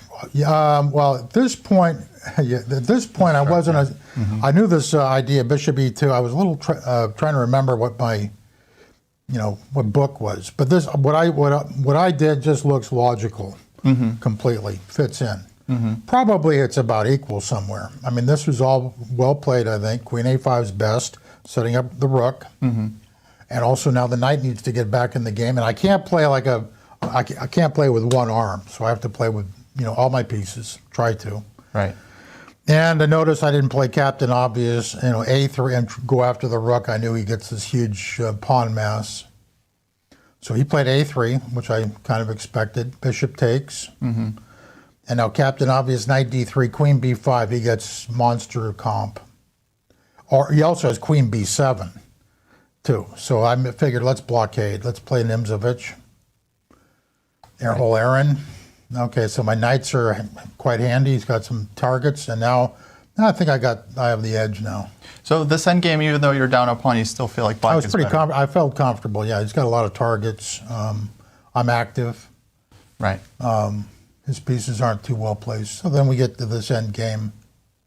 Yeah, he took here, win your pawn back, and now it just looks very nice for black. Right, then he kind of walked into a cheapo, which was kind of, if he doesn't walk into the cheapo, he's got a rotten game anyway. So now if he had played King F2, then Bishop F8 wins on the spot. Oh, that's very nice. The knight's trapped.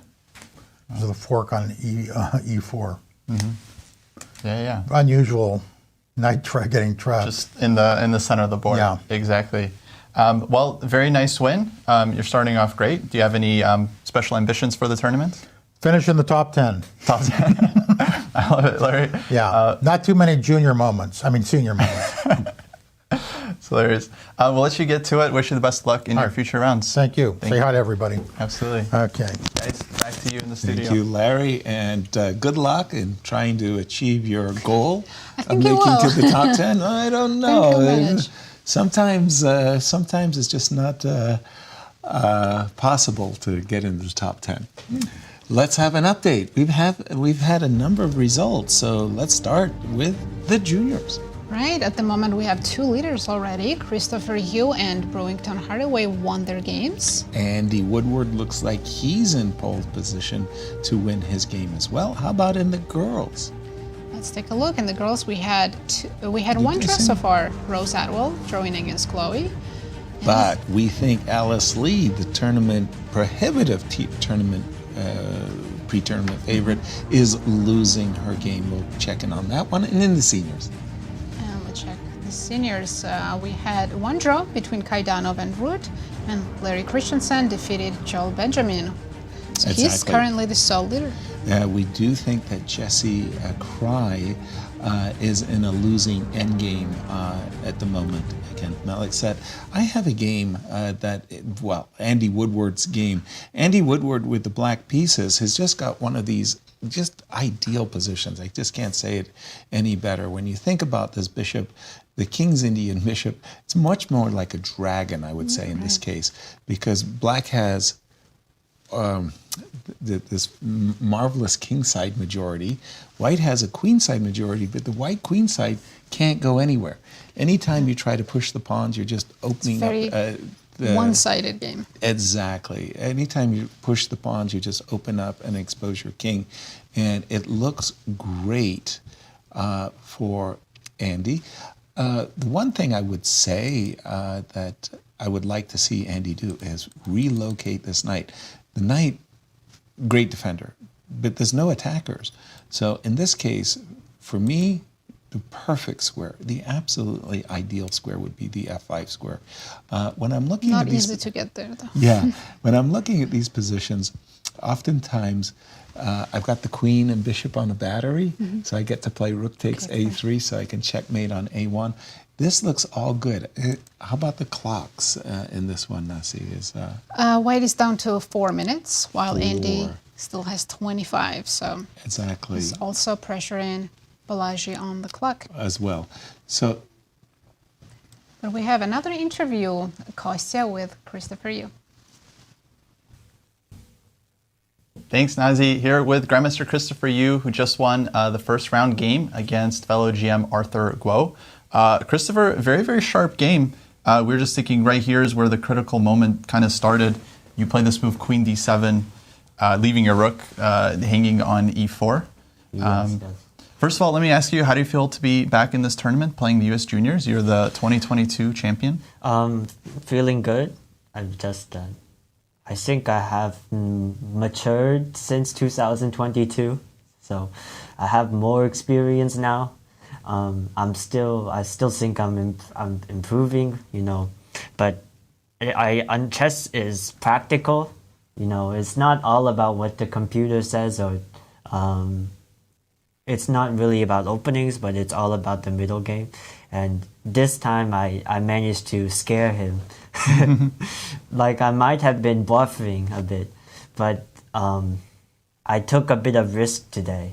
I played risky today, and it paid off. But I mean, yeah, let's jump into the game. We'll get the board up, and this was your 22nd move, Queen D7, leaving the rook on E4, of course, hanging, which your opponent did not take. He goes knight to D2, and we were just looking at some lines. You were saying if white does take, and goes knight D2, F5. This was your idea, and you were saying black is... He should probably try to play D5. Maybe this is his best try, and then I play knight E5, and it looks complicated, okay, but I have a lot of initiative, so I can understand it's kind of scary for white to face. Yeah. I'm not clearly sure what the actual evaluation is, but from a practical standpoint, it seems quite annoying, because I have this really strong initiative. Like maybe if F3, I knight D3, and yeah, a lot of like I was calculating something along these lines. Like I don't know. I was trying to figure this out, like rook G2,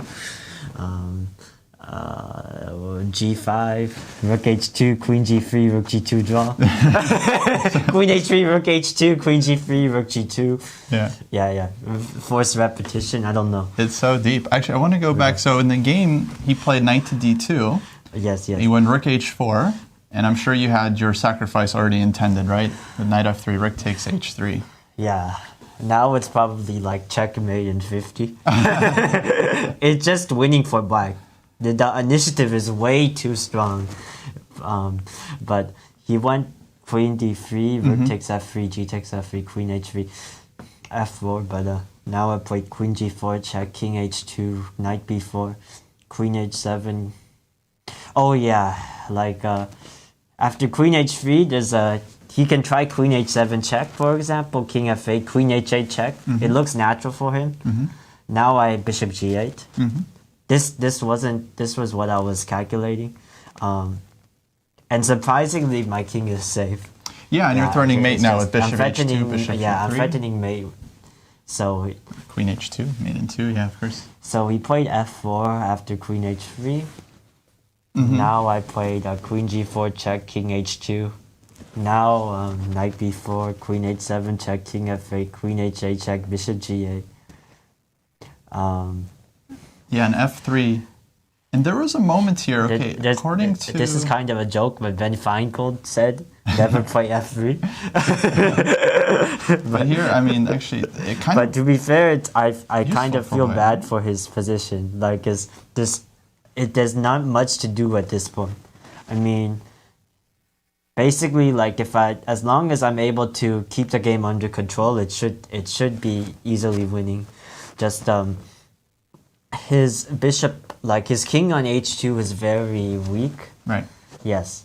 Because I found this rook h4, rook h3, rook f3, I blasted open the king side, and it looks like he's in big trouble. Yeah, let's take a look towards the end here. So you take, it was rook g2, you take this one, check, and then you give the queen. But you take on c2, so you just have so much material here, right? This, I just saw it. I played bishop f4, bishop g5, and his queen on h8 is just trapped. Yeah. It's never going out of there. It's very unfortunate. If he could put his queen like on c5, he would be happy right now. Yeah. The queen needs to go all the way to c5 from h8. Yeah, but I mean, only if the queen can move like that, and then he's forking my king and my knight. That's his But Beautiful unfortunately, position. this queen on h8 is probably worse like a bishop. Yeah, Basically, I mean, it doesn't get it's yes, it's King f7, and yeah, here Arthur resigned is just yes. yeah. Queen's not If getting he out, can so- remove all his pawns off the board, take all his pawns, play rook g5, h5, queen g7, try to stalemate. You know, the stalemate, yeah. Yeah, like put the pawn on a5, pawn on b6, rook g5, queen g7, and then maybe he's doing well. I think then it's a draw. So if he could just put, let's put, imagine the pawns, like let's make some random moves. Oh yeah, Chris, Yeah, right? yeah. I was imagining if it was like this, he could take and then take this pawn. Christopher, congrats on the game. Oh, Unfortunately, we got lots of games finishing, but yeah, thank you so much for coming in. You're Wish you the welcome. best of luck. Guys, back to you in the studio. Our congratulations, Christopher. Really a sparkling game, and we really like the rook sacrifice. Rook e4, rook h4, rook h3. As Christopher said, he was taking lots of risks, but you've got to Paid do off. that if you want to win. I see a lot of games that are getting close to finishing. That's about Melixet to versus be Jesse. resignation. That is we kind of been calling that for some time, though. No, but this Jesse's one, I still think been it might just kicking. be done because I had my king on a8. That's it. pretty I promote. good. The queen patrols this diagonal so that any checks, I have as king Christian A8. is saying, you can't. Unfortunately for you, you still have the a pawn. Such a sad pawn to have. Yeah, and that will be all she wrote on that one. Zoe has a winning. We also have ending. an update. I mean, we'll stay with this, but Shabalov's also completely winning now. Yeah, that game against Julio where Shaba got to play f3. Those pawns on f3 and h3 are Jesse usually down like a to snake. 16 seconds, See a but bit he of a knows head that it's shake over. from Yeah. Jesse. Right. Probably He knows regrets he's There that. it is. and that's it. Handshake indeed. He probably regrets that rook e4. What a great start for our defending champion. From a sure. position out of the opening that looked like nothing. Right. Also, let's go to the game of Wang. Justin Wang against Jason Liang. That we've been Yeah, the calling pawns. that one for quite some time. When we left it, we just played the move h6. Do you And remember? I see that Jason has 31 seconds, which means he made the last move on 1 second. On 1 second. How do they do it? It's like It's they a have skill. an intuition. I panic when I have 5 minutes, never mind a second.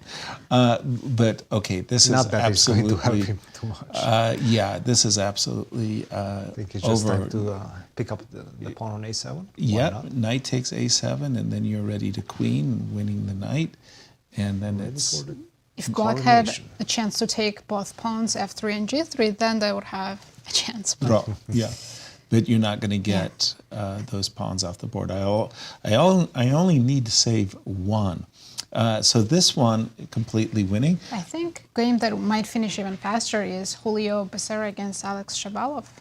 And again, Shabalov might be winning that one in the end. Yeah. It's almost over. Well- that first rank, the pawn on f3, too strong. The current position, Black just won a pawn, but the worst news is I'm not checkmating White's king. I'm checkmating White's king and the queen. It's like those guys can't move. So essentially, what's left is a free king. So imagine just this position, if you don't mind me just putting this position on the board. Essentially, I'm a piece up. You can just push the pawn and win. Right, We have You're a up a lot of queen. sad positions, guys. Yeah, and I'm basically going to make a zugzwang. I'm not going to take the pawn on e6. I'm just going to say, at a certain moment, it's going to be White to move, and he's going to say, I don't wanna. And It's a very this sad one position. is a very sad position. I agreed with you wholeheartedly. Other positions, did we mention Zoe? Let's stick with this one, just Okay. because I have a feeling it's going to be over. I think White's going to resign. The path is too easy, right? You Right. go d4. D4? Yes. That sounds like an active move. Why do I have to play active moves? Why not? To win quickly. Yeah, rook e6, I was going to just run you out. But you're saying d4, yes? I'm going to use the d-pawn as a decoy. Ah. And then I'm going to take on e5, and then I'm going to play rook e1. Right. And that's it. So let's just say b4, d2, rook d4, rook takes e5, rook takes d2, rook e1. And that's it. Ouch. Except, no, you can run your king all the way to g5. Oh, I can't come to the e file. Well, I probably still can. I probably still can, Yeah. but this is good enough. That's nice. The c6 pawn does the job. Right. But it's this f3, is this structure of f3 that is absolutely arresting White's position. It's deadly. It does seem like Shaba is still thinking, trying to find perhaps a more efficient way. He played king to f7. I like this move. He's down to 4 minutes, so maybe he's just making sure he doesn't even give himself a chance to blunder. Right. No risks whatsoever. Put the king on the other side. Yes, exactly. I was about to say. I think he resigned, so Yeah, Alex Julio won. recognizing this, this setup with the queen on h3, arresting both the queen on g1 and the king h1. It's like you're a piece down. That impressive win by Shabalov. Maybe his opening a little dodgy. We'll just leave it at that. But our congratulations to Shabalov. Where would you like to take us? How is Rachael doing? And there you have it. Shabalov has won the game. I think we should probably go to Jason Wang, back to Jason Wang versus Andrew Hung.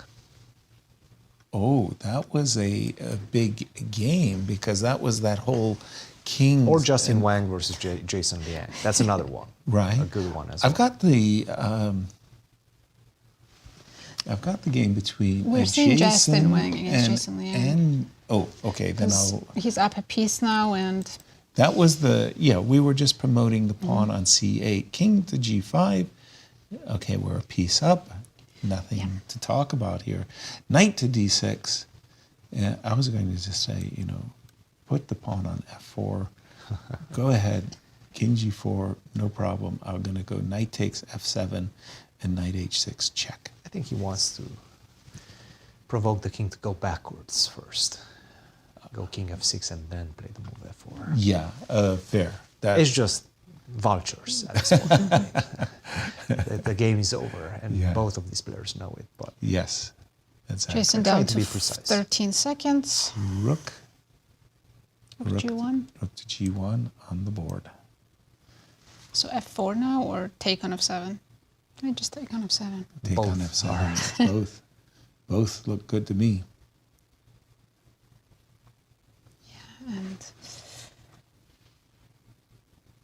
as nice game technique by Justin. Jason is down on the clock as well. Awesome. Add to his woes.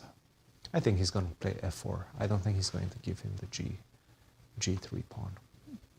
Even though if you go f4, then I go king g4. Right. Makes it a little bit tricky, doesn't it? Yes. No.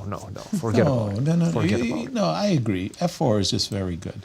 King to g4, knight takes pawn. But why? Rook takes. You are allowing this. Rook to c4, your next move is knight to e5 check. That is just so strong. But why? Well, all I have to do is keep one pawn on the board, right? As long as I keep... But in the other line, you get to keep both. Well, that sounds better. You just take knight f7. What's the other line? Knight f7, king f6. Oh, you don't get to keep both. Eddie's played knight f7 nonetheless.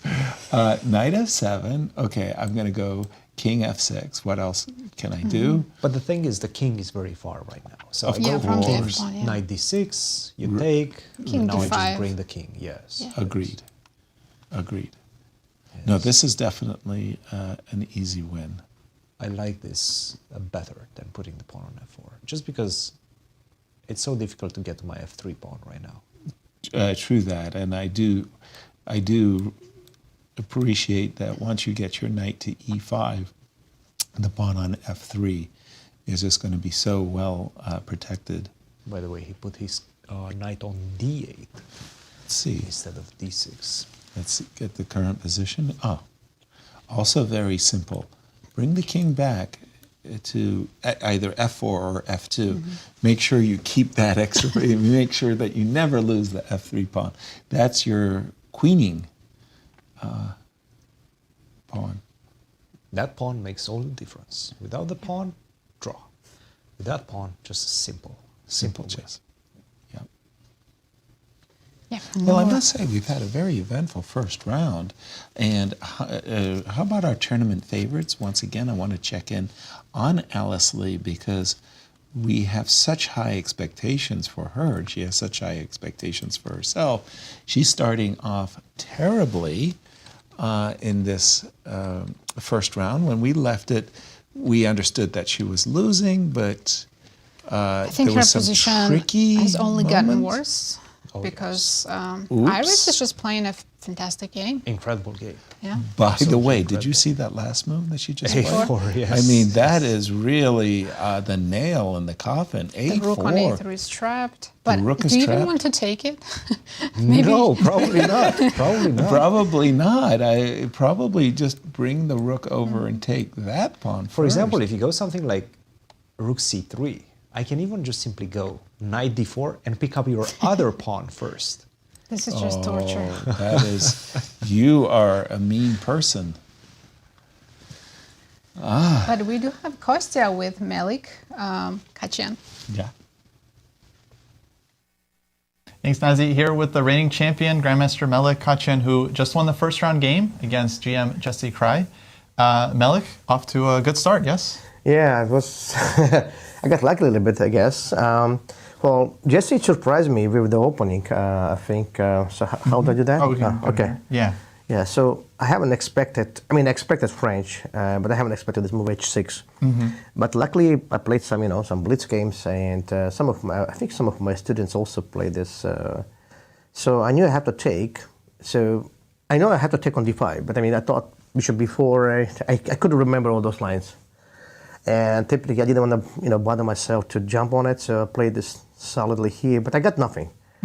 I got absolutely nothing, and Jesse played very well opening. His preparation was incredible, yeah. So I got here. Actually, I was expecting move c4. I thought c4 it's a better move warrior to play c4 here. Kind of misplaced my bishop, and then something like knight c6. And I was thinking to play bishop f3. I thought this is like absolutely fine for black to deal with, like knight c6 here, right?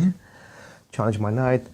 So I didn't want to play f4. I think it's too much to give away those light squares. And I thought if I take on c6, he can take him like a bc, and then bishop jumps on f5. So I was kind of worried about this position. Maybe I'm wrong, but yeah. No, makes sense. Yeah. So when he played here, I was actually very happy here because I thought this is. Somehow I thought Jesse missed a simple thing, CD, knight d4. CD, knight c6, like intermezzo, I thought so.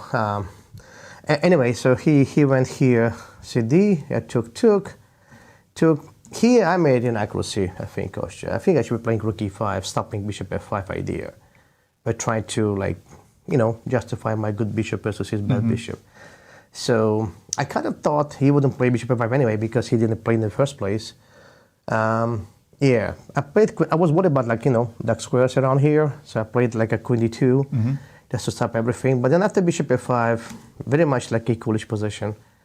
All right, so, and I was actually surprised. Rook e4, I think it's a mistake, clearly a mistake. I'm not sure. So what did he saw? Clearly like error in calculation. Because it's simple. I calculated this. Okay. I don't know. E3 seems like scary, but in fact nothing. Yeah. This is the only move. Otherwise, if he plays rook c2, that's even worse, I think. Because I think I have a check. And then playing here. I thought that's even worse. Gotcha. Now, maybe actually transpose to the game what happened. I'm not sure. Could be the same. Yeah, let's could go be to the queen endgame. Yeah, so queen endgame. I wonder, did I play it right here? I was debating between two options here, to keep my queen on a4 or to go to the queen endgame. I wasn't sure, because I could have played, let's say, rook f2, which I played initially, right? So I could have played king h2, but I rejected because the check. And I didn't want to like open up too much my king, so I thought I'm playing rook f4. But then I kind of didn't like the pin. I mean, rook c7, he plays holding a7, holding f7.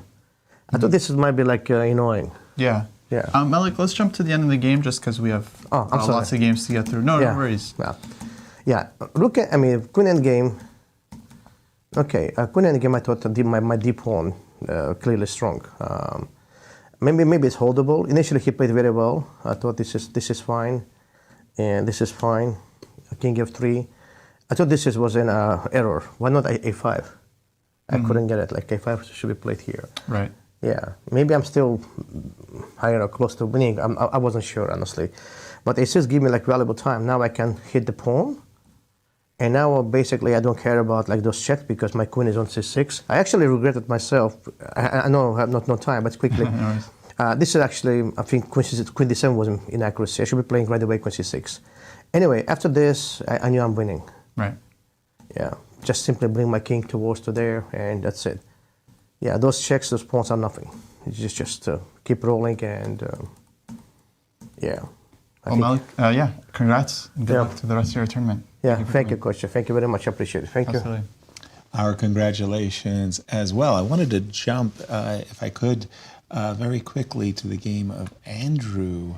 Jason Wang against Andrew Hong. Jason versus Andrew, because this game has turned completely in the favor of Andrew. And after this move g5 to g4, the bishop is suddenly trapped. And after rook to g6, Black's king is perfectly safe, no questions. And suddenly, we're also material ahead. As well. Two about to be 3 pawns. And the clock times is They're both players down under to 2 minutes. So there's some time trouble. Still, errors are possible, but it seems very easy for Black to play. Indeed. Queen takes. He's about to win this one. Third pawn. This one. Yeah. And again, Black's king is perfectly safe with this queen on e5, controlling the. And let's jump to Alice's game because I think she's close to losing as well. Oh, well, we left it. She was completely lost, no question about it. There is b2 now. And she's just played b2. She just played it. And there we have a resignation. Wow. What a start for Iris Mu. Wow. Unexpected victory with the black pieces against with the black pieces. And by far the tournament favorite, Alice Li. Our congratulations, but what can you do when your opponent plays a perfect game? She did. Tip your hat. Yeah. Tip your hat and say, well done. And indeed, that was what it was. Congratulations to Iris. And we also had Zoe Tang win her game against Megan-Paragua. Right. Zoe won. She had that nice exchange up ending. I thought Rachael Li was losing the last time I saw. Is that still the case? Jasmine also won her game against Rachael. Yep. Okay. It's like all the games finished at the same time. It was just a rush. And we were watching the rook and knight versus rook ending, one easily winning. Justin Wang is about to finish as well, and Jason Liang should have been over a while back, but right.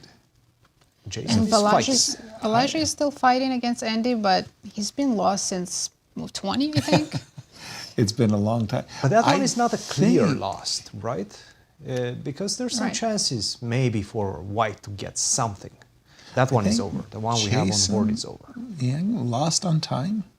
Or? No, it just didn't update yet. It just didn't Justin Wang versus Jason Liang, not the Andrew Hong. Okay, let me go to the Andrew. No, I see. I think you were asking about that. No, it hadn't updated. And I do have the game of Andrew on my screen. So again, it's about the clock and just holding the nerves. But Andrew, with his extra pawns, winning very, very comfortably here. Queen takes g5, perhaps? Queen takes g5. I like the queen somehow on this Want to keep it diagonal. on the board? Well, yeah, rook takes g5, just picking up the pawn. I think he's done it. Did he? I think rook takes g5 came.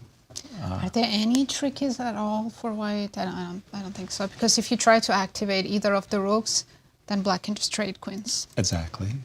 Rook And the f7, problem queen is, e1. now with a rook on g5, if you do try to move your rook from the third rank, like rook d8, and try to get somewhere, queen to g3 comes. Ouch. With the mate. And then rook h1, rook to h5. Ouch. That's a checkmate. So your rook on d3 is basically stuck. Controlled. Yes. Yes, stuck. Yeah, 3 extra pawns and a better position. So. And the safer king as safer well. King. What more could you want? Just a second. Can I have a cappuccino to go? It's also a little bit ahead on the clock as well. Oh my. But we do have Kostya with Alex Shabalov. Thanks, Nazi. Here with Grandmaster Alexander Shabalov, who just won his first round against GM Julio Becerra. Alex, congrats on the win. Thank you. How do you feel to be back in St. Louis? It's really nice. So just fresh of team victory in Poland. Our captain just been here, commented on his nice technical win today. And so I guess I just follow the trend and, you know, Julio and Jesse are 2 rookies in this tournament, and they're going to have a hard time.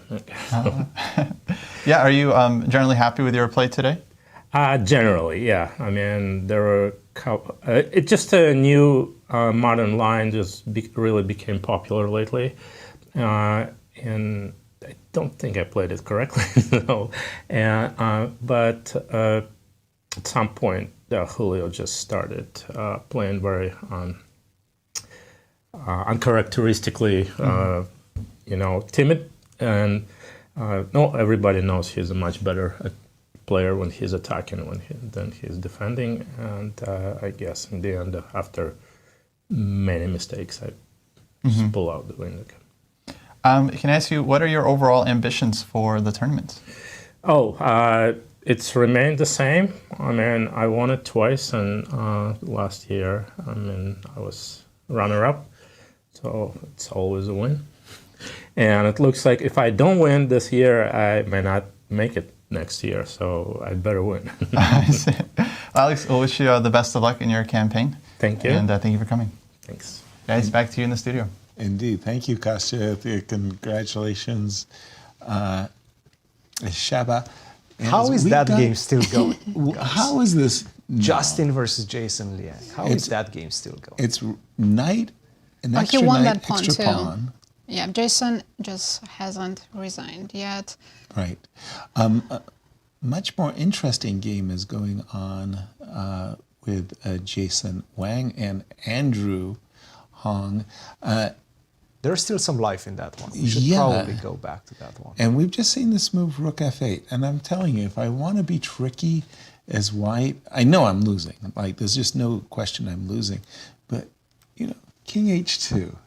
I'm trying to lure you into trading queens, which you should not do. Queen d4 check. Okay. Will we see queen to f6? Well, queen f6. Yes. Or king to g8. Queen f6, yeah. King g8 on King the board. g8. I think king g8 is a far stronger move. I'm threatening to play queen f1 Queen check. c4 check. Queen c4 check. You know, I can zig and zag my king up the probably you slalom want up it the board. Closer to your queen. So you might as well try to go up. With The board, yes. And on another check, I can... Keep going up? Yes, precisely so. I like it. That is a nice, comfy root. You just Yeah, I think zero risk whatsoever. You're just looking for cheapos, but the problem is this is a massive threat. That's why I'm thinking King H2, just to make it awkward. And if I give you Queen H5 check, Okay, go King Queen H. King G1 back. No, this. For a second, I thought I had Queen H3. That's where I'm trying to be tricky. I'm trying to lure you in, but no. Queen C4 check was his choice, and we're expecting King G7. And We have another interview, Kostya, with Woodward-Akopian. Hey guys, here with the top seed, Grandmaster Vladimir Akopian, who just won the first game against Igor Novikov. Vladimir, how does it feel to be back at the tournament? This last 2 years, I actually started losing the very first game, both times. Yeah, so I tried to play as safe as it's possible with black. Okay, just yeah, I was just playing some logical chess, not more. And okay, you won the first game. Sure, you're happy about that. You mentioned your first 2 times didn't go as well. Are you hoping to win the event? No, it's too early to talk about that. I mean, I always play to win any event, but yeah, it's just the whole tournament is ahead, so it's very difficult to but okay, today I was playing like more or less normal. Nothing special, I believe, but okay, at least I believe that I avoided mistakes. Yeah, this is important. And you feel like your opponent just more self-destructed rather than you? Yeah, it was like at some point, I mean, it was some complicated stuff, yeah, and it was about equal. And if we like talk about the game, I believe that maybe. Yeah, we can put it on the screen. Yeah, yeah. So. So the transition into this endgame probably was. I mean, I was surprised by the whole stuff. This bishop takes c5.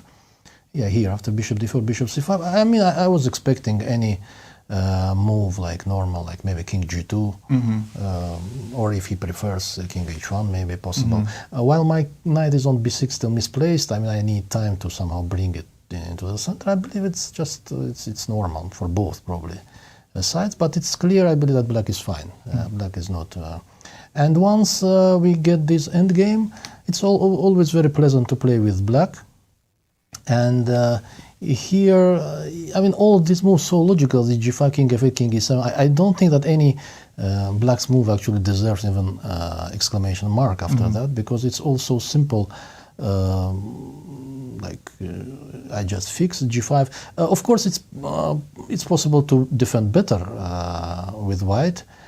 I mean, I expected okay, bishop f1. I don't, but rook h2, for example, bishop g2 maybe better. Here after king e3, I was calculating knight e2, knight e6, and before. Okay, last chance maybe. Also, it is already bad, of course, but somehow before, I was not sure. b6 probably that takes. I thought that this. But okay, I mean, it's such a kind of position that it's a white should think. Yeah, I just either I win or not. It should be probably won, but okay, if we're just playing for 2 results basically. Yeah. I just I'm not even sure if rook c3 b5 is correct. Actually, it is possible, of course, but it's also possible to play like to somehow to make white suffer. But it seems like everything is working here. Black is very active, and it's like kind of probably forced win for black. I see. Well, yeah, very nice game. Okay, here he resigned because he's losing b-pawn as well. Everything is lost, yeah. And yeah, we'll wish you the best of luck in the rest of the tournament. Thank you. Congrats Thank again. you. Thanks. Congratulations to Vladimir on his victory in this opening round. A lot of victories, and the rounds are coming to a close. I think we have where's 4 the action? games left. Where is the action? I think we have 1 game. Everywhere. Everywhere. Wherever you want to go, the action is there. I was thinking of Andy's game. Andy Woodward. He was playing black today. Against Balaji, right? That's, I Right. would say, the most competitive out of all of them. Okay, because for the longest while, we really liked Black's position. Andy had won pawns on the king side, and he's finally. I mean, he has never given White any chances to come back to the game. It's a long game. It's a long game. It takes time to convert his advantage, but he's much closer now. Look at the pawn on E2. Well, How do we stop look it? at the pawn on E1. Yeah, I think that he's about is- to pick up a piece, and I don't see any compensation for White. I would definitely resign. Exactly. Along with the move E1, which of course is absolutely winning. I'm just looking at it now, but I'm realizing that knight here with the threat of capturing and going queen A4 King check. B1, it's not mate, Not mate. but it's still winning. It's got to be good. Looking really good. No, Andy just went for the piece. He said, Simple. let's keep it simple. He just promoted and recaptured, and that's all she wrote. Rook, I don't like losing the F7 pawn, but I love putting my opponent in pins. The knight, once again. Isn't knight D5 winning now? Yes. Because rook F7, knight C3 check should be good. Exactly. Once again, just to quote Larry Christiansen, Captain Obvious. Knight B4 as well. Yeah, knight B4, but knight. I mean, in this position, no matter what move I'll say, it's Captain Obvious because Everything is good. Everything is very, very good. I would probably go with Queen E6 because I just love pinning my opponent. But yeah, this position, extra piece, what to say, should be winning. Where else can we Let's go? check one game we haven't checked all day today is Omia. Vidyarathi playing against Jasmine. There's an opposite color bishop endgame about to be a draw, but I just want to show. Yeah, but that was instructive too. Yes. An instructive way of drawing, please. Nazi. Yeah, so the idea how black draws here is that black bishop stays on this diagonal and sacrifices itself for the d pawn, and then king just remains on a8. Yeah. So just to point out, after a4, king back, we're going to give white everything that white would desire. We just protect the pawn, and essentially what you've just said is our bishop really just stays on this diagonal. And after white manages to achieve Everything they wanted. everything, It's still a draw. it's still a draw because we sacrifice our bishop, and once again we have the wrong color bishop. The promotion square is light squares, and this is a draw. And I think we're up to date with the players. The players are going directly into this line.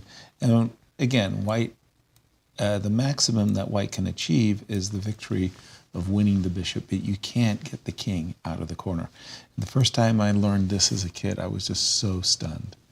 I mean, really. Extra bishop doesn't win. Yeah. Extra bishop doesn't win. I was just like, what a paradox I felt. We did have another result. Justin Wang won his game against Jason. That was the extra knight position. At long last. And Andy won a beautiful game today. Very nicely played. It was Sicilian. Yes. Very important game because he was on the back foot out of the opening, at least due to Balaji's preparation. Right. And by the way, I mean, Andy's a GM elect, meaning he hasn't officially received the title. We know he's going to, once the committee approves his application. But this was a big victory for him. Definitely one of the brightest talents in the And United I think States he's right the second youngest grandmaster in the United States. Exactly. Yes. Exactly. And like I said, Andy Brew and Alice and we were playing Bug House during the Kasparov Chess Foundations. I just love it. It's the great stars of the future, the American kids. And what do? They come and they have a meeting with Garry Kasparov. They're like, okay, Gary, get finished with the lecture. We want to play Bug House with Yaz in the background there. I think people who have played Backhouse will understand. It's just so much fun. So I think there's only one game left, guys. Please. Just the Andrew Hong game right now, so perhaps we can go to that one. Okay, when we left it, Andrew was up a couple of pawns. Hey, wait a minute, how did the rooks come off the board? Because we were kind of thinking that Black was going to have checkmating threats. A bit surprised that he allowed only the rooks to be taken off the board, and I think at some point he even was able to exchange the queens. He had the option of exchanging the queens. Black did? Yes. So he could have taken both the rooks and the queens off the board? Yeah, I think he could have exchanged the queens off. At what With the moment? queen on d3. At some point he played the move h5. Keep going, keep going. Back, back, back, back. Oh, go backwards. Yes, yes, yes. Apologies. Oh yeah, White played Queen Right D3 here, right here. Queen d3, and he played h5. Didn't take Very on strange D3. move. Just exchange the queens and go h5 after. Two connected pass pawns in a queen ending. But by the way, the current position is with queens. Again, these queen endings are not. You know, when you've been playing on 30-second increment for a long time, you start to see ghosts. Oh, for sure. Because how do you not trade queens? Yes, Right. exactly. It's just not the practical decision. And what are the clock times on this one? They've been playing with just 1 minute and 30 seconds for a long time now. And still, they're both under 2 minutes. So we understand, of course, Black with his extra 2 pawns is winning. However, queen endings often have these perpetual checks, these long-winded lines where you think you're winning until you get to a position when you realize you can't escape a perpetual check. Now, that's not one of these positions, and I think it's technically winning, but it has been a long session thus far, and There's it's usually easily... also some ideas of stalemate with king on h1. With the 2 extra pawns. I've seen sometimes White still saves it, but Jason does have 2 other pawns on the queen side, Right. which is not helping him. It would be in his best interest to try to trade them, but Yeah, I was thinking instead of this move queen to d6, which is a fine move, nothing's wrong with that move. a4 and b5. Yeah, to try to get in a little wedge over there. King f5, sorry, I thought we were going to see queen f6. King f5 instead. So on queen d3, where is the king headed? I guess we're heading across the board. Definitely not f4. Definitely not f4. And that would be Coach, tragedy. Yeah, coaches. A chess tragedy. I think coaches, like team captains, they see tragedy from afar. I mean, that's true. If you show them a position, the first thing that goes through their mind is not, isn't this wonderful? My team is winning. Oh my gosh, whatever you do, don't play king f4. Are you having flashbacks from the Olympiad? Oh yes, please don't go there. I mean, way too many still flashbacks. Still kind of traumatized, but my doctors and therapists promise me that I'll be better. As long as you stop being the captain. Right, king to d4. Okay. King so d5, yeah. once again, don't get Ooh. skewered. That would be a Too tragedy. painful. Queen to e3 on the board. I d6. guess he's going to play king to d6. He wants to hide the king on c7, I think. Yes. Okay, so the pawns on g4 and h5 were not protecting the king, so the king is looking to hide itself behind. But if I play queen d4, you don't want to play king c7. Why Because not? queen e5, I pick up. Oh my god, I thought h5 was hanging. But, but why not? Why not? I mean, there are.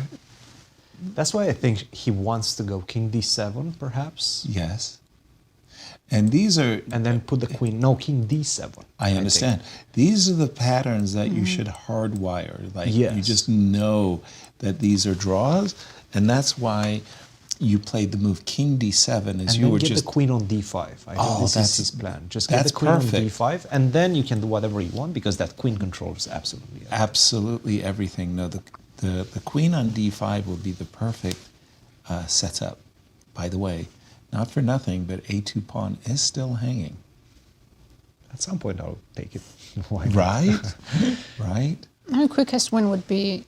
And by the way, this was the draw, the wrong color bishop. Yeah. b5. Okay. You have to actually, b takes c and queen a7 is unpleasant. Say that again, please. For white now, b takes c, Yes. and queen a7 looks like white has a million checks. Exactly. So that's on Jason's agenda. So maybe queen d5? I still like queen d5 very much, by the way, just centralizing the queen. If I don't mind asking, queen takes a2? b takes c and queen h5. I mean, I'm sure it's still winning, but... Right, and then I do a whole series of checks to centralize my queen, and life should be very good. I have 2 extra pawns, right? So in other words, if I get my queen to d4 with a check and I go c5, let's put the game, But put that is on it the easier board. to keep 2 connected pawns or separate pass pawns? How do I keep, oh, you mean on the king side? Oh, To not give up h5, yeah. No, I'm not worried about the connected pawns in this case. In fact, the crazy part is 2 versus none that are connected Yeah, in yeah, a it's draw. a draw. Yeah. In this particular case, so this is what I'm talking about, is I just want to centralize my queen with some check, right? Check and queen here. And he's done it. Queen takes a2. So in this case, the queen covers both pawns. My king will find shelter. I'll run around and I'll hide behind somebody.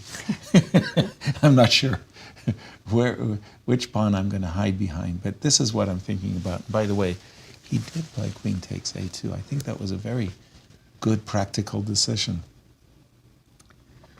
And if this game is decisive, which we expect it will be, Yes, 12 out of our 15 games. that's ridiculous. Or Decisive games. Yeah, It's the only draws- round 1. Yeah, right? I mean, okay, I think at the start, it's like everybody just like shot out of the blocks, anxious to win and throwing caution to the wind. And 12 out of 15, we're not going to be seeing that very often. In your experience, do you typically start with a win your tournaments, or you start more slowly with some draws and then finish with a lot of wins? For me, it's been a very mixed bag. I can tell you this, and I was looking it up the other day. Whenever I chose white in the first 2 rounds, in other words, I got the number 1, I always won the tournament. So for me, having the white pieces was actually a very big advantage. And starting with 2 whites and finishing with a black at the end of the tournament, I felt like I was running downhill, so to speak. So I do think sometimes you just get lucky with the pairing number. And by the way, that's exactly what he's doing. And the recipe that you offered, Yasser, Yeah. just get the queen centralized via checks. Yes, exactly. King f2. Queen c2 perhaps. Queen to e4. Okay, that protects absolutely everything. I love that move. I mean, that's just like the glue that holds the 2 pawns together. And it also keeps your king kind of in a cage. Yeah, right? like you got a lot of squares covered. By the way, this is what I meant when I was saying that Andrew won a summer classic here in St. Louis. His play is very mature. And he would come in to the studio and he would just go, I wanted to go, brrr. And I go, well, that was my commentary. That was what you were supposed to do. And it was really, I thought, wow, you know, very, very impressive play. Andrew's looking good here. Yes. But should he win, once again, this would be the 12th?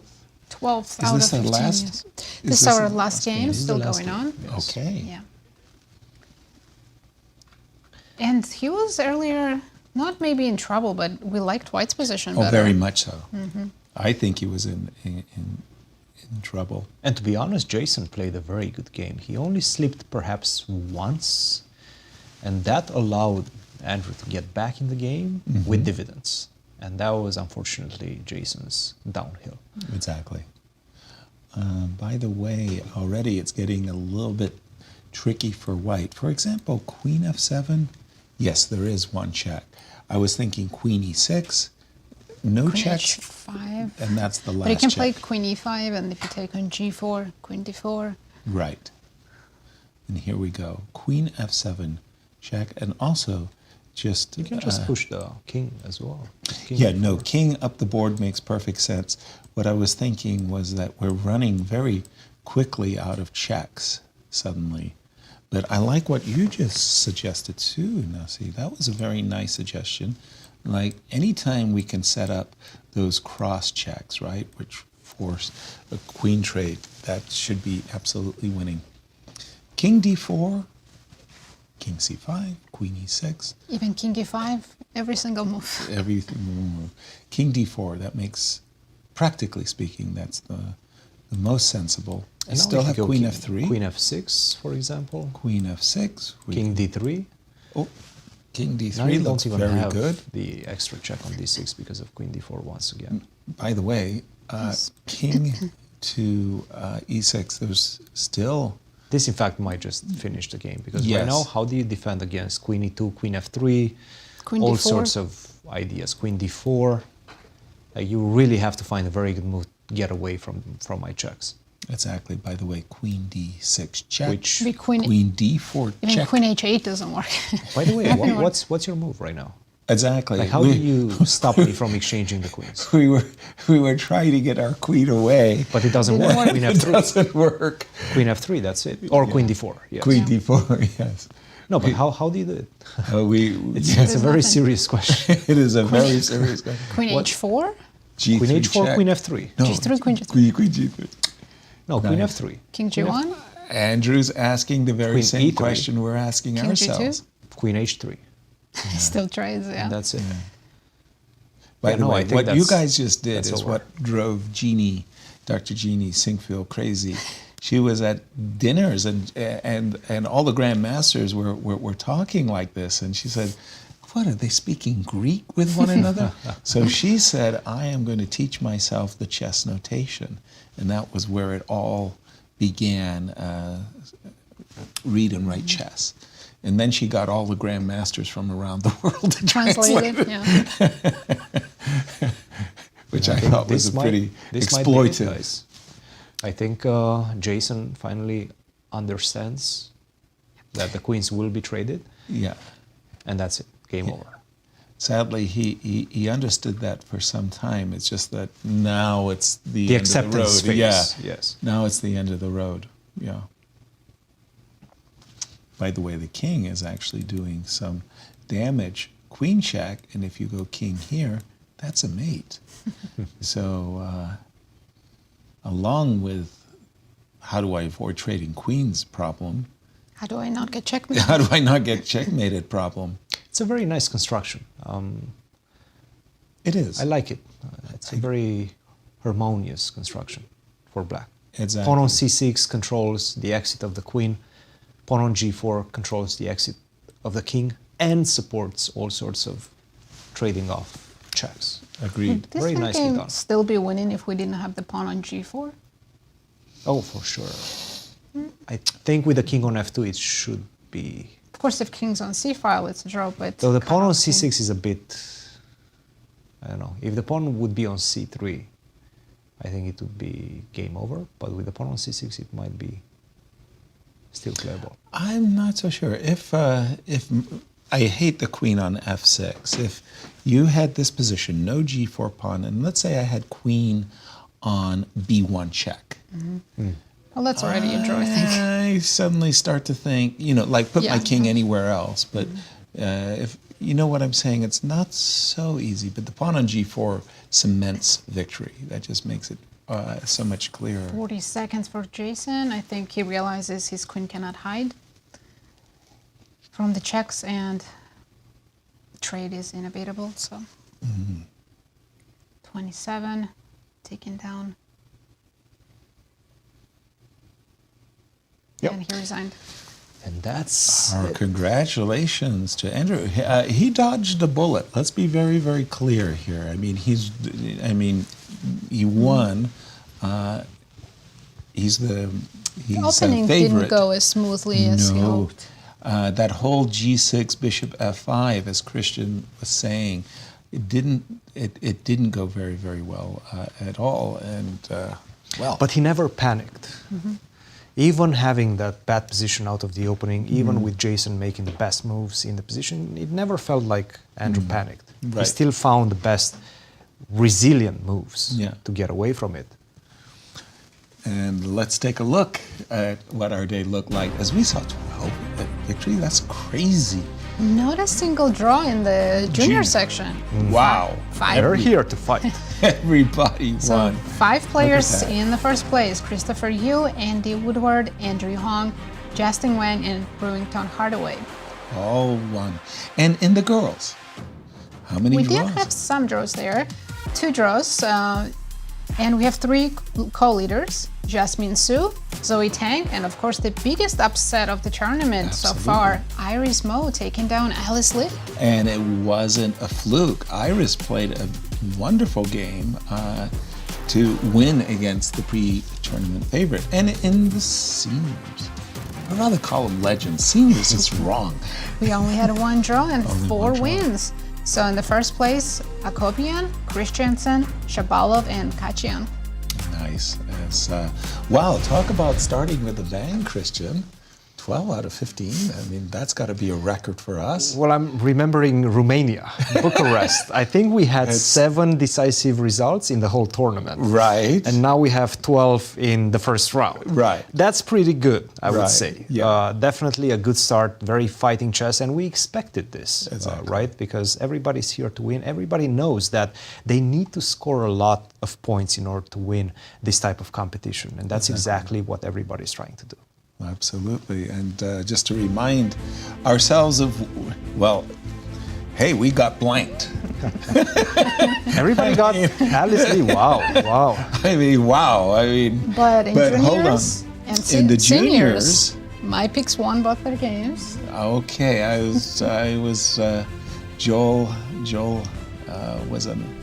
Yeah, I think I'm leading at the moment. Kostya, your final thoughts? Yeah, thanks, Christian. I mean, what a round, what a start. By my count, Black won 8 games today, which is insane. White won 4 games, and we had 3 draws. So the players have come to fight, and I think there's going to be a ton of bloodshed throughout the tournament. Should be very, very exciting 3 national champions for us to watch. Quick for you, and not to rub any salt in your wound or anything like that, Jesse, you had mentioned him as your co-sensei. Today, was it ambition that he just went for this pawn sacrifices? Because he could have played Queen F6 and probably made a comfy draw. Something glitched. Your best guess?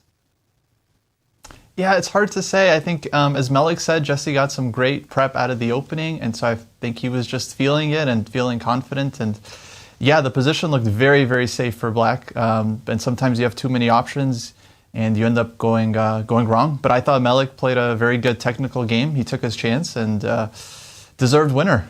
So what can you do? Hopefully, Jesse will bounce back in the next rounds, though. Hat tip. Thank you, Kostya. The story is Alice Li. We'll see if she can bounce back. But in the meanwhile, great first day. Great first day. Good first day, guys. Absolutely. Thank you all for joining us. Join us tomorrow, same time, same channel. See you tomorrow for round 2.